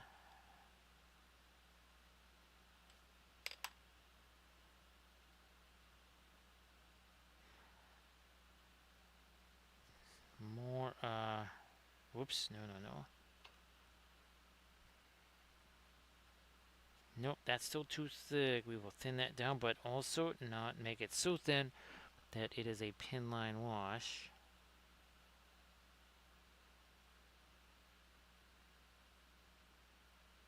It has to be very, very subtle there. We've kind of done a little bit of that on this side already.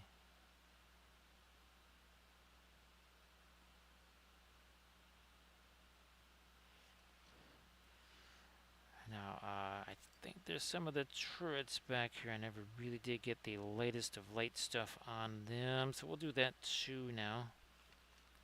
Over here. Oh, definitely not. Yep.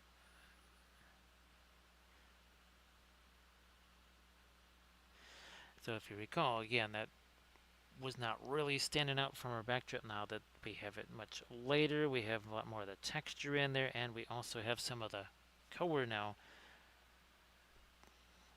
It is starting to, again, stand out from our base there.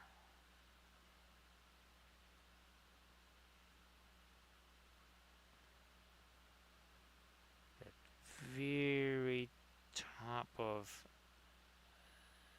that panel on each one of those. Trying to do a little something there.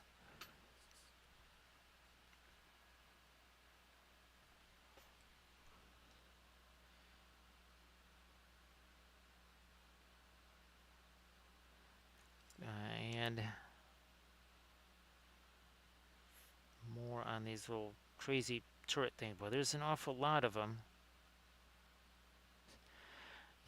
There's one, oh, it's the missile cruiser ship. That one, that's got a lot of things pointing off. There's a bunch of barrels. I would not be surprised if several of those just either didn't print or they maybe say they got snapped off when I was trying to remove supports. That's very possible.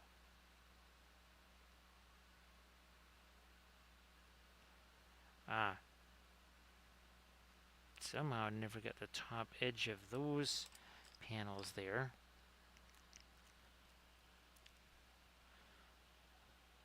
I'm glad that I did do all the filing and then the other work on the base with our fabulous modeling paste. That has proven to be a very, very utilitarian material for sure.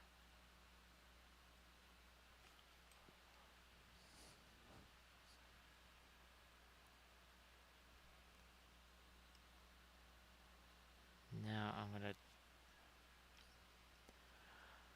so again, that's these right here. That's what we're working on here. I'm gonna make those much later, I think. On the painting, I ended up just painting these things out because they were too hard with that sort of perspective to do on the 2D painting. But here I think it'll work. Oh yeah, these don't even have anything on them over here.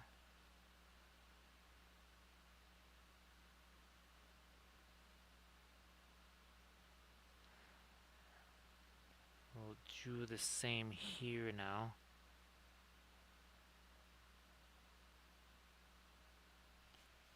Maybe at the top of the... Oh yeah, we already did that one, so we should do this one too. And then repeat that on this side here.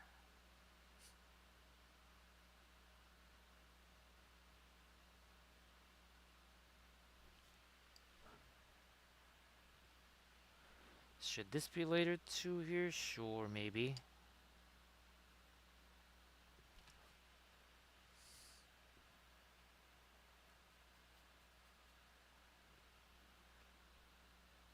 Nope, that's too thick. Too thick. Let's get rid of some of that paint there.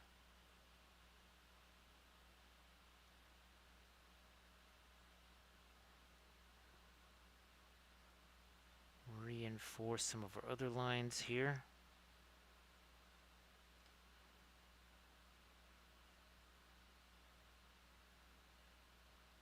Like you do. Okay, and more light inside the the landing pods here.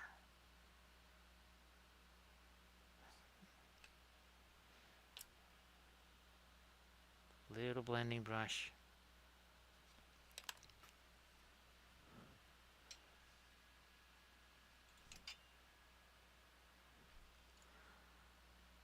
We tried here again to get the landing lights.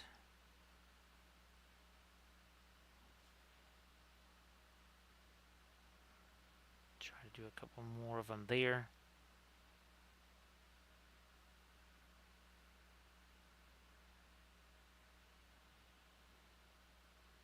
Maybe look at the edge of the landing area later there too.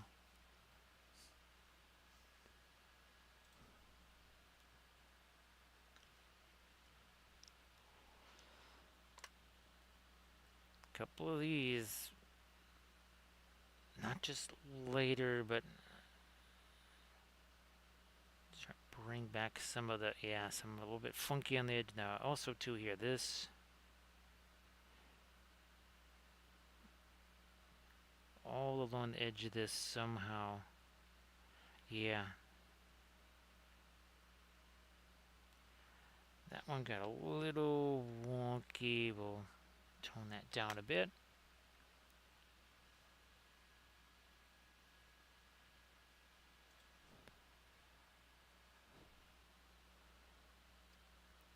Might come back with some of my dark here as well. Okay, a little more of the hinted panel, but now we've been doing a lot of the darker stuff to kind of hint it panelize. Now let's maybe use this to go really light again with some of the suggested. May give the impression that there's some panel lines there.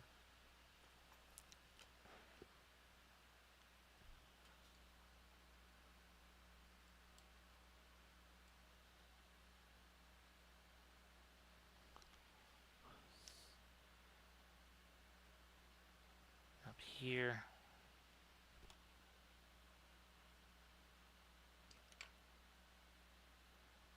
Also a little bit over there. These crazy little turrets. There's tons and tons of these. I think there's a bunch of these on some of the other ships too. I'm not quite sure what the there's one that what's called the atomic carrier. There was the pocket cruiser. There was a Raptor tender. That was another one of the giant ship. That was huge. That was absolutely a massive file. It was 3 times the size of the Galactica file.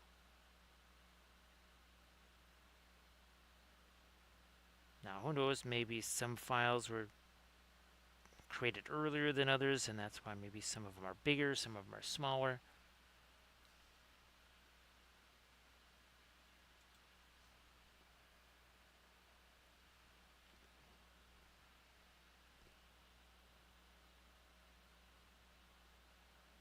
Maybe the leading edge of this, we'll get a little bit more of our light on that.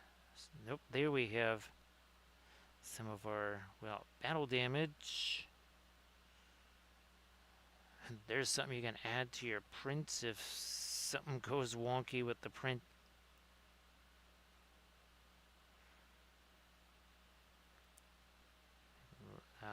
Same up here, later on that panel line.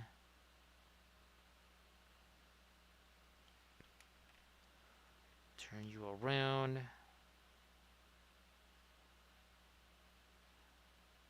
And who would have thought that the liner brush does a really good job at this kind of stuff?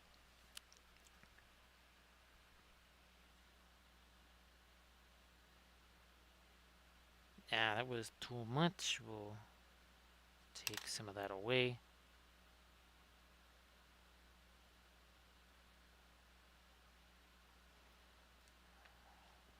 I think we're pretty good on the other side of that.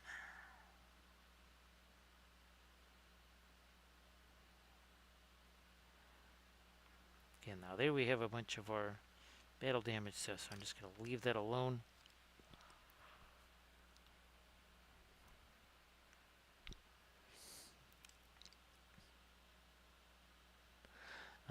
Believe it or not, hard to believe, but the lightest lights are actually on Galactica. They are not down here.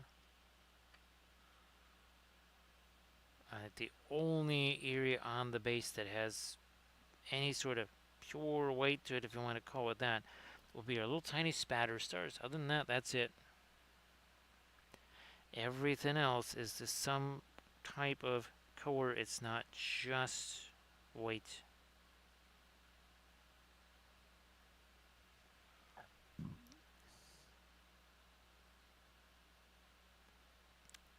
So keep in mind that the Friday, Saturday streams, at least the plan anyways, is to be working on a whole bunch of conquest figures.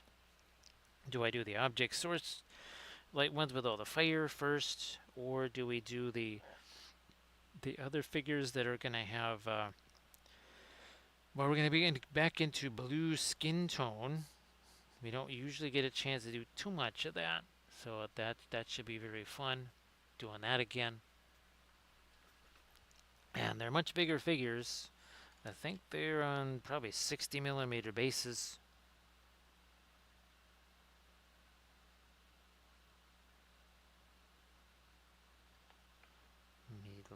Yep. Panel line there. Oh, so here, oh yeah, that's right here. Yep, we need to do that on this side.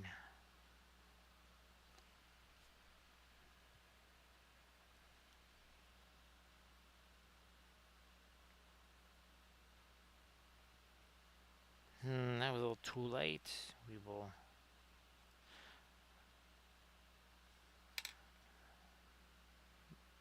actually, I'm going to try doing some of this. Because I'm seeing that there is, believe it or not, there is some super subtle texture of lines going in this direction. Not many of them, but there is a few. And now, okay, hopefully that looks again more like more like some panel lines, because it is panel line Galactica after all.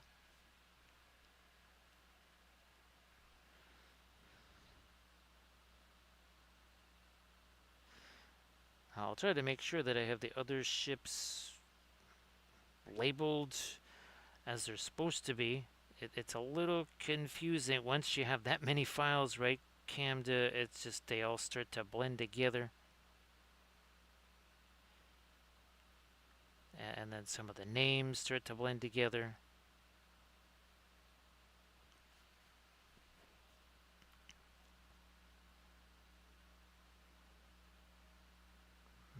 That's too late.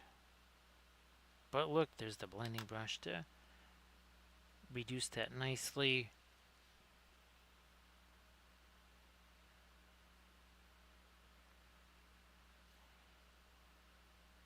Fine, we'll put a little extra light along the edges of those.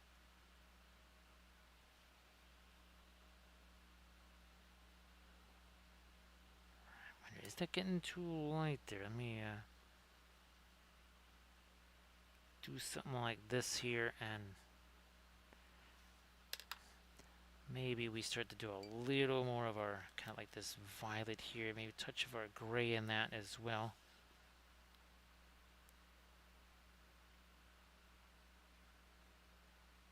Blending brush once more.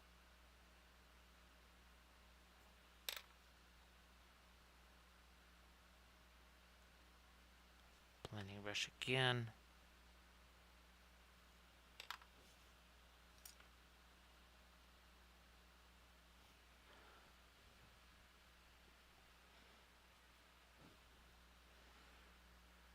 I think I can get more of my light up in this here too. I tried this earlier, and that was, for whatever, it was a stubborn area where the glazes went in, the darker glazes, just for whatever reason. that did not set very quickly. Well, and now here, this was an area that just a couple hours ago, there was no getting any paint in there at all, except, additional glazes of something. There was no getting this lighter stuff in there. And even this is still just a light middle tone at this point.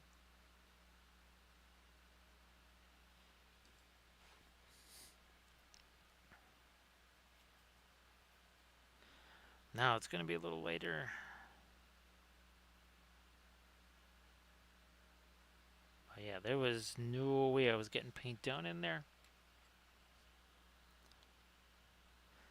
So thank you so much, Sea Dragon, for giving for giving Eric Can't Wait for follow Eric. If you wanted to share your link in the chat, please go ahead. Thank you so much, Big Bear. How you doing? Everybody, please give Big Bear Paints a follow. So, Big Bear, I know you just finished your stream, so you probably don't have a whole bunch of pictures of what you were doing, but if you got work in progress or anything like that you want to share, that is fabulous. So, Big Bear, we got the oils, and look at this. We have a little bit of a different Armada Monday type of ship. Yes, Battlestar slash Paneline Galactica. We did this a couple weeks ago, and since we painted this, we discovered there are some fabulous STL files out there on Thingiverse, and this is the first of the Galactica-esque ships that we'll be painting on stream. So great to see you there, Big Bear. Everybody, please check out that Pinterest link that Eric Canwife just shared. So we've done a lot of Battlefleet Gothic stuff. Here's a new series. We decided to match the base there. Now, of course, last week was a bit more terrestrial with our Armada Monday. That's HMS Rodney there. The week before, there was this. So again, a little bit different than our interstellar type ships. Here he is. 4th of July, we did this. Kind of appropriate, Gandalf and his party wagon. That's what we're calling it. It's the party wagon with all the fabulous fireworks in there. And of course, if you're interested in printing up this or any of the other BSG files, again, they are free. Check out that link that Camda just shared. They are on Thingiverse. So that was a little bit of a review of some of the things we painted this week. Well, actually, we painted this on our Flat Thursday. That's right. So a little Babylon 5 right there. He does actually have these Babylon 5 ships too, but they would be dicey to print, to say the least.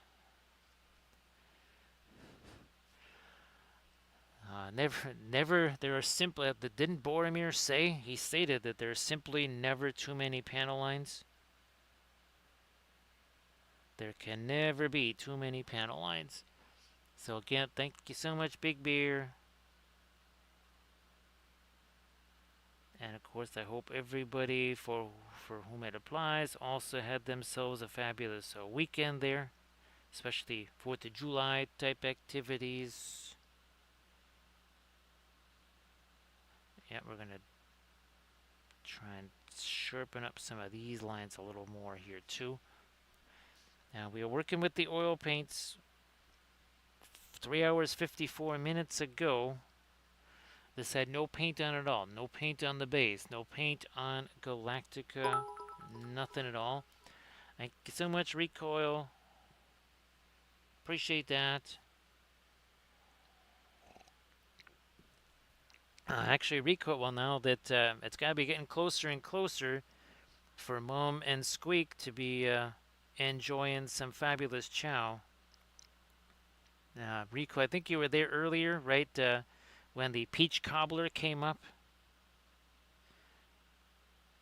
I would guess, Recoil, that, the air fryer could do peach cobbler. Oh, and Recoil, guess what showed up today? The meat crate showed up today, Recoil. So that means we will be testing out the air fryer in the garage. I think it kind of depends. I don't think it's going to be quite in the mid 90s, 100 degrees type temperatures. So I think maybe we might not have to do that.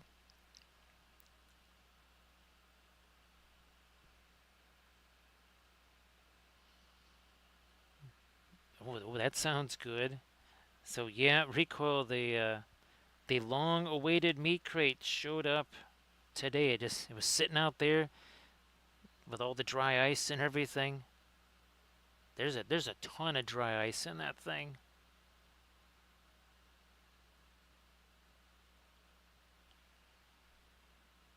I'm gonna lighten up this just a bit. We did it on the other side. We're gonna do some more here. Cause yeah, that's a little wonky there too. Yeah, there we go. That is starting to make a whole bunch more sense.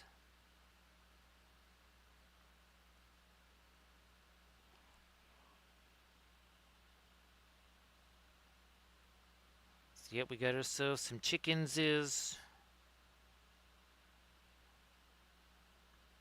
all other kinds of fun meats.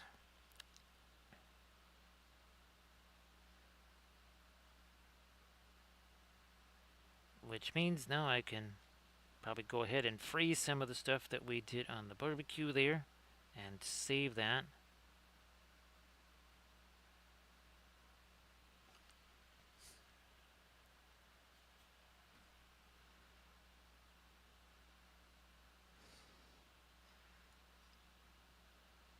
It's going to be interesting using the air fryer potentially in the garage, in the area where I normally spray the terrain. Because, well, this is a cuisine channel after all. Oh, we want to get some of this here. So again, what we've kind of done is sort of incorporate some of the battle damage stuff here on Galactica. Hello, little hobbits. Spark my ganja. Thank you so much, Super Shell. Appreciate that. You shall, well, go right ahead and pass by me since, I don't know, don't you go like really fast? He's like, dude, way faster than those sailing boats you're used to. It's like, still looking for one of those to take me to Valinor. I'm just kind of waiting here, just sitting around here just a mire looking to get back to Valinor. It's been a long time since we've had a 6 on our Gandalf 6. Let's see if Super can make that happen. Ooh, it was close. It was 3. It was there. Have a good one there, Inganes. And if you're gonna let folks know when your next stream might be. I know again sometimes scheduling things. The schedule gets to be very randomized. But if you want to shoot that in the chat there, please go ahead. And again, Big Beer, if you wanted to share something in the chat too, please go ahead and do that. We're still, again, trying to create some more panel line impressions here. So again, the panel line Galactica.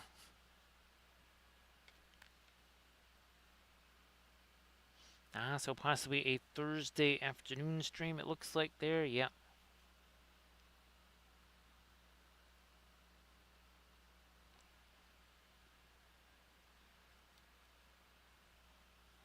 So first thing we did was we painted the base actually with the ship not on there so that people could see me painting that. Because as you can see, it would be really tough for folks to see me painting that.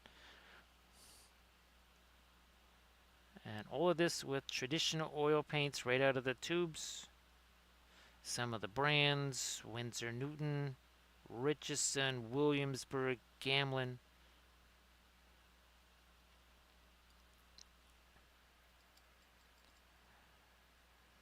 I'm gonna use some of you. Where's my there you are. Some of the phthalo green, a little more phthalo green. Mix it into that. How dark is this gonna be? Not too dark. That's good. And again, that is gonna mix with the lighter color that's in there because all of this again is oil paint.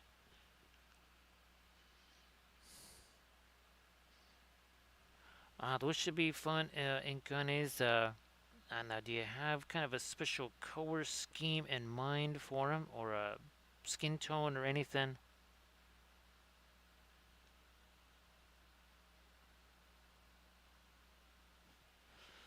I might have lost a little bit of my really light stuff down in there. I might have to do another little kind of pin line wash type of thing there.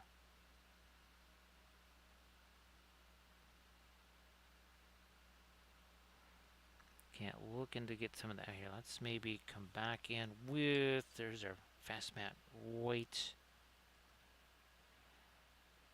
Thin that down. Break this up and it will create a pin line wash. There. Okay, we got that back now.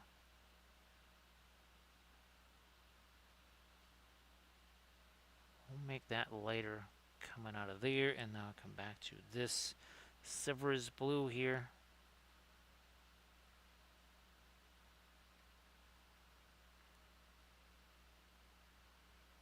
Out to that part of the cowling, okay. So see you later, Arid. Everybody please give Arid a can't wait for fellow. And Arid, I'm glad that all the streams ended up working out in the end. So, and I'm sure the dogs, again, absolutely gonna really enjoy the stuff that you made for them. So we'll see you on Thursday, Arid.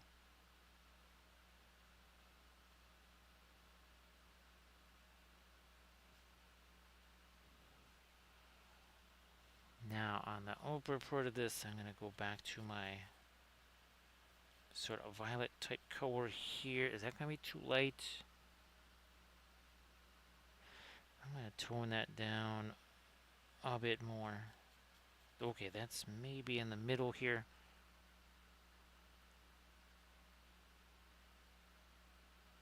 Yep, there is, oops, some more of this raised stuff that I was feeling like I wanted to lighten up a little bit here.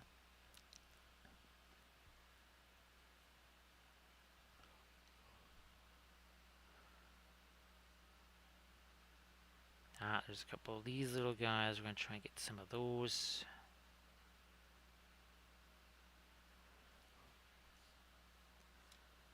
We began this with a whole lot of sort of lighter dry brush type stuff. Then we did a whole bunch of glazing. We still, yeah, that was, we mixed up a kind of a glaze in here and then just the whole thing. Hit the whole thing. And then we started to add some of our lighter mid-tones, started to add some highlights, and then some colors here like our stripe and of course the Galactica insignia there.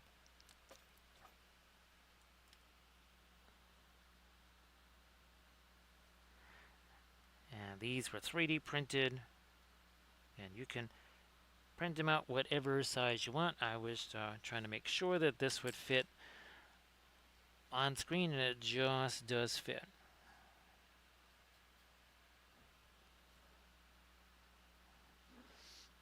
Now again, some of this is that same, it's like a dirtier version of what is down here on the base. Because at first this was kind of a very, just everything was the same color gray. Now we have several different colors of gray on there.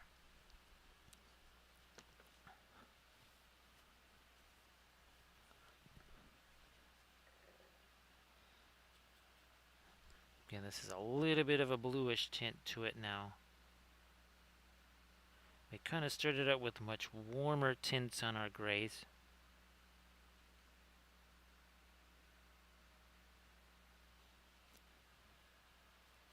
Then we had more of a violet.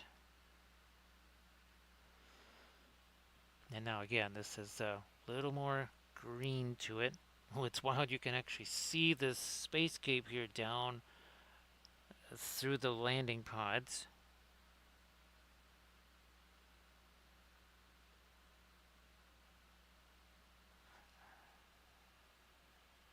I wonder, let me lighten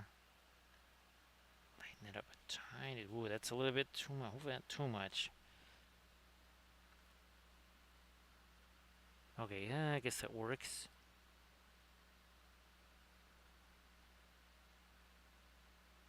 Those are some lines in there. Those are not flat shape. That's that same, this same stuff that's going on back in here.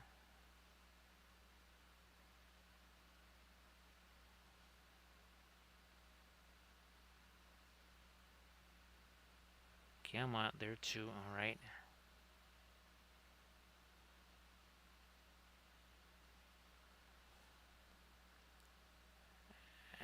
And we haven't really done much with that since the initial darker glaze on this part here. So we're going to try to lighten you up a little bit here.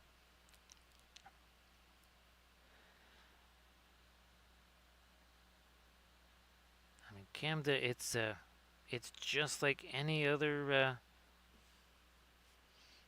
base that does, again, create a theme for it. I mean, the figure just stuck on a base with, okay, maybe some rocks or something like that. It's not like that would be terrible, but that really, that just doesn't have quite as much oomph, right? Doesn't really have any kind of story to it at all. Again, there's nothing wrong with grass and flower tusk. We've certainly made one or two videos on those, right, Camda?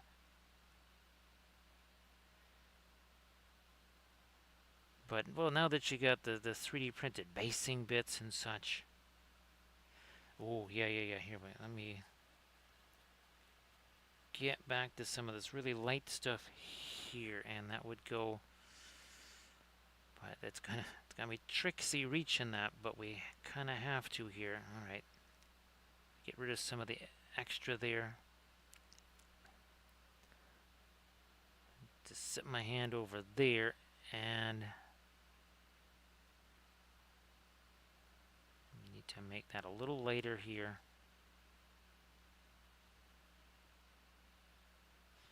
And now much lighter on the raised portions here. We're getting there.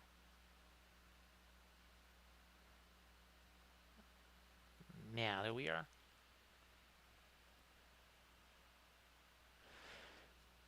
And Camden, it's become so much a part of everything here that I don't even think of it as being something extra. It's something that just is on there all the time.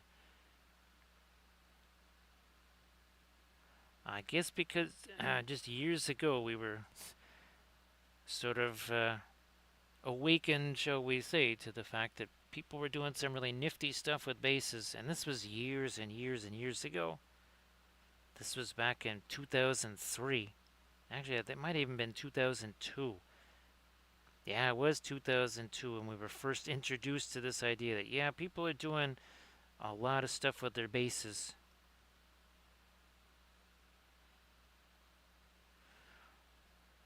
And I think, well, we were doing the Lord of the Rings stuff as well, and that, to tell more of a story with that, then we started doing all of the Warhammer stuff. And between the Lizardman Army, the Tomb Kings, tried to do something that told a different story.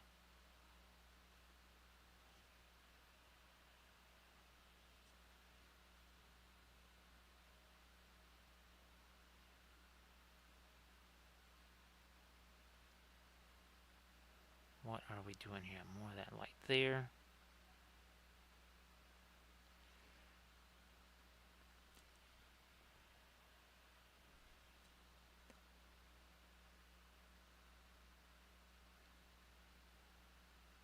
I think, is it? No, there is not a.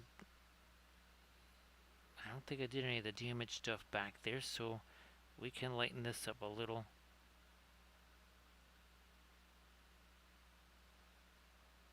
Also up here, let me try and get a couple more, again, impressions of a lighter panel line up there.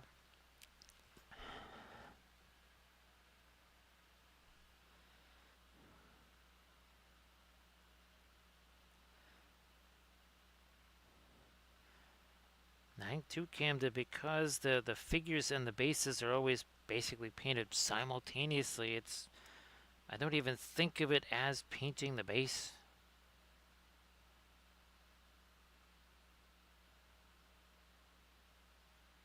And that's not just, okay, well, your individual figures, that's for entire armies, right? I mean, our Lothlorien army wouldn't have the right theme if we didn't have all this stuff, right? The icicles and everything. That's a key part of the army theme. Well, same thing with our Moria bases, right? I mean, here's our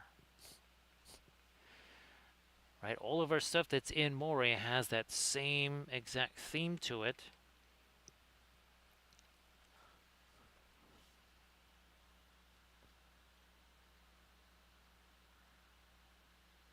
Panel lines again.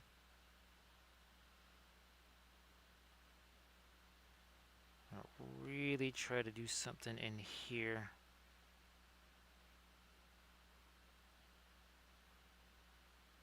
Come on, there we go.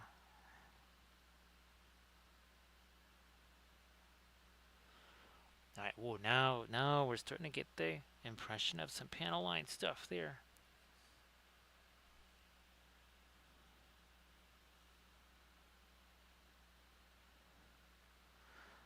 And you got the battle damage stuff there, so we won't do too much more on that. Same over here, we'll let that be a little bit cloudy.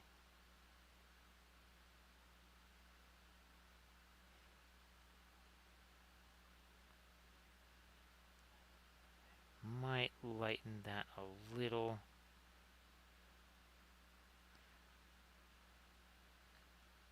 Panel lines, like you do. Not so much over here. We've got our little blast right there.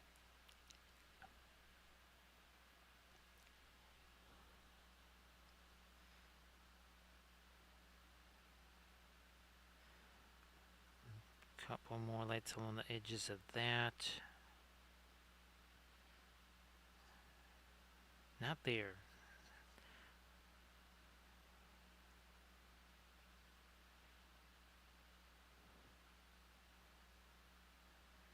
And no, not too much there either. Leave that be. That didn't go well. So blending brush takes it all the way. I can't believe that there was three gigantic, in addition to like the smaller erasers, right, that go on the back of the pencils. There's that big chunky eraser there. There's like two or three of them in there.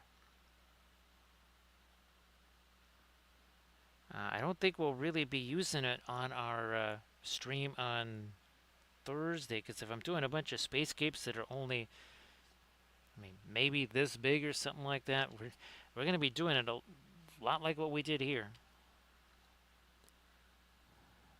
Actually, while I'm thinking about it here, let me get rid of that. I think here. Let me make sure that's softened up enough. Yeah, here. Let me. Yep, I'm gonna do a little bit of blending down here just to soften some things up. That's something of.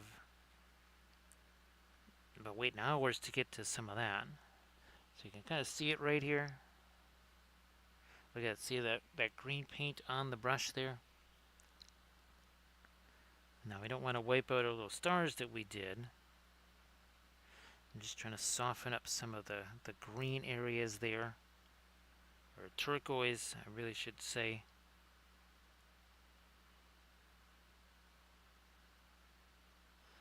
I could see again. That's just doing a little tap tap tap here to just try and mesh all this together.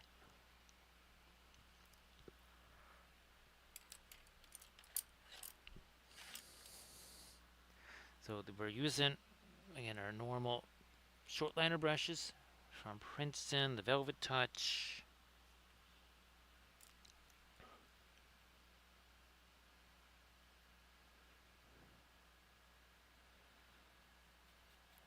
Boy, it's been a very long time since I've seen anything Mr. Bean. Cam, to actually, that's was it Rowan Atkinson, right? He also did a. It was some kind of a police type show. It was some tiny little precinct or something like that, and he was in charge of it. I don't remember what the heck that show was called.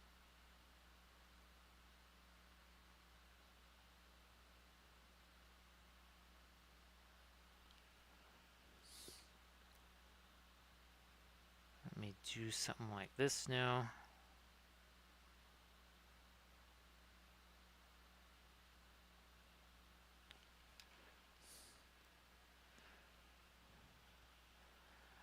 So yeah, that was again. I only maybe saw 3 or 4 episodes of that, and it was a long, long, long time ago.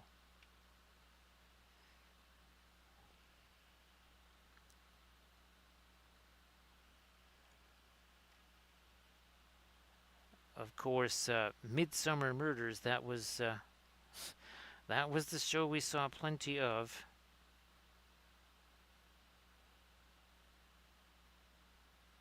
Oh, that and Don Mateo. That's right.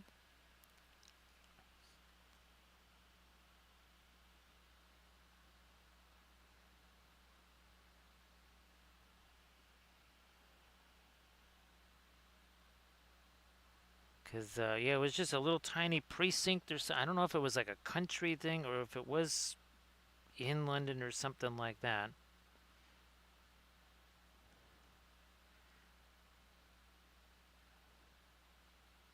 Was it? Was it? Oh, as time goes by, that was another one that Kathy really liked.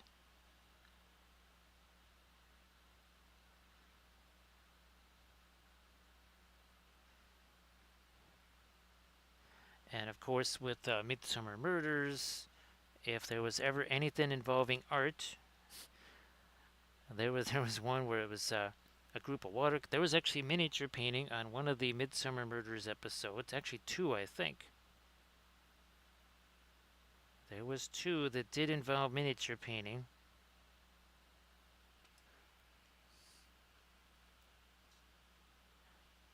Hey there, cold milk. Now, sorry about that, cold milk. It's too bad. Well, I don't know. Maybe sometimes you've had it on just in the background to try and fall asleep to, or something like that. When all of the fevers and everything are just not going to let you do that.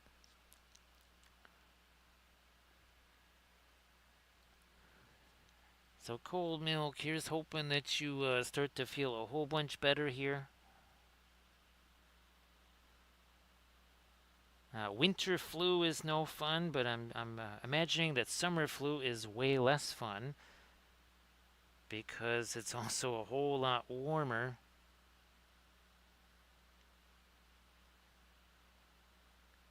I mean, if it's been as hot as it's been, even with air conditioning stuff, and you also got that going on, that definitely doesn't make things very fun.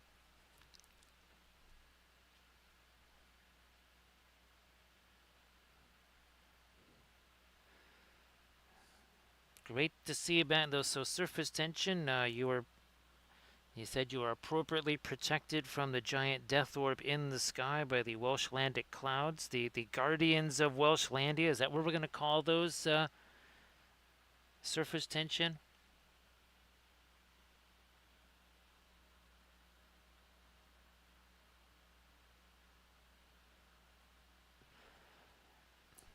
So let me see. So if it's 6 p.m. there and it is around, well, 10 or so here.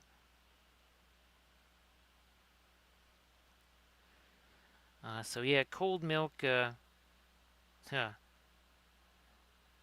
If there's Vickers involved, that's gonna get crazy. If there's if there's flowers involved, yes. Beware of gardens, flowers, florists, Vickers. Oh, speaking of Vickers, the Vicar of Dibley, that was another family favorite.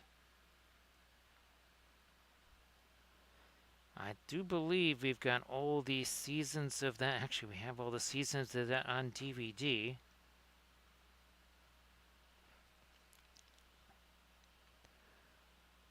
Surface tension, I would imagine that some people have special protective gear.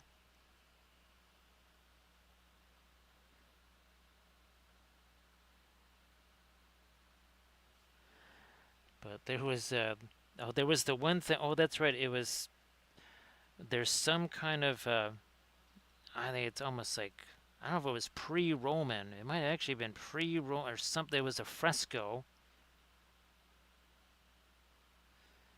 No, it was probably about somewhere in the it was maybe in the 900s or something like that. They find a fresco in the basement of this church, and well, of course, that means people have to get murdered over the fresco.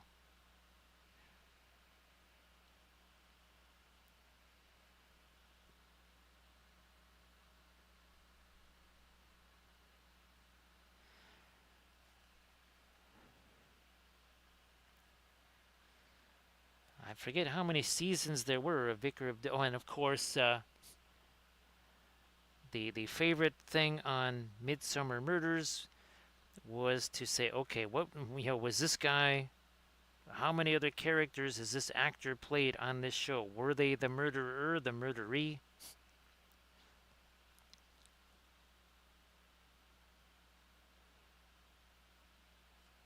Oh yeah, cold milk, yeah. And remember those folks. Just I'm not saying I don't want to spoil anything, but remember those folks.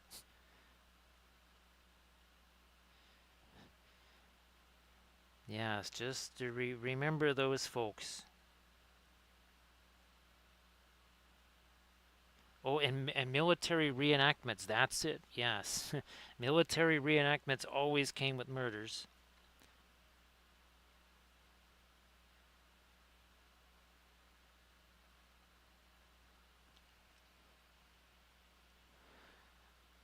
Yeah, Camden. It just you would see the same folks again and again and again, and that was the game, was to figure, okay, who were they in this episode, and did they were they the ones that did the deed or the ones that were done by the deed? And of course, I maintain that Joyce was we called her the Butcher of Midsummer. That Tom Barnaby actually what he did was he covered up for all of her crimes because she ended up at way too many crime scenes to not actually be the one doing it herself.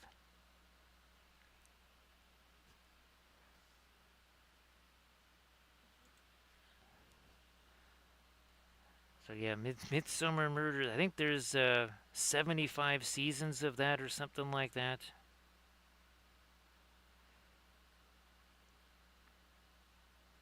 I think there's been 52 different persons that have played the Barnaby role.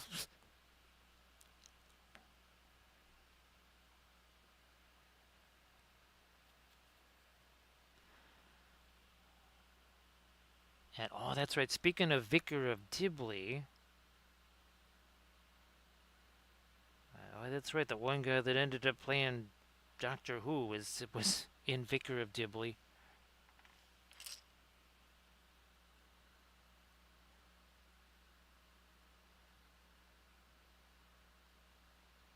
And there and of course, what's Judy Dench? That's right. From as time goes by, ended up in a lot of other things.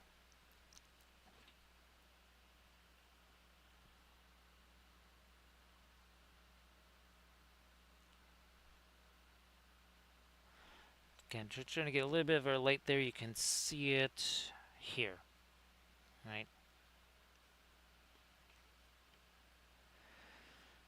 Sea Dragon, there was, I think the highest body count was maybe 5 in one episode. You would swear that Midsummer County must have 50 million people living there or something like that to absorb that sort of crime rate. Oh, and Battlestar Galactica, yes. There's the guy that plays Baltar ends up playing two characters in one episode in the Midsummer Murders.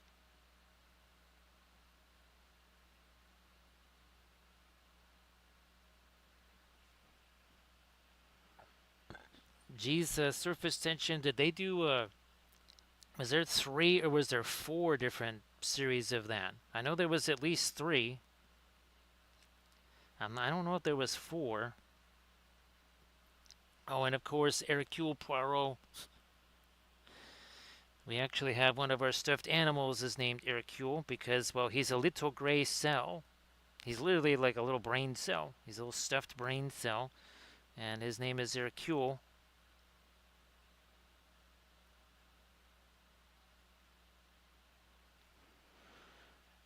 And of course, for all Aussies out there, we definitely was it Miss Fisher's Mysteries? Yeah, Miss Fisher's Mysteries.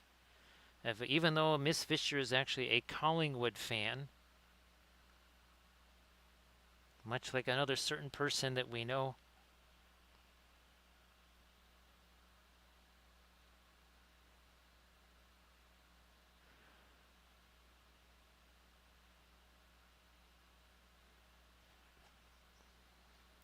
Uh, There we are. More of a light there.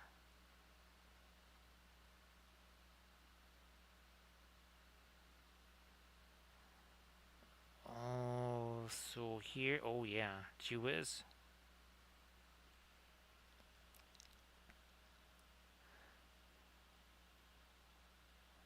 Yeah, Camden, you thought that somehow maybe there might be one stream you could slip through unnoticed.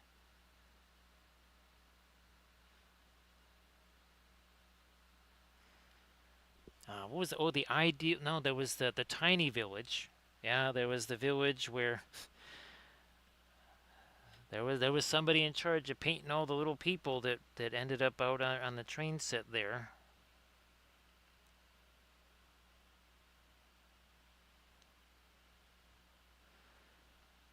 Actually, Sea Dragon, that was in, I don't know how many seasons there were of that, but Kathy also discovered Rosemary and Thyme.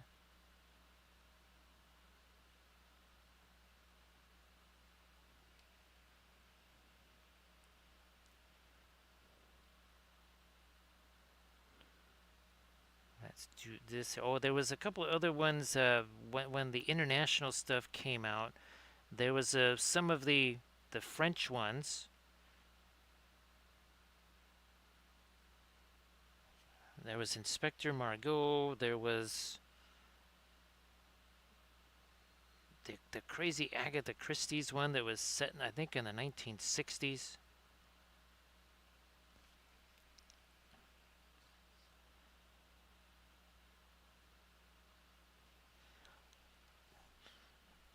Yes, it's the eye that never sleeps, right, Camda? Always watching, always judging. So you sure you want to stick with that Collingwood thing, huh?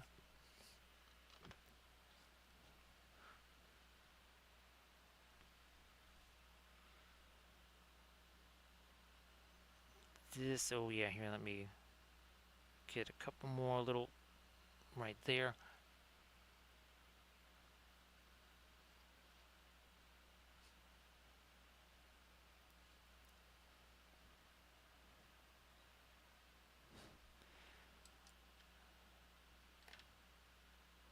Oh, that's right. That I had gotten was this like it's like a choose your own adventure type book, and it's like, can you survive Midsummer?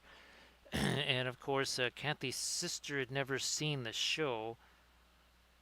She got killed within the first 3 pages of the book. She was the inspector, and she made the mistake of turning her back on somebody, and she got smushed in the head by a flower pot or something like that, and that was the end of her. And I said, don't ever turn your back on anybody in Midsummer.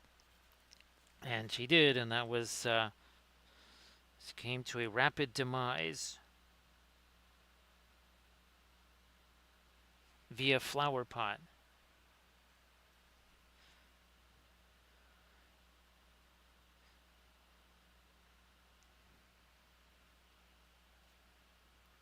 Actually, surface tension, we always said that a village, let's see, the village fate put the fate in fatal. Every village fake came with at least 2 murders, right? Surface tension.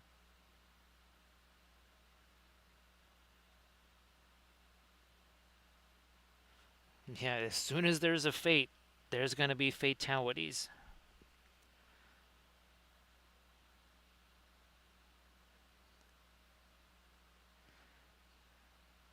Yep, somebody would get. It was all fun and games at the kids' archery range until somebody ended up with an arrow in their sticking out of their chest somewhere.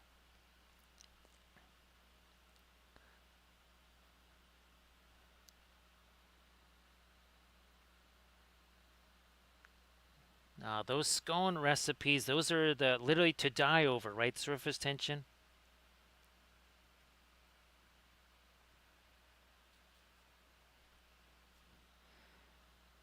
So cold milk. Oh yeah, it was Don Mateo. When Stila, whenever I'd either be watching Stila stream or Stila would come here and be watching, we would talk how Don Mateo was the greatest superhero, the greatest detective of all time.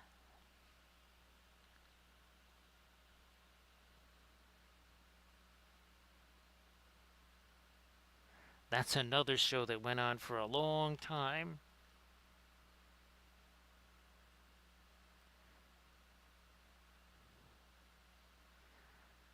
There was the oh yeah there was Crime Scene Clean. There was a couple of German shows that she saw that. Well, I think too she was that was when she was trying to learn Dutch. So there was a couple of Dutch mysteries that she would watch too.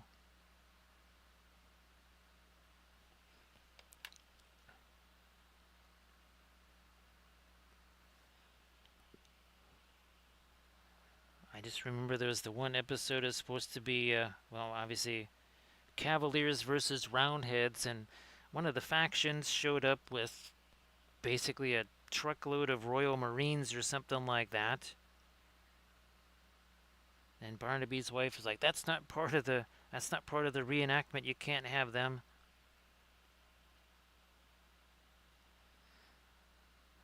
So unfortunately, I don't even know if that's still around. Basically, it was WYCC. There was another public TV station. That's where we actually got introduced to Aussie rules football. But that station may not exist anymore. I think they went off the air.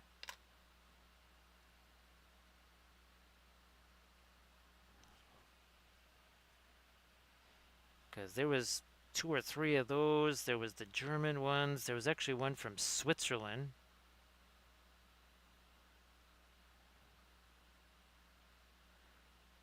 Oh, a Conrad, that's what it was. Yeah, that was the one with the Undertaker guy.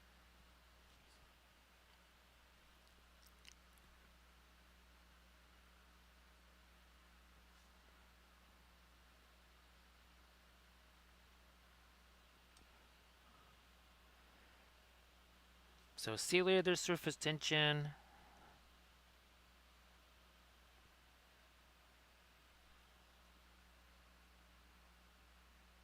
We'll see you on your Friday. Where I guess we could potentially be painting a whole bunch of teensy little spacescapes. Depends what I can get prepped for that.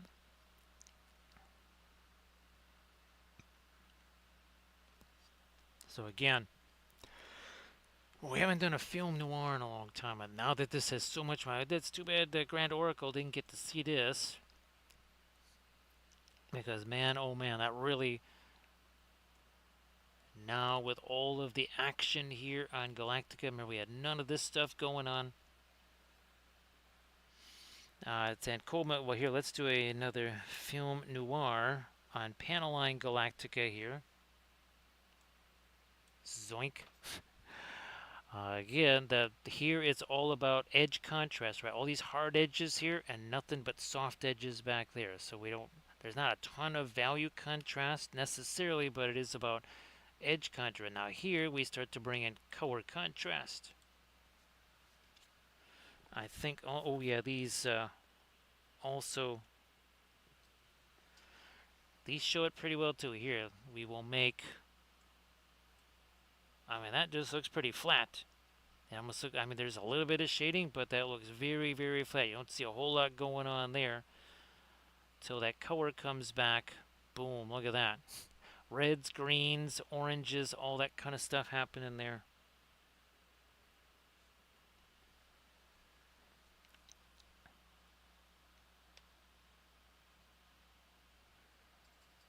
Oh, I appreciate you doing that there, Cold Milk. Well, here, Cold Milk, as a bonus, well, and I'm sure he's here. This is a new animation that I created here. Again, Recoil created the monster itself. Again, the autocorrect monster, should he do you an injustice, you can reveal him. And of course, the dark, the dark creatures, they like, of course, the dark corners. And if you reveal them, you bring the light of day to reveal the autocorrect monster. And again, Recoil was kind enough to create the monster, and I was able to take the images and go into what's that? Not Suno, that's the music. Oh yeah, a Skynet as we call it here, and create that animation. So that is the autocorrect monster. So if something that you type or something like that is unjustly modified by the autocorrect monster, you can claim vengeance on the autocorrect monster.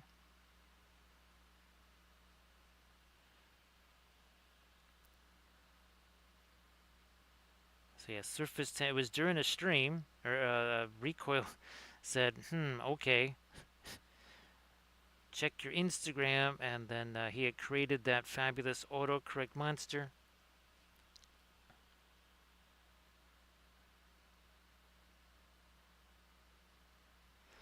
I think that's where I think that's what turned him evil there, Cold Milk. Yeah, it was being in the office setting for too long. Yeah, I think that's what turned him evil.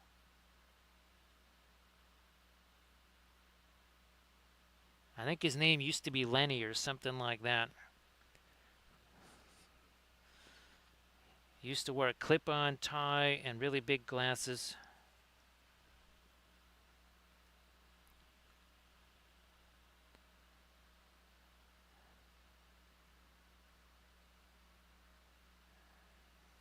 Just go this way with it.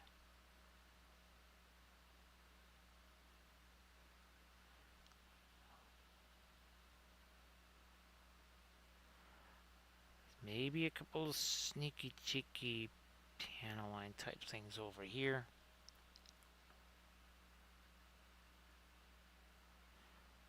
Also there.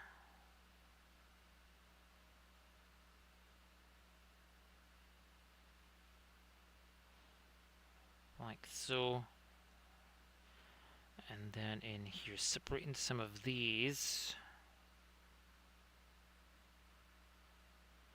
That can't all just be dark down in there.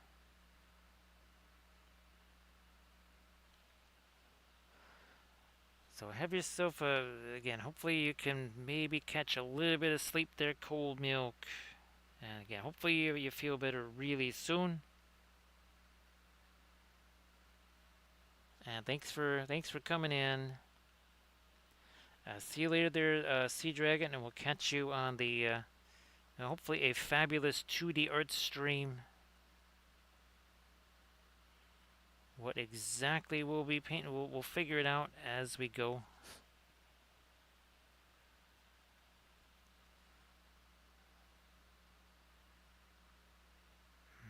Not sure we wanted those to be quite that loud. We're just going to roll with it that way. Fine. Get rid of that weird thing there.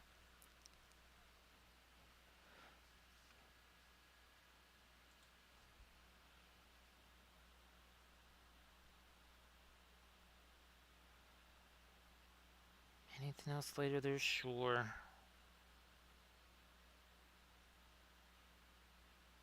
Maybe a little touch more on that. Also here.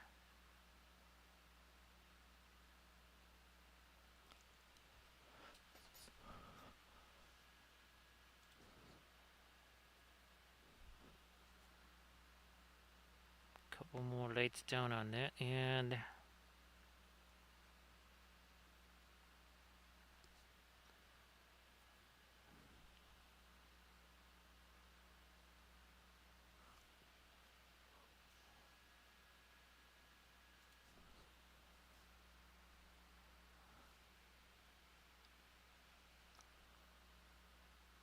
nope, that's her damage area. Let's leave that on. Actually, here, maybe I will back up a little bit to something like this. That's getting a little bit on the darker side there. Let me try to put some mid-tones in here. Again, there's another little damage area right there, which actually is, there is actually some little bit of damage right there again from the weird sort of printing things that happen because of how that was sculpted.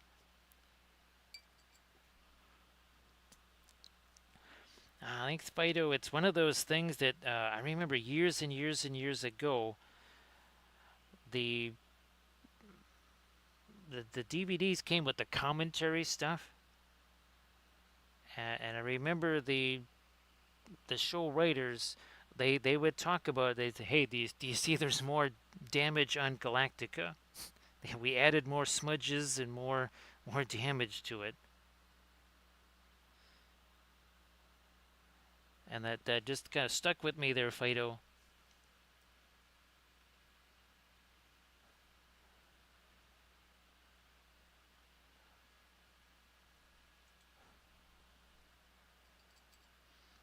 And since it is actually physically on there, I thought, well, let's utilize it, right, and kind of enhance it a little bit. I wonder, do I have? Okay, I got this.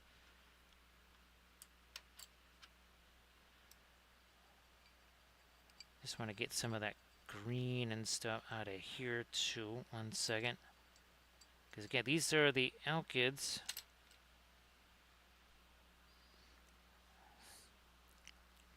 There is maybe I'll just use this as a bit of a blending brush here first. Shove some of that light even further back into there. This is something I've had to wait to do because again, all of this was darker here. And we had to wait for darker glaze stuff to set first.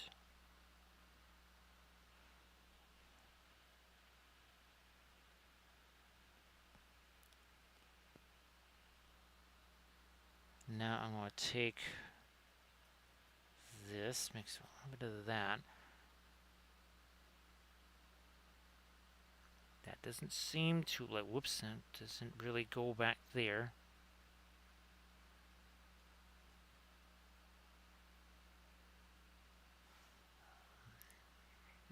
Okay, we already did do some lighter midtones on that side, so we'll try and mimic that same thing over here. Let's get back to that. Hopefully not too, it's a little too light, so we'll do this. I think now we finally got, there we are. I'm trying to have these cast a little bit of a glow on that also up here. So these will cast a glow here. I've been waiting a while for that to set more. Here's my kind of sky blue color, which will be our engine glow color. Again, it's going to be casting a little glow out here. You don't want to forget about that. Again, I had to wait. Patience, right? Don't be a hasty little hobbit. Well, I don't want to do spoiler alerts, but man, at the end of the show, it's definitely worse for wear, right? As in very much worse for wear. Again, don't want to do any spoiler alerts on it. Just like with B5, we don't want to ruin anything for Camda.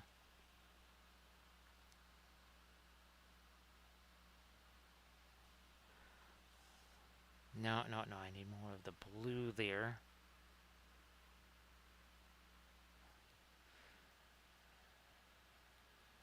I'll add some of the white to it.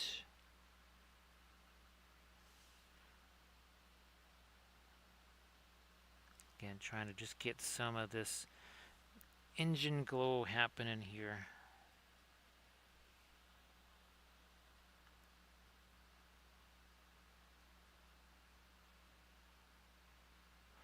I think now we kind of have it there.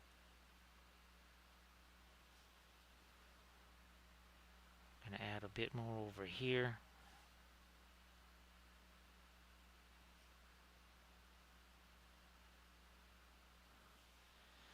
So these two, again, casting some glow out here.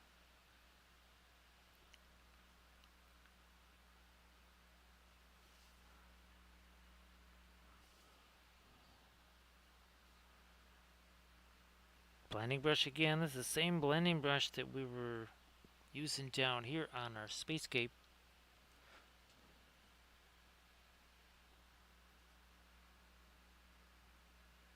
Using that up here now. I still want to get something lighter here on this engine glow there.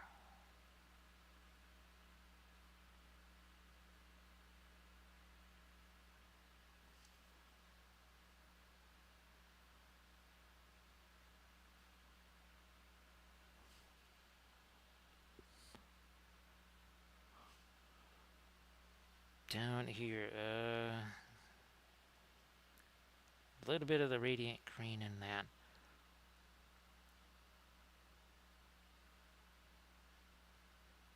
Okay, that's getting a little later now, too. And the same thing we're doing up there, trying to make that happen down here. So see you later, Camden. Appreciate you being here, and well, I'll try and send you some pictures of the. I'll be taking those off the build plate after the stream, Camden. So I got another batch of ships, another 4 ships that are printed out. And appreciate you finding these, Camden. I think it's going to be very fun. Especially painting some of the ones that, well, we're not familiar with, right? All the ones that, well, never really existed.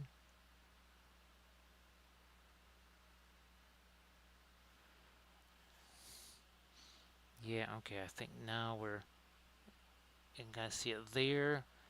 We can maybe double up a little bit more of that over here now.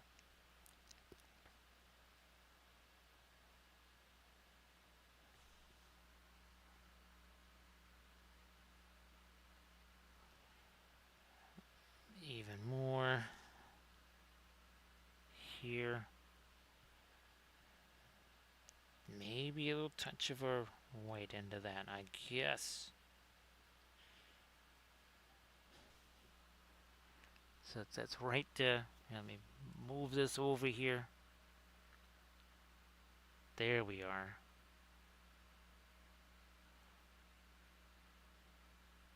Touch more of that light over there on the corner of that.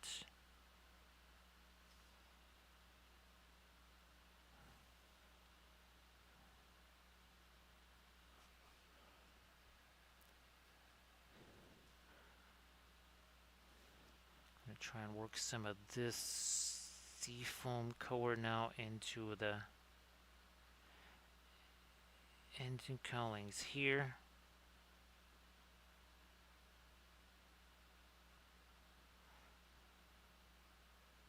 A little bit higher chroma color now.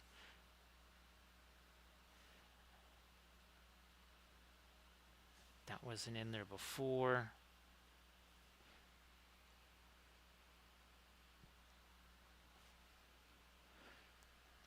So there is basically almost white down in the center of those.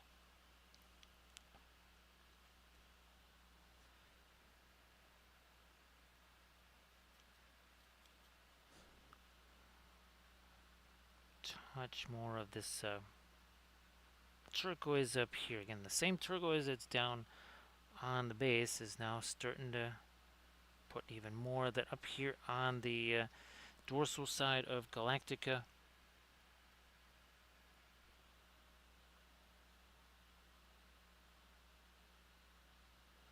Like you do.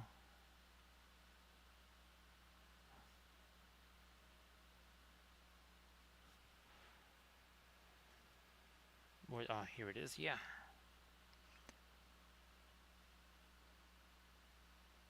Ah, caught blue. Here, look where I got only 2 fingers on the brush. That's it. Caress the brush. Do not crush the brush. I mean, it says it right there. Of course, even in the Great Brook, don't crush the brush. Look at that. It says it right there. Also, of course, contrast is more than just light versus dark. We have shown that several times, right, with our film noirs. You could do that with your phone, right? Take a picture of your miniature. Every phone's got some kind of an app on there where you can mess around with the color. You just go in there, you strip away all the color, and that will show you quite a bit about your miniature.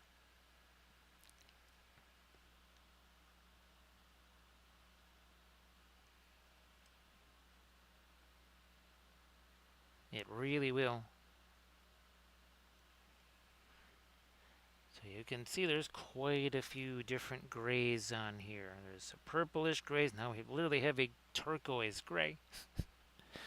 Because, you know, it's just like Wales. There's hundreds and hundreds of different grays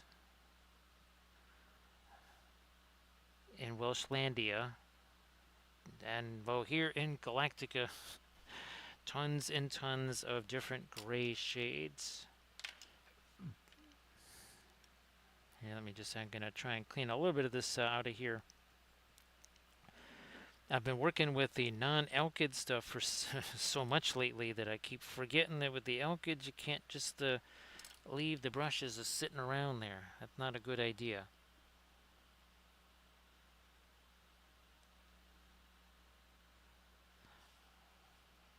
This is another area that could use a little boost of some value in here. It's just a light middle tone, somewhere in that value range of 4, but there's just so much dark around it, it looks a lot lighter than it actually is.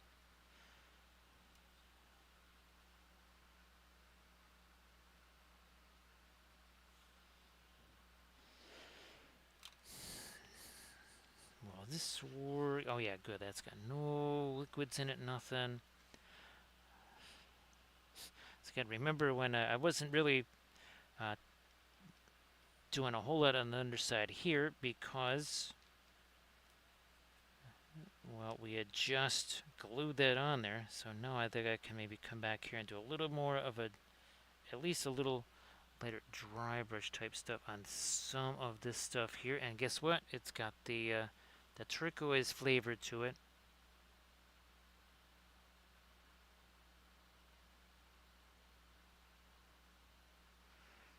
And this engine cowling here for sure.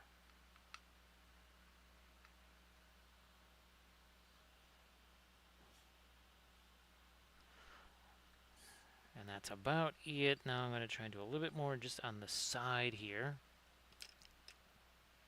Where's my, there it is. So some of these little guys, I think we'll try and do a bit more with them.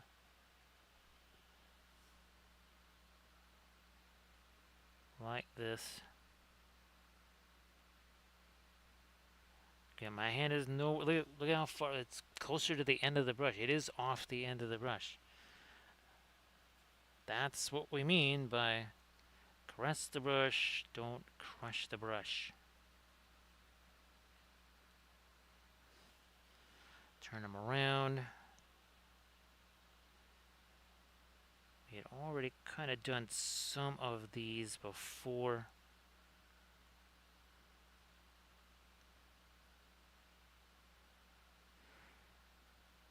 And then on this undersection here, this all those supports, well, they're gonna kind of take their toll on this section under here, but it doesn't matter because you can't see it.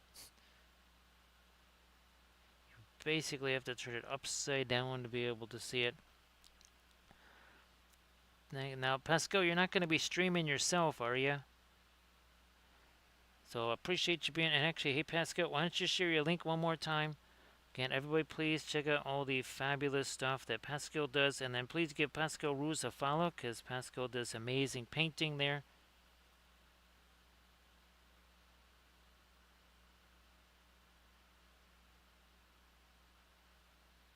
So everybody please give Pascal a follow. Yeah, go ahead, Pascal. That would be a good idea.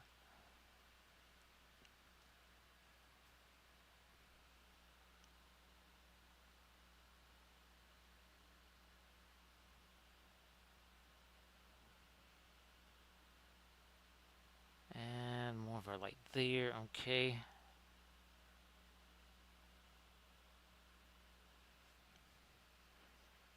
Hopefully a little bit easier for you to get set up there too, since you're well on your way with the new piece there.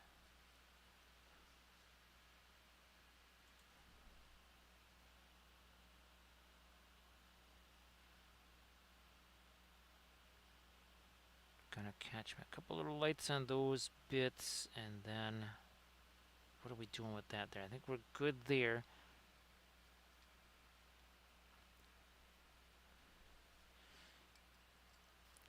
I might try to, let's see what happens with,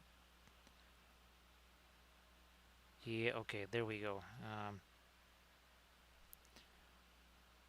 Gonna tone down this there so that light really stands out a bit more. Yeah, that is a better plan.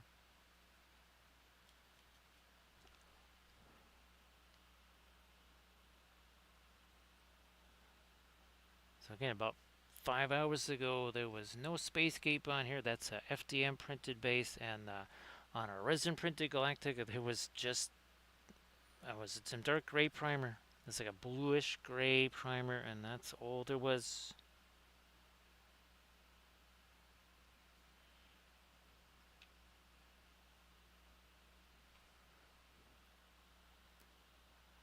Doing that same little bit of our darker bluish gray up there. Again, finding all different fun colors, colors here in our grays.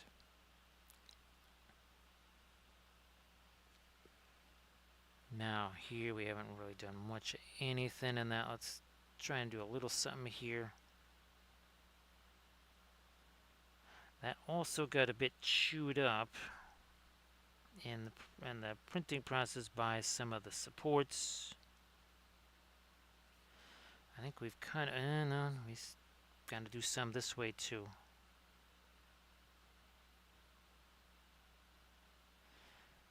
Now a little bit lighter of a mid-tone. This actually got some of the violet in it here.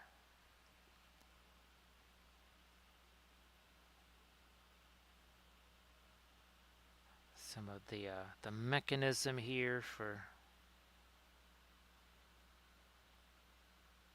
the pods there.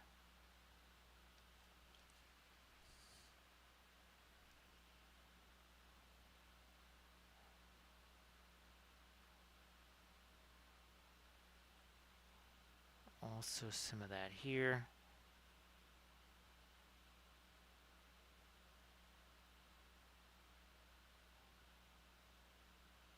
Nah, that might have been a little more light down there than I wanted. I mean, it is just a mid-tone, and it would be very easy to come back and darken that down a little bit too.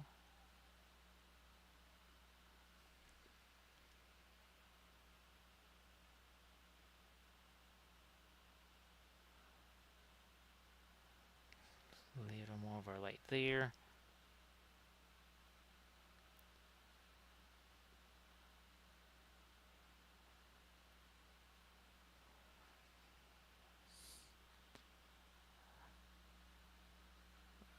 That's too small a brush for that. Let me try this. See if we can do turn this into a little bit of a filbert brush once again, like we've done before. See that? Now it's kind of a flatter brush. And that's going to let me do a little dry brushing there. Boy, this you can see how dark that is now. This stuff is not dry here. There's a difference between set and dry, of course. I'll see you later there, Camda. Again, I'll send you pictures of this stuff once I can get that printed out. Or once I get the pictures of the prints, I'm going to be taking them off of the build plates after the stream.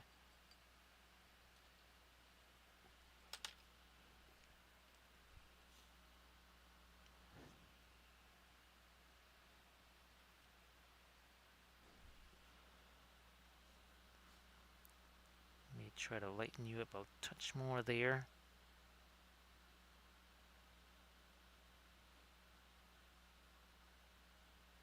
Ah, that too.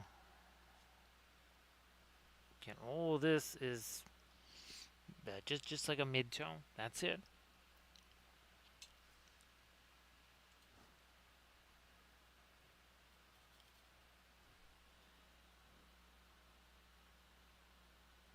More of our let me get that a bit lighter here.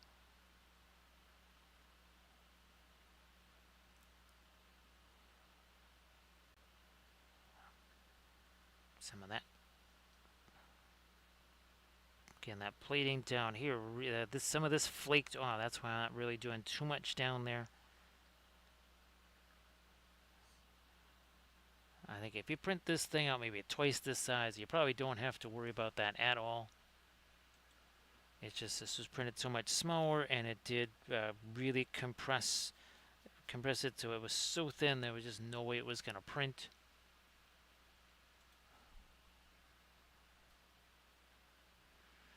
It would print and then kind of flake off. And I've seen that happen with other things before. Usually things like these ship files or, Thingiverse free files, when they're free, you can't really have massive expectations for them. I mean, still, these are really... I'm going to enjoy painting these, that's for sure.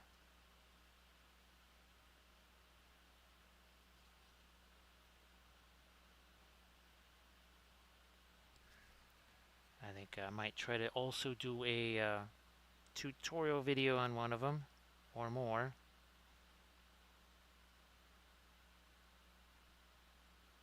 Especially in preparing the base and all that other kind of stuff, too. Because the base, I took one of our regular one of our regular Battlefleet Gothic 60 mil bases, and then upsized it again to, well, that might be closer to 100 mil maybe.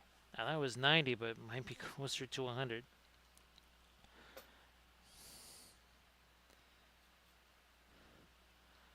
And not every ship is going to get this gigantic one here. A few of them, more than a few of them, are just going to get the 60.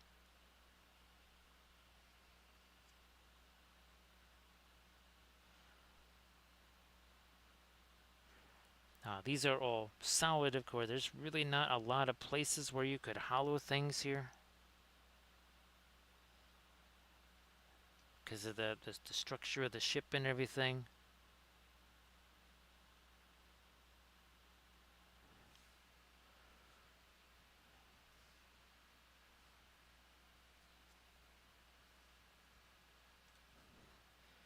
Alright, how are we getting there? We're getting there now. So at this point, we've been doing this for over 5 hours now. I think it's time to head on over to Pascal and see what Pascal is doing. Which means we say thanks to Armored Wolf for doing all the moderations. Appreciate that.